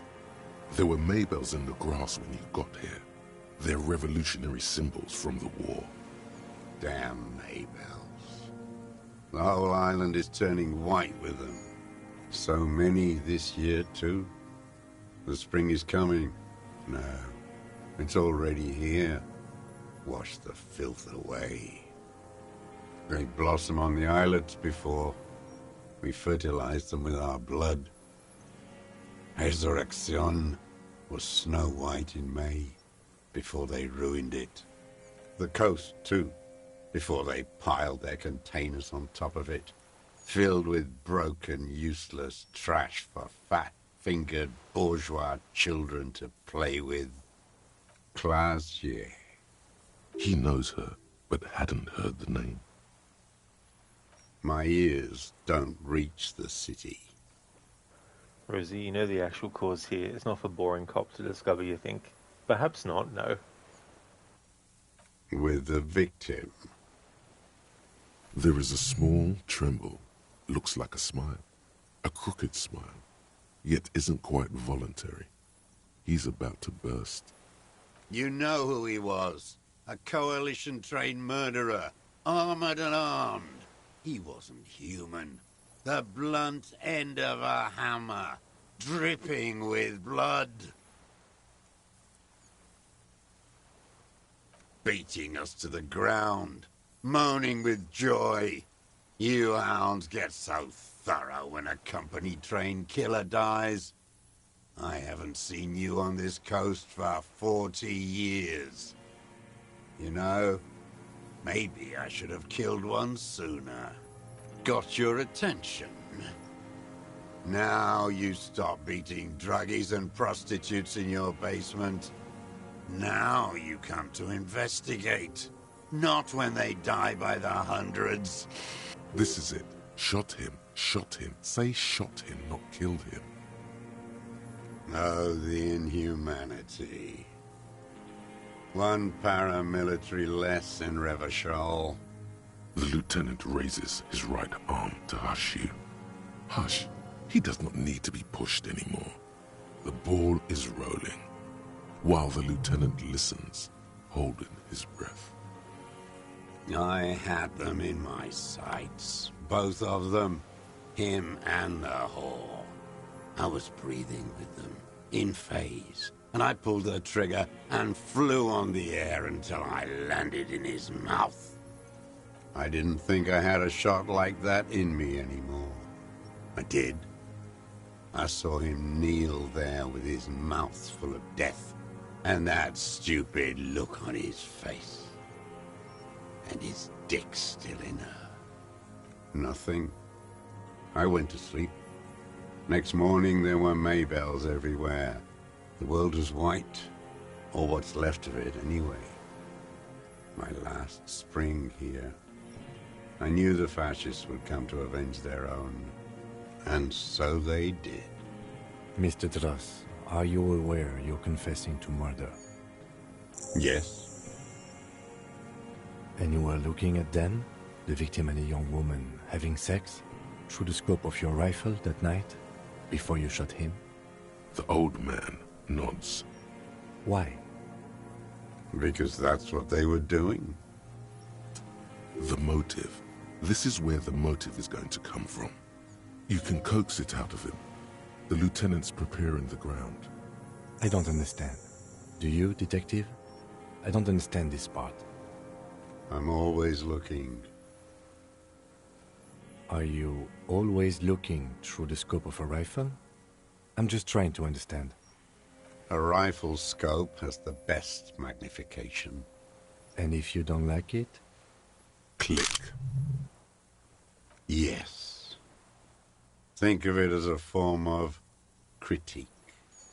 You got him going. Connect every little piece now. Wrap this up like a gift. A tragic comedy. Druggies, prostitutes, and rentiers. A strange little engine seems to fire up in him again. It straightens his back. Specifically, the whole city is a charnel house. Stripped clean and draped in neon. But Martinez is the worst. Because of the racists. Everyone is a racist in Martinez. It's their favorite thing to do in the whole world. Listening to race-themed radio shows. In the ruins, in their lorries. Pumped full of steroids and Radio Revachol 92. Race this, race that. It's all sanctioned by that social democratic union and the farce of a social democrat who runs it. Yes, the fly larva in his container. He let some nihilistic advertising yuppies erect a statue of Philippe III, a syphilitic murderer, on the town square, to spit on the working class. Not since the serfs of ancient Pericarnassus has history produced a more inert social class than the Martinez proletariat. The rest of Revachol at least pretends to rebuild. These people still live in ruins. In tents, like animals, like those boom-boom morons on the ice. A pity they didn't drown in that tent of theirs. The worst of them is the blood-drenched Sucrion on her yacht, licking her lips. The old whore's gone now. Her gun-toting porcelain men are dead. So, actually, no. The worst is that old cop parading around in his uniform, throwing balls all day. It's not enough that the racists and liberals are dancing on our graves. The old loyalist ghouls still parade the ruins too. In this playthrough, I haven't actually interacted with those characters. Every morning he's there, while the parasites he fought to protect are off in Ozon or Quayamoran. or some other island they built their palaces on, feeding on drugs and having sex with their own children. That's all the rich really want. Sex with their own children. Throughout history, even the royal bloodline of the suzerain, it's all just an excuse for them to have sordid sex. At least that old cunt, Frisell, is now dead. We did good when we pushed him under that horse car. If only, in the 30s, those disco whores... The disco whores are too much. Hatred shuts down his brain's language center, leaving only a nonsensical sputter. Another hideous disappointment. Unions are the real enemy. The true enemy of the proletariat, placating the masses. Disappointment, so personal. He displays a familiarity with the union's top brass. That deformed toad? I wouldn't expect him to wipe his own ass. I mean, the brains of the operation, the smart one. That mobster toad couldn't run a shithouse. He has no political education. His twin, Edgar Clare, that one's been to one of those East Revachol universities. He talks a big game about uprising and alienation and so on. First against the wall with him. The Clares wouldn't miss a man hidden in their own backyard. Not all this time. Nothing happens in Martinez without them knowing. Of course. Maybe the Clares asked him to. I haven't approached anyone. I've hid. It was Edgar who came to me. How did he know you were here? He didn't just stumble in like an oaf. He figured it out. Some kids told him about a monster on the island. I told you, he has brains. Stepped right off the boat and walked down where you came. I even kept the door open for him. Thought he was a man of the left, wouldn't rat me out. I was right about one of those things. 20 years ago, neither of them could walk now, could they? They were less fat then. That's around the time the Clares came to power. Edgar did the talking. Paid his respects like I were a fossil in a uniform. Offered platitudes about the struggle. Flaunted his pink degree. Even quoted Marzoff. Never trust a social democrat who quotes Marzoff. Oh, and charity, too. They love their charity. Offered me blankets and social housing. I still have the gas cooker he brought. Let me be here. The ZOC is an unlawful successor of the Commune of Revachol. We took this fortification from the Loyalists. Even the Clares understand this. They let him be here. Understanding was a courtesy. But why such a courtesy? I'm not doing anything for that swine again. Again? What have you done for Edgar before? Tried teaching him some Marzovian socioeconomics. They didn't stick. We parted ways.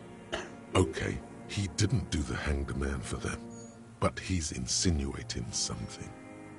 Hello there, Anmita. Thank you for redeeming the Arnie movie scene impression. You're on your work break now? Oh, hell yeah. That's awesome. I hope work's been going good.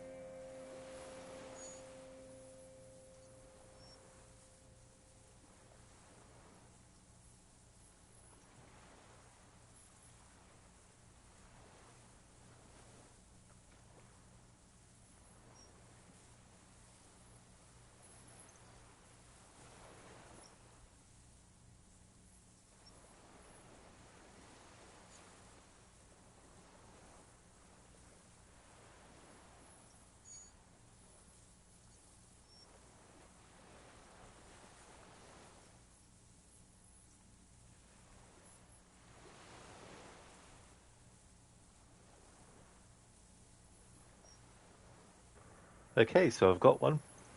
There's warmth and fire. Do you not wish to warm yourself by my fire? They said you would come, from the north, a man of great strength, a conqueror, a man who would some day be king by his own hand, one who would crush the snakes of the earth. Snakes!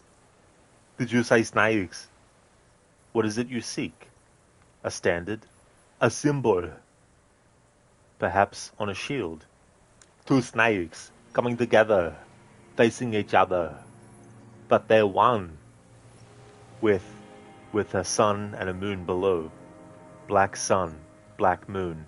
Yes, there's a price, barbarian. Zamora, crossroads of the world. You will find what you want in Zamora. Crom! Food. Food. I've not eaten for days. And who says you will? Give me food, so I have strength when the wolves come. Let me die not in hunger, but in combat. Who are you? I am Subutai, thief and archer. I am Hyrcanian, the great order of Kurlate. So, what are you doing here? Dinner for wolves? What gods do you pray to? I pray to the four winds. And you? To Kram. But I seldom pray to him. He doesn't listen. What good is he then? It's just as I've always said. He is strong. If I die, I have to go before him, and he will ask me, what is the riddle of steel? If I don't know it, he will cast me out of Valhalla and laugh at me.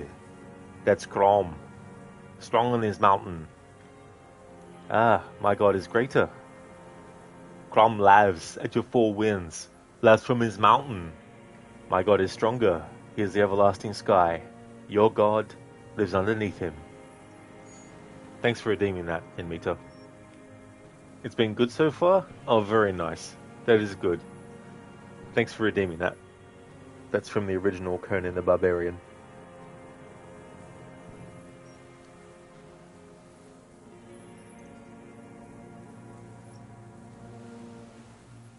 Glad? It's all gone.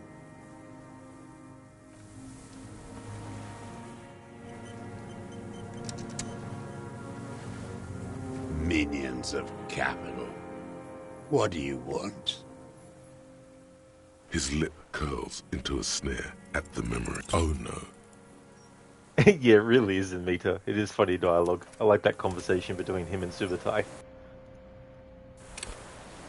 It's a great first introduction to his character. Minions of capital. His lip curls into a sneer. The connection comes to you like a splash of cold water. Dark, cold water.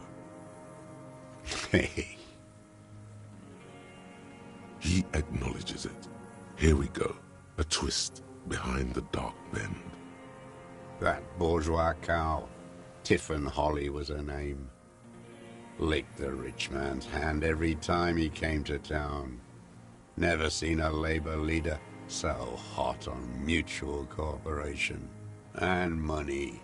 She liked that too. That Holly was a real bridge builder and a deal maker.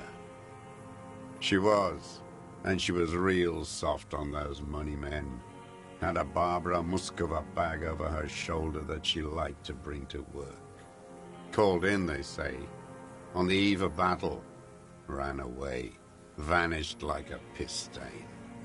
No, that's not quite it, is it? Did she? They say her daughter called in, not her personally. But that wasn't really her daughter, was it? No, I guess it was not. She couldn't make the call herself. Here it is, the bend in the river. Because she was dead? Because the cow caught a bullet in her right lung, fell into the canal grasping her tit and drowned. Or bled? Hard to say. It was a sloppy job on a moving target. She was going home, waddling, dressed in yellow, drunk like she often was. The ruins are black around her, and she had a yellow leather bag under her arm. She tried to cross the canal, heading home to Grand Couronne or Betancourt, someplace like that, where they build those new bâtiments for the people who flourish in the hell around her and the ruins. Someone shot her, or maybe the cow just fell. My memory is full of holes. All I know is nothing changed. Not in the material base, not in the hegemony. There was no uprising. Just words. The Union fizzled, sogged. Nothing came of it. Nothing. Edgar didn't keep his part of the deal. If you were to testify to this, give the RCM something on Edgar, you could walk. We would strike everything you've done and process you as a POW. You were in a war. You were on assignment. We could even extradite you to the Samaran People's Republic. A degenerate worker state. Goat shit. No, thank you. I'm Revacholian. My days are short. I will rot away here, in a moral intern cell. I will not testify to anything. I saw it happen, and I liked it. That's all I have to say. I didn't live and fight for 40 years to end up as a collaborationist. I've heard it on Channel 8, 40 AM, Radio Revachol, late night. Everyone is a blobber in this world. Everyone betrays everyone. They're all already locked up for betrayal. The best ones, the ones with heart, were slaughtered, trampled. There is plenty here to work with once he's in custody, and the lieutenant knows it. He gives you a little nod to proceed. Glad? It's all gone. Them fucking. I didn't like that. Jealousy is a reactionary concept. I didn't like the Reaver enjoying himself, drugged out, soothed in the arms of a young woman. I wanted him to die so he could not enjoy life anymore. And I wanted to see his head explode. That too. She should know better than to hold a child murderer between her thighs. I knew he'd be there for one more second, writhing. That's all it takes for the bullet to reach his head. Now that I think of it, I wasn't aiming for his mouth. I wanted his brains to spill out on her. But you can't have everything. He wants to see her covered in blood. To punish her. Since she came to Martinez, I saw her sneaking in the reeds early in the morning, behind the Fell building. It was dark, still winter. She didn't have her skimpy outfit on then, just a spot in the night, moving. Past the Fell building on a ghost? What was she doing there? Hiding something in the water. She had a fag after she'd done it. I was up in the ruins there. She couldn't see me, but I could see her, smoking. She was nervous, but not scared. Her passport and tickets to Villiers. And from there to Cachet Brut. In the free state of Semenine, hidden away at the edge of the earth, near the Pale. Yes, after she'd gone. It was a submersible. Well made, actually. Sloppy, we should have gotten her to tell us about this. Did you take the documents? No, I put them back. Why would I take them? I'm not going to phone. Oh, I mean, I did. She had a face like an archipelago, with those birthmarks, and a body hard and lean and bruised all over, black and yellow. I could see she's taken a beating. I could see who she was, too. A spook, on the run. Revachol's the cloaca of capital now. All the bagmen and arms dealers end up here to do drugs and have sex like animals. You could tell she was a spook from the documents? She had different color hair on the photo, and glasses. Forged. Some sordid bourgeois affair. I've heard about this kind of thing on the radio. The bruises. You can't make that out in a scope. You can't see bruises through a scope. It's just a blur. I have my ways. Not in this lifetime, Dwat. This one's gone. Make up somehow. Connect something else. Fast. You lost it. No, it's not. Fix this now. Move on extra carefully.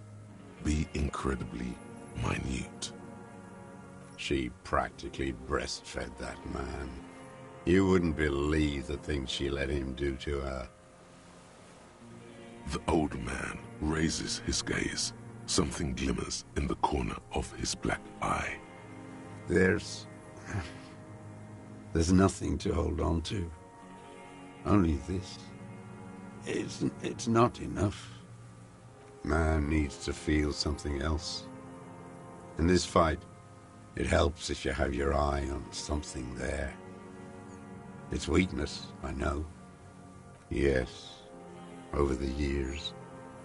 It's not unproletarian to feel something. No. I don't really know. I was there one night and she was crying, like a child, in the corner of our room on the floor, like she does sometimes, the day after I killed him. Yes, I don't know why I do the things I do anymore. Maybe, I told you, I have holes in my brain now. I wouldn't just sit here waiting for you. If you came 10 years ago, I would have killed you. In the silence, the lieutenant draws a line in his notes. Dr. Darling, so Call of Cthulhu is the game you will be playing after this? It won't be, no. Not yet, anyway. It'll be something else. One more down. Her. The lieutenant nods at you in acknowledgement. That's it. Motive. We have it. Where is she, that Clasier? I haven't seen her there for days. Gone. I knew it. She kept staring into the scope this last week at the island, like she knew. She'd look at night, crying or smoking on the roof, staring right into me. It doesn't matter. Across the water, on a dilapidated jetty in a nameless village, made of grey cinder block houses with Eternite roofs, 2 police officers and 1 special consultant look across a narrow strip of sea. He's there, doing what exactly I don't know. Satellite Officer Vic Mayer points at the ruins. Behind that anti-aircraft something. That's why we can't see him. Special Consultant Heidelstein is optimistic. We'll see the boat when he comes. Let's go get a coffee until then. I know this interesting little place. Where? As the men go, Patrol Officer Minnow looks back over her shoulder at the crumbling fortification like a rotten tooth rising out of the water. The old man has fallen silent, staring at your feet. The burnt logs in the fire are moist from the sea air. What? But you said I would be taken to the... Your Wayfarer rights have been suspended. Information provided to the officers on the scene will be used against you by the prosecution. You will be given legal counsel within 1 week and must face court in 44 days. Do you understand? Do you understand? But... No, I don't want to. I have to stay here. Your confirmation is not required, sir. Now on to the boat. Not really. We could escort him to the pier, then either one of us can take him inland while the other stays here, but... But then, who watches him? while you're coming back here. You come back for me? How about I go and send a boat back for you? What is this farce? This is a fucking farce. I can't. Lillian, you could ask her maybe. This is no harmless old man. This fucking world. This world. What is this?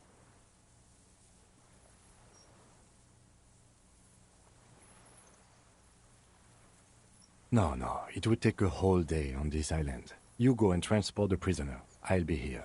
I can escort him to the pier with you. This world? What are you talking about? Is this us? The wind is cold from the east. Your skin is crawling suddenly.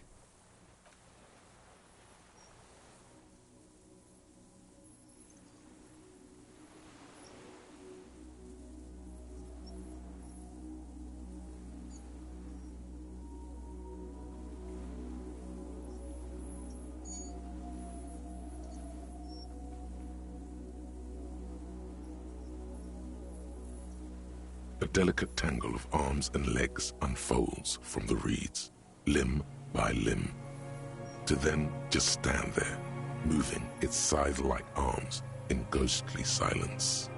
It's still there, an unfolding mechanism of reed-like chitin, hovering in place. What are you talking about? There's nothing there. The stick insect is over 3 meters tall.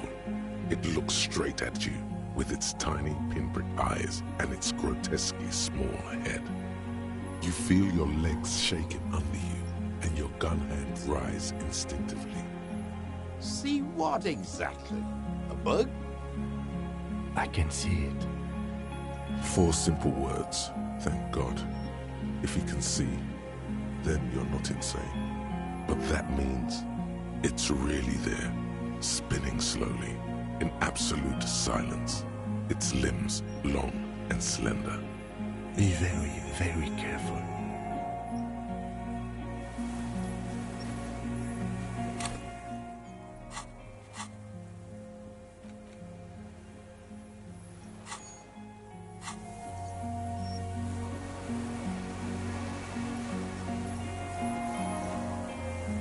The creature stands on long stilt-like legs, antennae hanging from its head like a woman's hair, white and curled at the tips. It is no more than 5 steps away from you. Reed-like tufts stick out of its joints. As the insect moves its forearms, it produces a faint hiss, like a reel-to-reel machine spinning after the tape breaks. I have absolutely no idea. You glance over your shoulder. The lieutenant holds a piece of milled aluminium. He begins to pull it open, extremely carefully. It's the camera. We need a photo. No one will believe us. From the corner of your eye, you see a sudden cascade of motion ripple through the insect's limbs. A series of ultrasonic clicks fills your ear. I won't be one of those fools who didn't take a picture. He's letting his pride get in the way. You see the insect turn to him, its mandible antennae reaching out. Its motions are quick, sudden. Understood, of course. The spindly mechanism turns itself back to you, its antennae taking their measure of the air, slowly. Nothing changes in the cyclical brain motion of the creature's limbs. They are porcelain white on the inside and reed-colored on the out, beige, light brown, and striped. You are unsure if it is scared or not. Its insect mind is impenetrable to your reasoning. I have You glance. We need a foot. From the corner of your eye, with the sound of metal sliding against metal, the lieutenant reveals the lens. The glass glints in his hand as he begins to slide in an ampoule. You see the insect turn to him, its mandible antennae reaching out. Its motions are quick, sudden. Something cracks in the lieutenant. He's letting his pride get in the way. The ampoule will produce a loud hiss. You're right. It could scare it away. I need a better moment when it's not looking. I'll wait. I'm on standby, he thinks, his hands sweaty around the machine. The spindly mechanism turns itself back to you, its antennae taking their measure of the air. Slowly. We can't just leave it standing there. We have to do something, Detective. It could be connected somehow even. We can't just leave it standing there. We have to do something, Detective. It could be connected somehow even. You barely get to take one step. The invertebrate reacts with uncanny speed, skating away across the water. It's gone, like a skipping stone, leaving nothing but rings on the sea's calm mirror. Where? Where did it go? You never had a chance. There was something off the moment you approached it. It was scared of you, of humans. A stick insect of some sort, pretending to be the reeds. Has it been there the whole time? Someone must have known about it, though. Maybe there's some secret to approaching it? I have no idea. I've never heard of a species like that. No, it's gone for now, Lieutenant Freighter. It appears the insect can walk on water, like a water strider, you know? It's almost as fast. Uncanny. He shakes his head, in silence, an expression on his face that you've never seen there before. No. However hard you squint, you can't make out anything recognizable, let alone a stick insect. I tried, but it was moving too fast, and I didn't get the ampoule in right. And, damn it, I believe my eyes. It was there. What now? Our suspect's not looking so good. We should check him over. Also, it looks like it has some kind of nest there. Maybe there's proof in there. In the reeds, where the phasmid was hiding, you see a little flash of white. Porcelain white.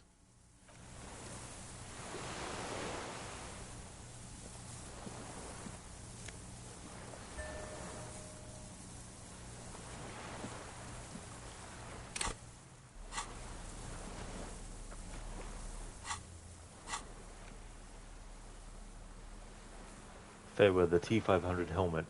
+1 half-light, head is battering ram. -1 suggestion, a fighter, not a lover.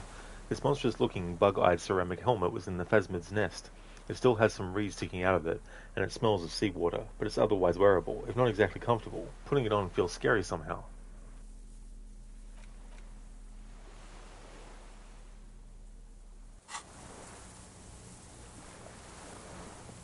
Yes?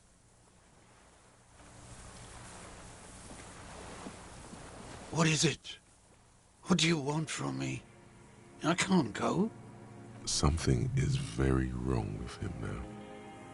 See? Mr. Dross?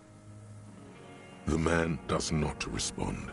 He keeps staring, black eyes glazed over and bulging from their sockets, his gap-toothed mouth shaking. The plastic cape feels coarse. A light shiver passes the man. Other than that, no reaction. He feels small and frail. He's going into some kind of psychomotor immobility. The good news is, this solves our transportation problem, doesn't it, Mr. Dross? The trembling mouth appears to sigh. Between this and the broken tire he's used for a boat, I think it's safe to leave him here, while we go and get help. It will need to be medical first, I'm afraid. Hey there, Dumbledore, welcome. Your streak is back to 0. That's totally fair and understandable, dude. That's for sure. I don't expect everyone to catch every single stream. Nor do I expect to stream every day of my life as well, so sooner or later, one of the two outcomes will happen.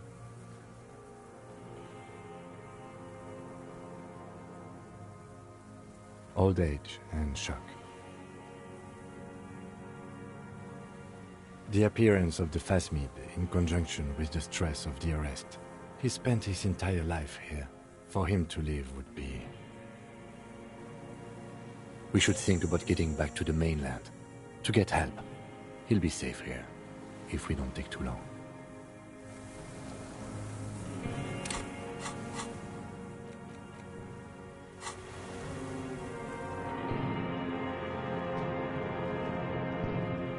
Alright, almost finished the game.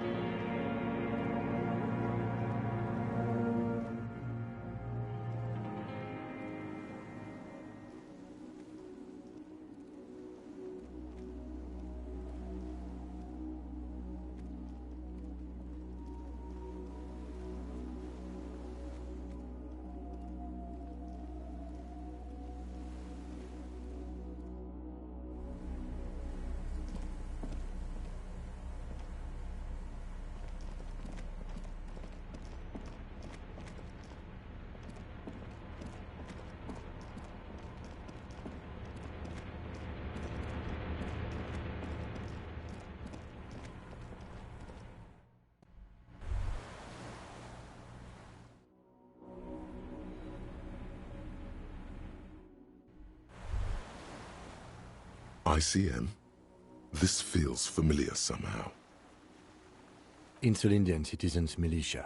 It's the official name of the Communards Army, the black and white army of the Revolution. Sounds an awful lot like. It does. The RCM may descend from the ICM. It's impossible to say. It was chaos after the war. The name was good for getting people to join us. Revachol West was mostly workers and criminals. Hey there, Zayas. Welcome. Too bad about Sands of Time remake, huh? Well, it might be a blessing in disguise. Plus, the original is good anyway, so there's always that. But yeah, I'm not really surprised that it got cancelled. And I'm sure that there's more cancellations on the way as well. I wouldn't be surprised if the Splinter Cell and Black Flag remakes get cancelled eventually too. Nice political thoughts rush through your neocortex. It's going to be hard to say them. Carrying around all that weight on a busted crutch is making you pant. So it's ensuring quality by not making anything anymore. I think the better thing would have been to just remaster the original and give the option on the fly to change the graphics to the old graphics. Just do what they did with the Tomb Raider remasters.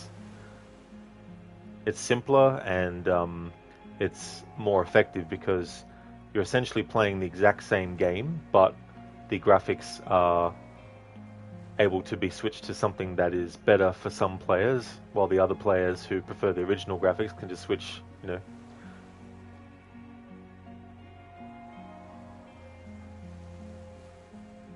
This is better preserved than the others. You can still read the sign.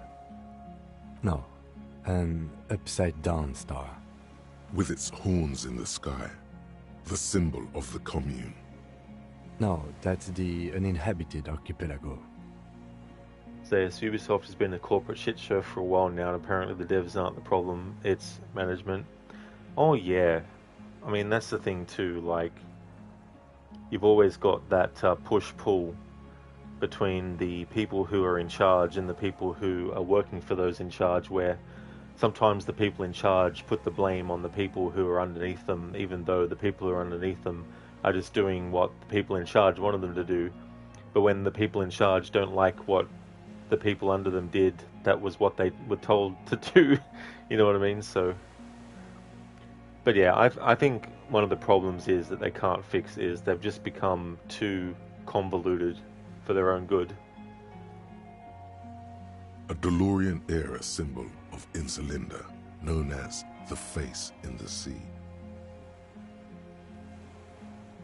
I think Remedy has a better approach where you have a connected universe and then you basically decide, okay, if we're going to do another game in the same universe, do we make it a first-person shooter? Do we make it an RPG? Do we make it a point-and-click adventure game? Do we make it a racing game? Do we make it, you know, like a real-time strategy game? And then what you're doing is you're creating something that is part of a larger whole, but it feels different enough so that people who are into that kind of game can play that game and still enjoy it, and there might be some things that go over their head that connects to the wider universe, but they're not things that are necessary for the person to enjoy the game. They're just threads that if they have played the other games before, they can go, that's a reference to this. You know, that's probably the better way to do it. After 44 years, that's not nearly enough to hide what happened here, Lieutenant Yefrater. Hopefully you get some sleep this time, Spectrum. Hope it goes well. One of these barrels was still leaking fuel, as you saw. The city is full of things like this. Old bullets, guns, fuel. Thank you, I definitely will have fun, Spectrum. Almost finished as well, and then that'll be the stream done for the day.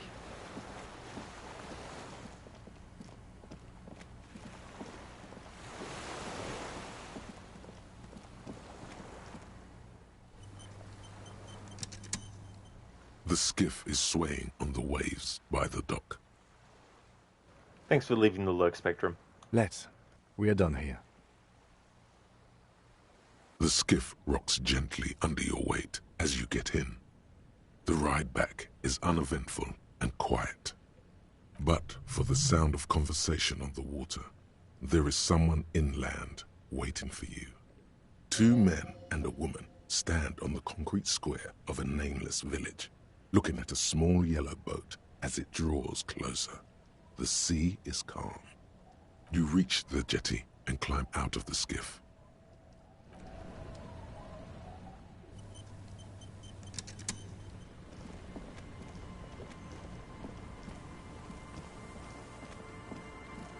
Look what the tide brought him. This is also a great piece of music too. Harry, you're bleeding all over the place. You're half dead. Whatever this is, it is completely unimportant compared to what you've just seen. This is the man with sunglasses from the Whirling in Rags. But where are his sunglasses? Bothered by it? Harry, you look like you need a fucking organ transplant. Oh, fuck it. Let's not get into that. Hello, I'm Trent Heidelstein. I believe we've met on several occasions. I'm your goddamn partner, Jean Vicomar, and this is your special task force. Or what's left of it. Special Consultant Trent Heidelstein, Battle Officer Judith Minot. Hi. We've come to scrape what's left of you off the pavement. Lieutenant Kim Kisuragi, Prison 57. We've just come from the island, where our investigation led us. We might need your help with something later.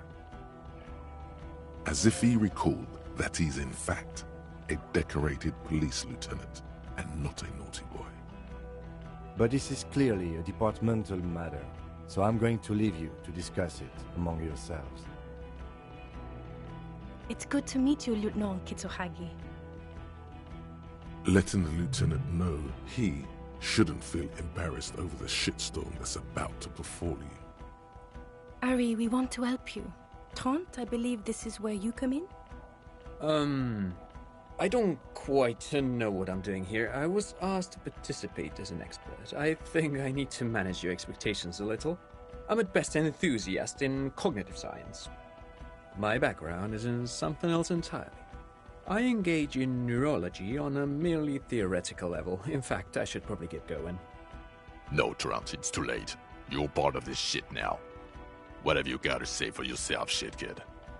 What does he have to say for himself? He left you to catch the bullets. Yes, I'm Trent Heidelstein. I never said I wasn't Trent Heidelstein. What indeed? I was asked to share my take on some of the more obscure theories developed in Königstein in the 30s, like partial psychotraumatic amnesia, group personality theory. He's here to see if you're insane. He is smart. Let's move on. God damn it, Harry. You told us to fuck off. You said we're cramping your style. Your detective god. Fuck everything. All we burn. Detect or die. Yes, you're sorry. You're the sorriest cop who ever lived. Nothing has changed, Harry. I've heard this repentance shit a million times over. God damn it, Harry. You told us to fuck off. You said... It wasn't like that. Fuck you, Harry.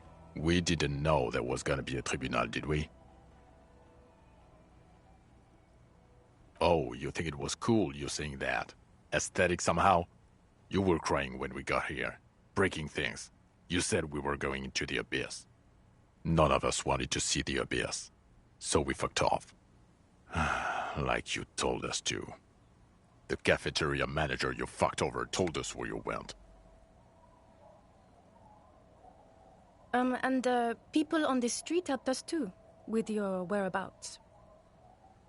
Yeah, Major Crimes Unit, under Lieutenant Dubois and Vicomar. Ring any bells? He doesn't remember. See? He really doesn't remember. It wasn't a sick joke. At least that's good. Yeah, that's very good. The bells aren't ringing because you have brain damage. Trant, this is where you come in. How bad is it? Well, he doesn't have visible tremors, he talks without slurring, he can drive a boat, he's standing, reasoning. All good signs, but complete retrograde amnesia, episodic and semantic. Meaning, you forgot both who you are and the definitions of money, e-solar, pound, and so on. As displayed in your interactions with him here and previously at the bar, and I don't want to be a snitch, but also mine with him before when Harry did not seem to know who I was. It's all very interesting. Interesting? Yes, interesting. I have my theories, but I would like to hear Harry's thoughts first. Harry, what do you think happened to you? Neurologically, psychologically, and why not socioeconomically? Psychotraumatic amnesia, Trant? I can go for that. Shit kid is a broken man. Always has been. Who isn't? I know I am. But you know what? I keep my shit together. Also, I know a person can't wipe their own mind, however traumatic it gets. That doesn't happen. You're lying, or insane, or both. But Detective Vigmer, he has blanked out before. Yes, a couple of times. After some of the more serious benders. One was after the two drunks case, the other when we looked into that mirror. The two cases in your ledger. The unsolvable case and the Next World mural. Those were recent. Those cases were hard on you. Interesting. So at first he dipped his toes into it, prepared. That's where he would have gotten the idea, yes. Practice. And then he used alcohol to get there, so to speak. What do you mean? Well, here's my theory. What if this is an absolutely normal reaction to the world we're living in? What if this is not a significant anomaly at all? Something to be explained, approached as a defect? Look at the sensory input here. Look at the ruins, the neon. Listen to the radio, the multitudes, the people. Live here for 40 years. As a police detective, he's like a magnetic reader on the world tape, to borrow a known metaphor. Harry's been pushed flat against it. Total input. Hardwired to the free market. He just needed for it to end. Okay, Trent, thank you. That's absolutely meaningless. I'm glad we brought you. Will he or will he not be able to work in the Major Crimes Unit? Is he a cretin now? I want to know that. He's not a cretin, and he is able to do work. If not in his previous leadership role, then as a line detective. Leadership, now.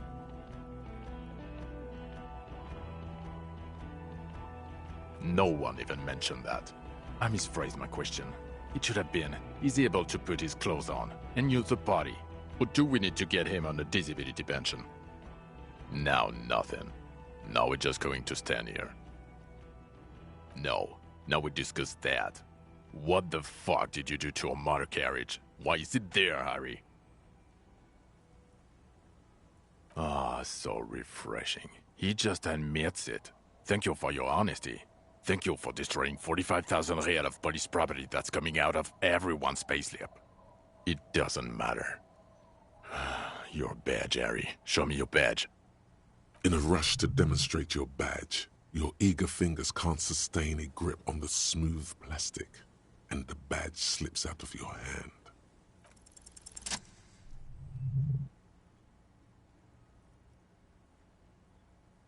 Not today, badge. And your gun?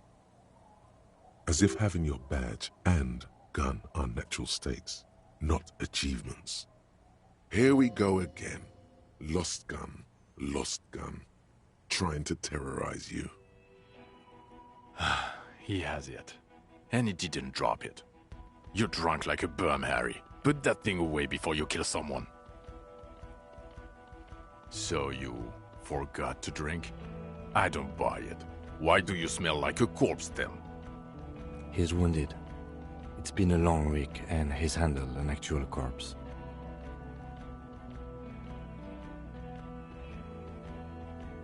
I don't believe you. You're drunk. You let a suspect escape, a certain Classier, because you were too drunk to assess a flight risk. We've read the report, Sari. Lieutenant Kitsuragis. We know.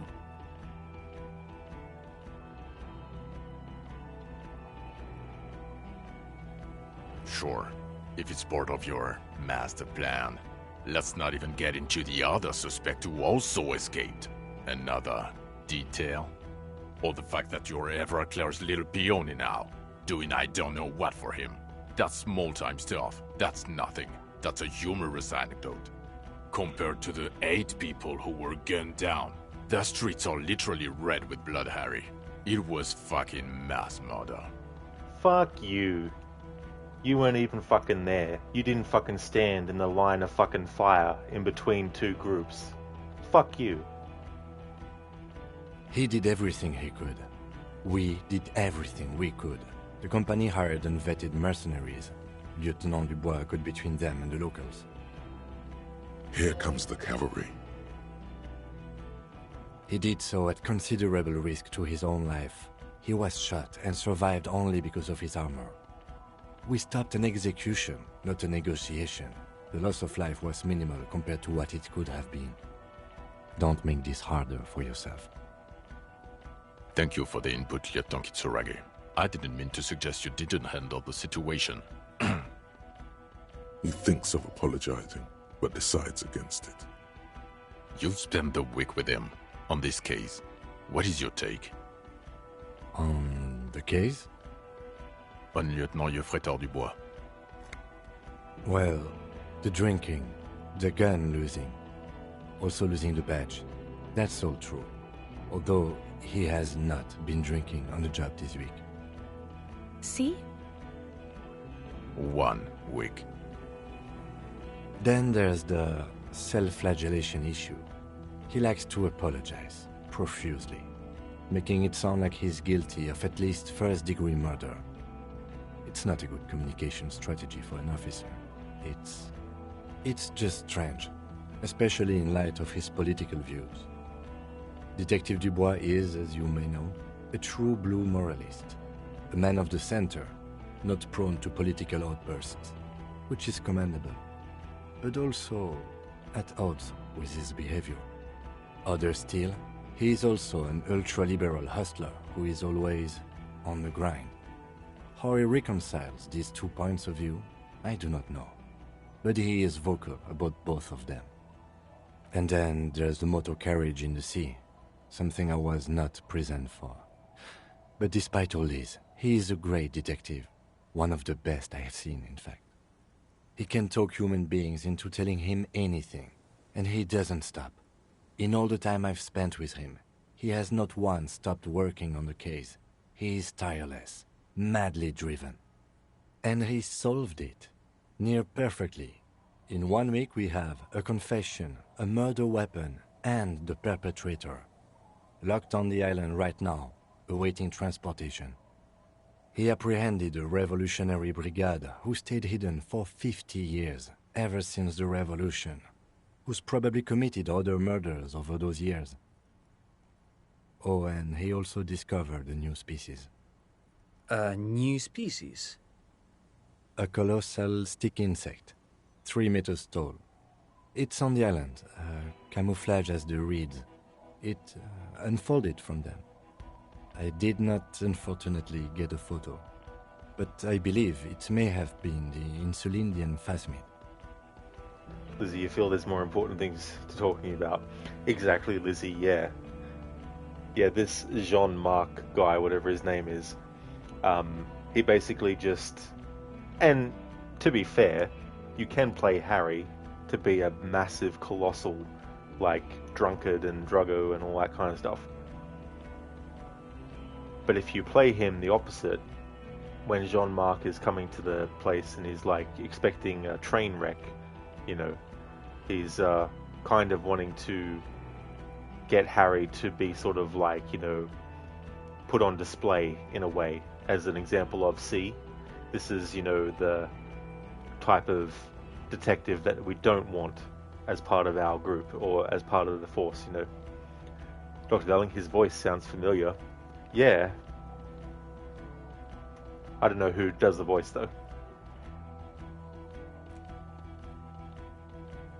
I know this sounds fantastic, but I'm a 4 times decorated lieutenant of the RCM. I do not make up encounters with cryptids to spice up my day. I am very, very sane. I don't doubt you, Lieutenant. If you say it was the Insulindian phasmid, then it was the Insulindian phasmid. By God, is it somehow connected to the case? The killer did not seem to be aware of the phasmid's presence, exhibiting a strange, atypical dementia. He fell into a stupor after its appearance. He became near catatonic. So it is connected. We could order a search. I could get people from EPIS on the island, entomologists, doctors. There must be signs of it in the reeds. If we found the Insulindian phasmid, well, that would be absolutely exceptional. The PR value alone. There, you need to make your case now. The floor is all yours. He prepared it well.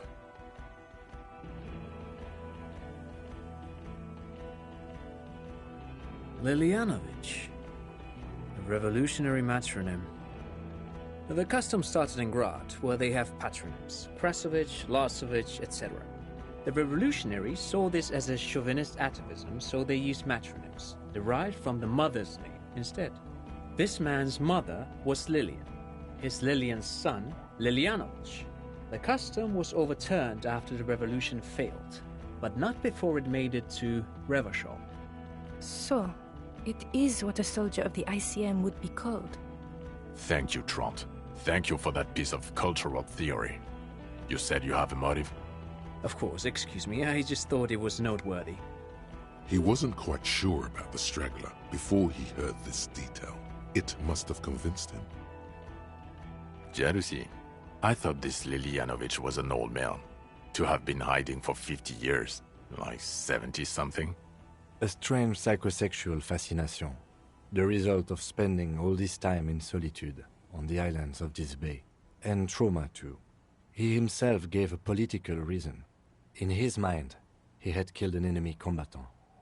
Also, we have a sniper's nest with full view of the room in which the mercenary died, right on the island, and 2 officers on the scene that Mr. Dross confessed to. It's a clean win.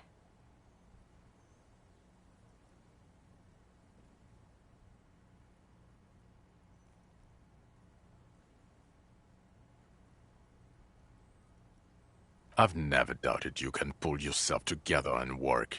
In bouts. Bouts don't last. I can still smell the booze on the wind. God damn it. Doesn't it ever leave? It is there. Like in your bones or something. It will pass. In time. This is a conversation for when we are no longer out in the open. In Martinez, where Evrard and Edgar Clare have ears everywhere. Understood, of course. But a case against Everard would be big. I would prefer not to partake in anything union-related, for political neutrality. This has to be good stuff for him to backpedal out of it at first mention. Yes. Fallen through a gap in a boardwalk. Drunk. The body was transported to Precinct 41, our morgue. I had Tilbrook and Mullins take care of funeral arrangements and family stuff. You're not the only cop in the world, Harry. This all comes back to us. Still, good work with the missing person, Detective.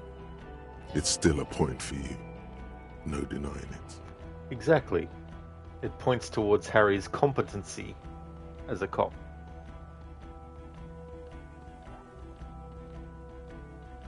How? It seems to be ongoing. I see red banners on the gates. He didn't quite solve it. He cross-pollinated information between the company rep and Everhart, until the rep came to see that the Union desires war, at which point Mrs. Messier decided to... What? Hand clear the terminal?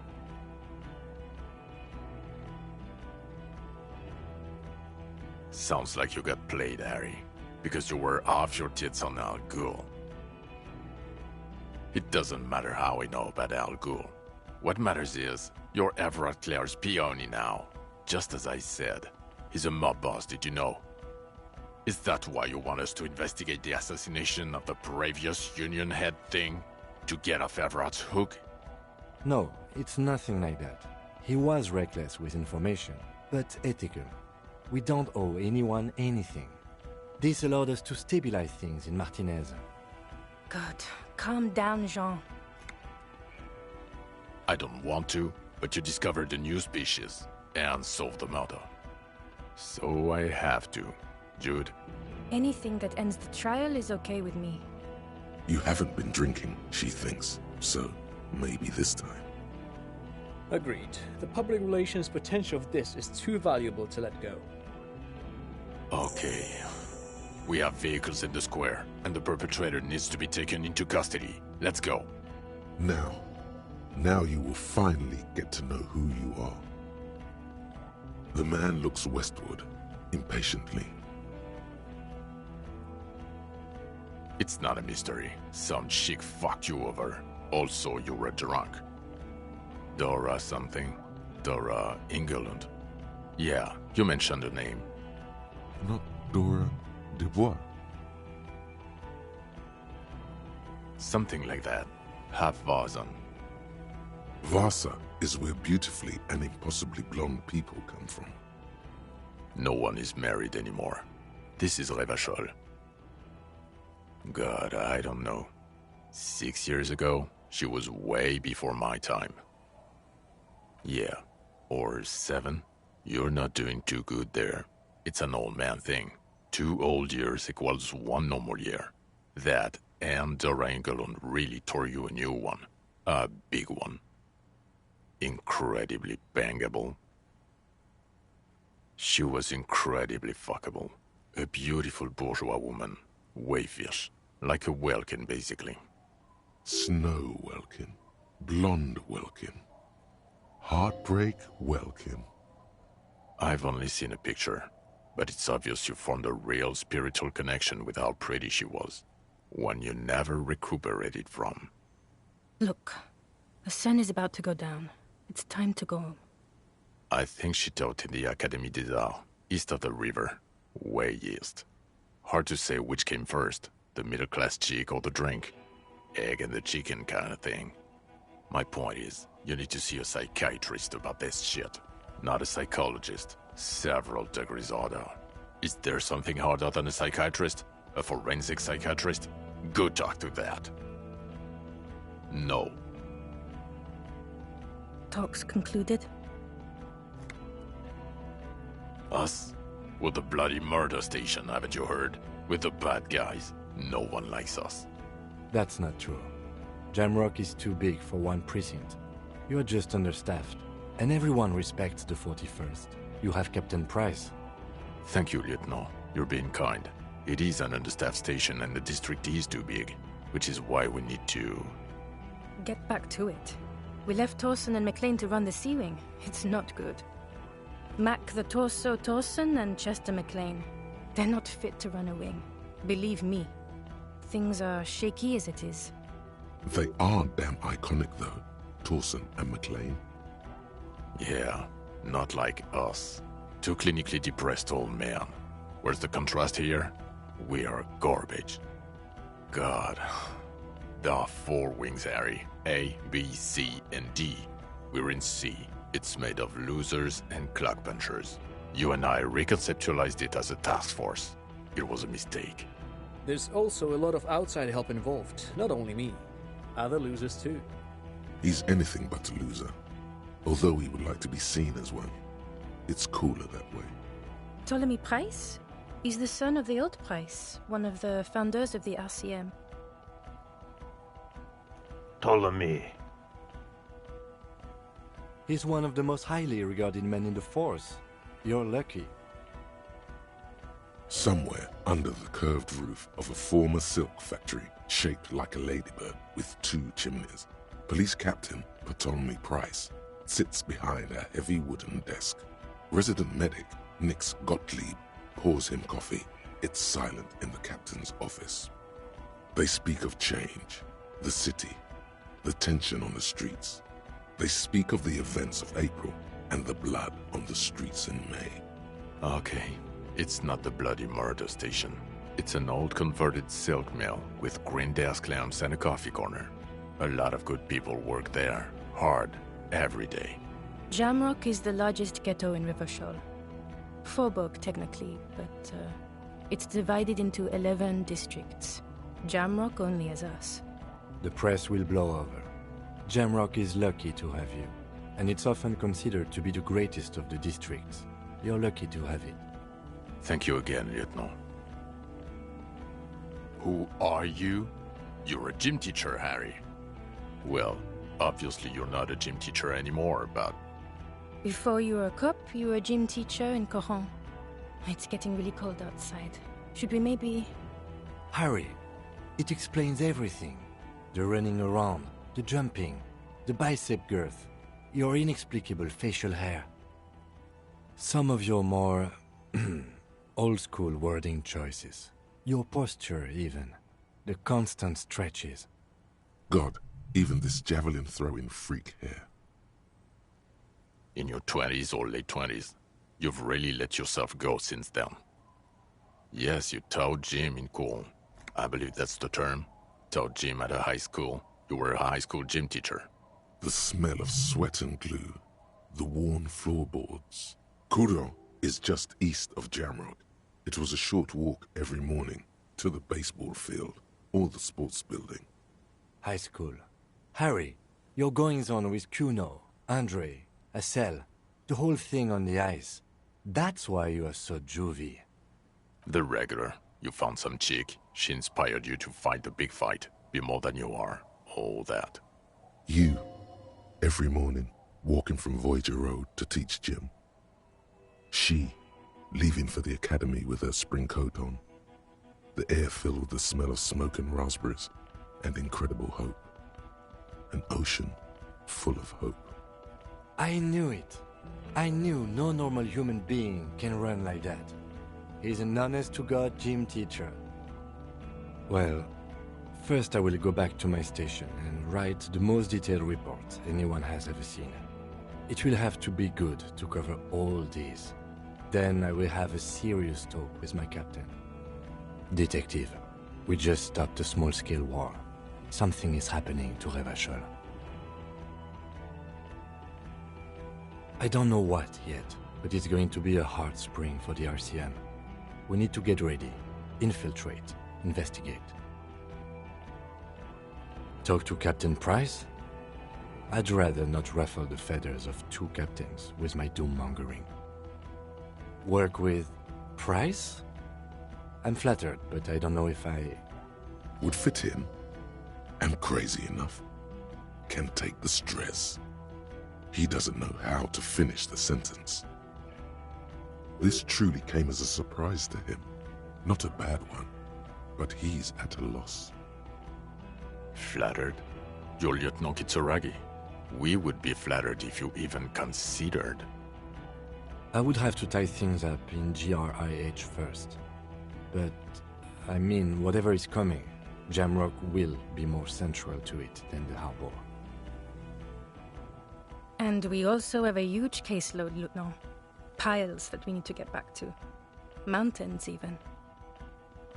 I do like the sound of that. He's really considering it. Good.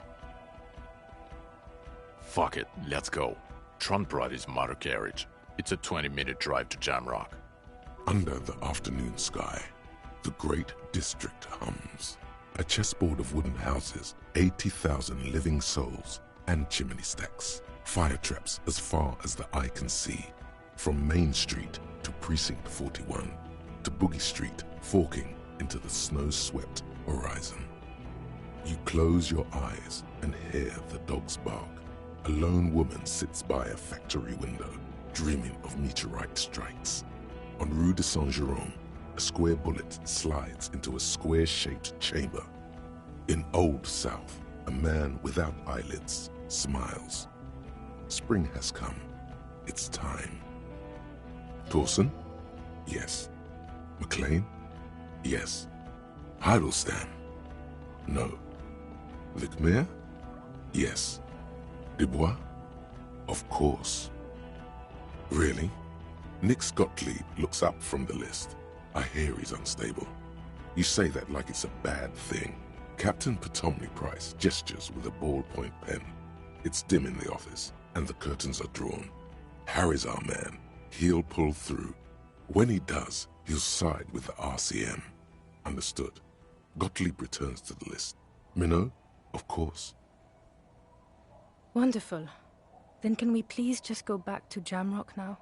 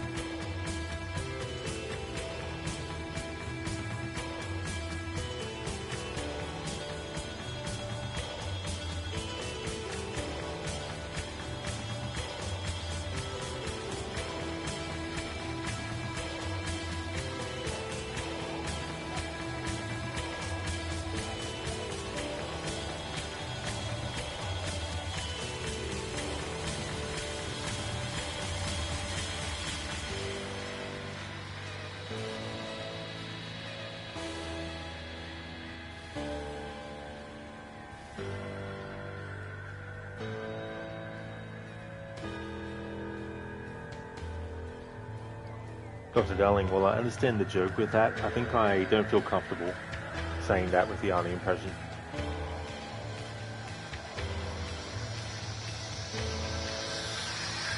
But if it's something else that you'd like me to say, you can definitely put it in the chat. And then I can do that instead.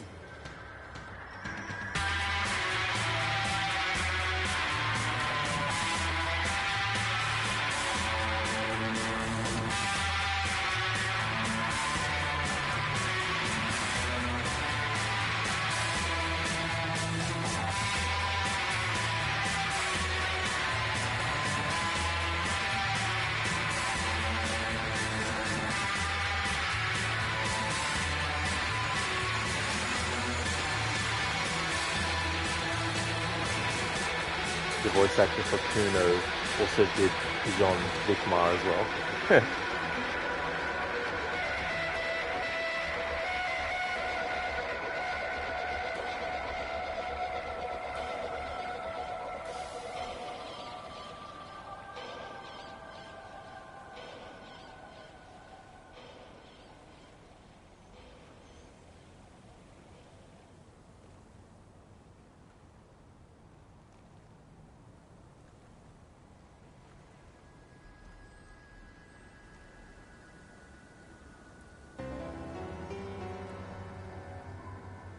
Hey Crooked, thank you for the GGs, dude. How's things? Hello there, Dex. How's it going? Hey there, Lucinda, good morning. Thanks for the GGs as well. How's your morning going?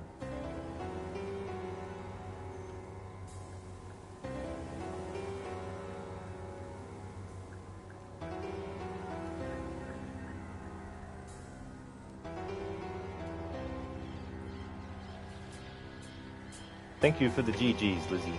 Thank you very much. Absolutely, Dex. Yeah, the playthrough is finished. I didn't actually get to activate the thought cabinet related to Competent Cop, but that's all good.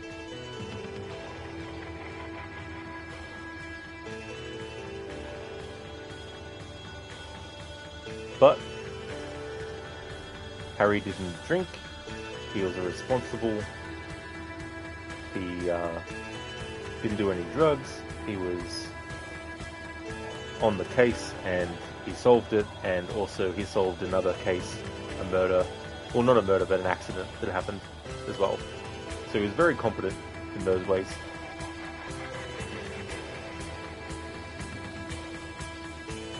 I did, Dex, yeah. Yeah, I really enjoyed it.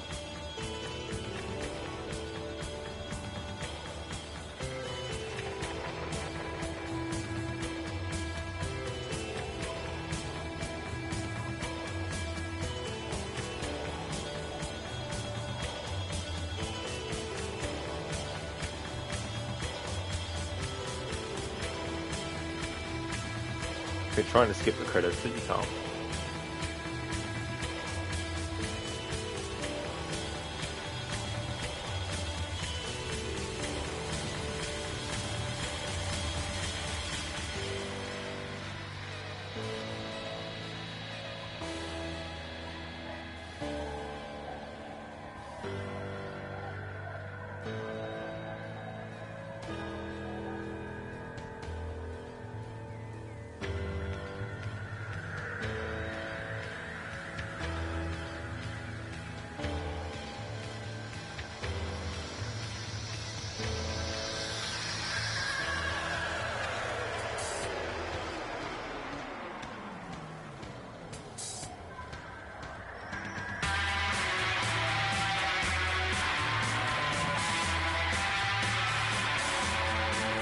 Ah, nice and yelling. Yeah.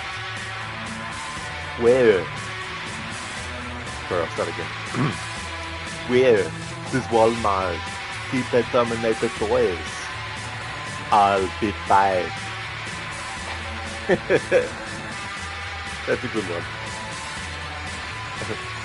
I'll be back. Thank you for doing that as an audio impression.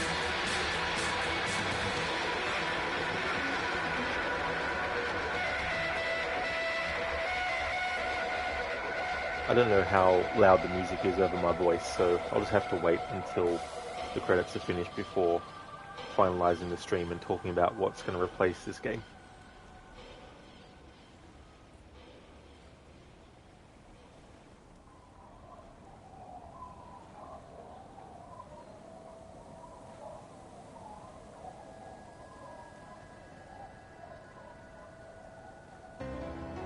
Crooked, I guess you were right to call the delay on Black Flag Remake supposedly delayed by a year.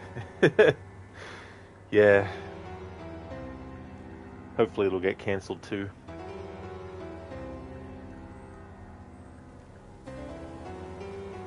But yeah, definitely not surprised. Same with the Prince of Persia remake. So it's like 6 to 7 years of development down the toilet.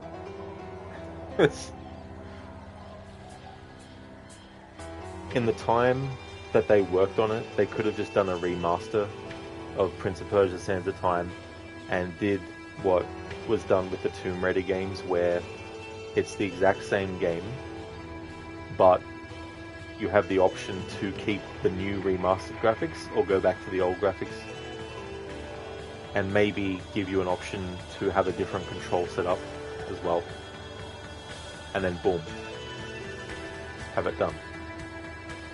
Have some extra behind the scenes stuff put in there, and then yeah, release that.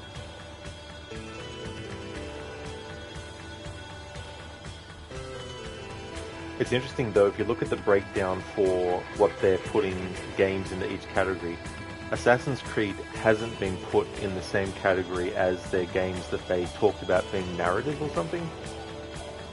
And Splinter Cell has been put in with the co-op and competitive shooter category. I'm like, what? I mean, Splinter Cell did have co-op stuff, but it's not a competitive shooter franchise. So I'm just like, what the hell? And they want Assassin's Creed and Far Cry and Rainbow Six to be billion-dollar yearly franchises.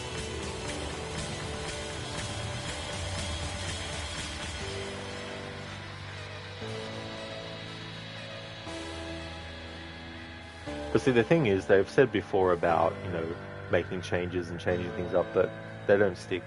They end up just going back to what they were doing before.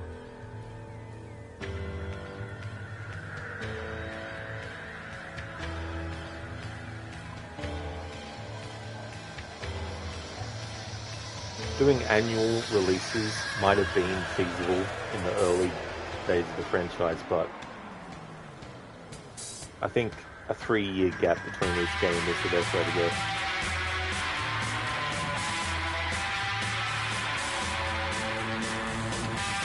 Which, I mean, if you look at Valhalla and then Mirage came out 3 years after Valhalla. So I think having 3 years between an Assassin's Creed game at least is a better way to go about it.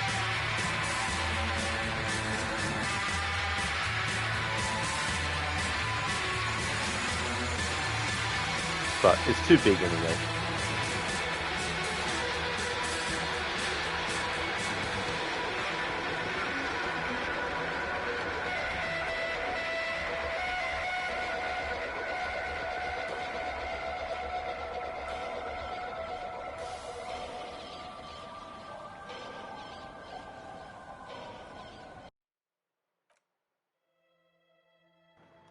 Alrighty then, so that is the Disco Elysium playthrough finished. The game that will replace this for the Thursday through to Sunday slot is going to be Splinter Cell Chaos Theory. I'm going to be doing Phase 2 of celebrating its 20th anniversary by doing a interrogations playthrough. So basically that means literally every single civilian, NPC and enemy I'm going to have Sam grab to interrogate and see if there's any interrogation dialogue. Which I know there will be a lot. I did this type of playthrough with Pandora Tomorrow for its 20th anniversary, but there wasn't a wide variety of different, interrogation stuff and all that kind of thing. So it'll be doing that for every possible NPC and enemy in every single mission. So there's no stealth or 100% mission rating requirement added, so there's no penalty for detections. Before I end the stream, I'd just like to give some shout-outs to some streamers I'd like to recommend.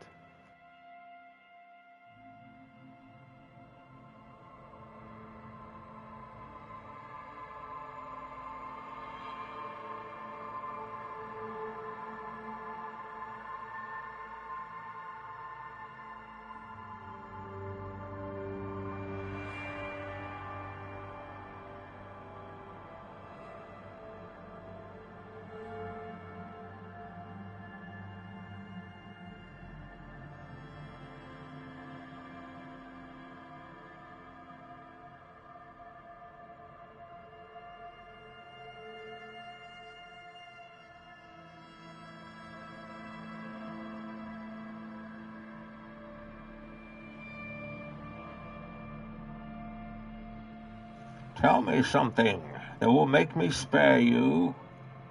I don't speak any English. Thanks for redeeming that as a Bane impression. Gonna be a lot of that. Would definitely like to recommend people check out AC, who's been doing some Skyrim, Inmita, who's been doing Horizon Forbidden West, Crocodiles is doing a playthrough of Assassin's Creed Unity, Lethargic has been doing Batman Arkham City, Lucinda has been doing Dishonored, QuickDex, Cyberpunk 2077, and Shaky has been doing Far Cry 6. That's all good in Mita for the stream and the shout out, absolutely no trouble at all. Thank you everyone for watching the stream, I really appreciate it. No worries for the shout out, Lucinda. Hope that you have a great one. Hope everyone has a good rest of your day or night, whichever the case may be. If you see me streaming Splinter Cell Chaos Theory, then you know that's my Friday stream, and it might only take me 3 streams, or maybe 2, to finish that playthrough, but it's going to be put into the Thursday to Sunday time slot anyway. No worries at all, Crooked. Thank you, I definitely will have a good day. Thank you very much.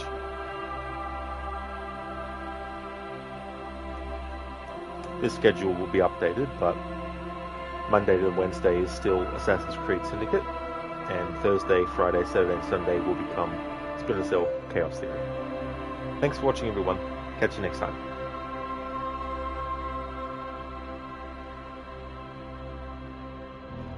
Oh, no worries at all, Dex, for the shout out. I definitely will have a wonderful evening. Thank you very, very much.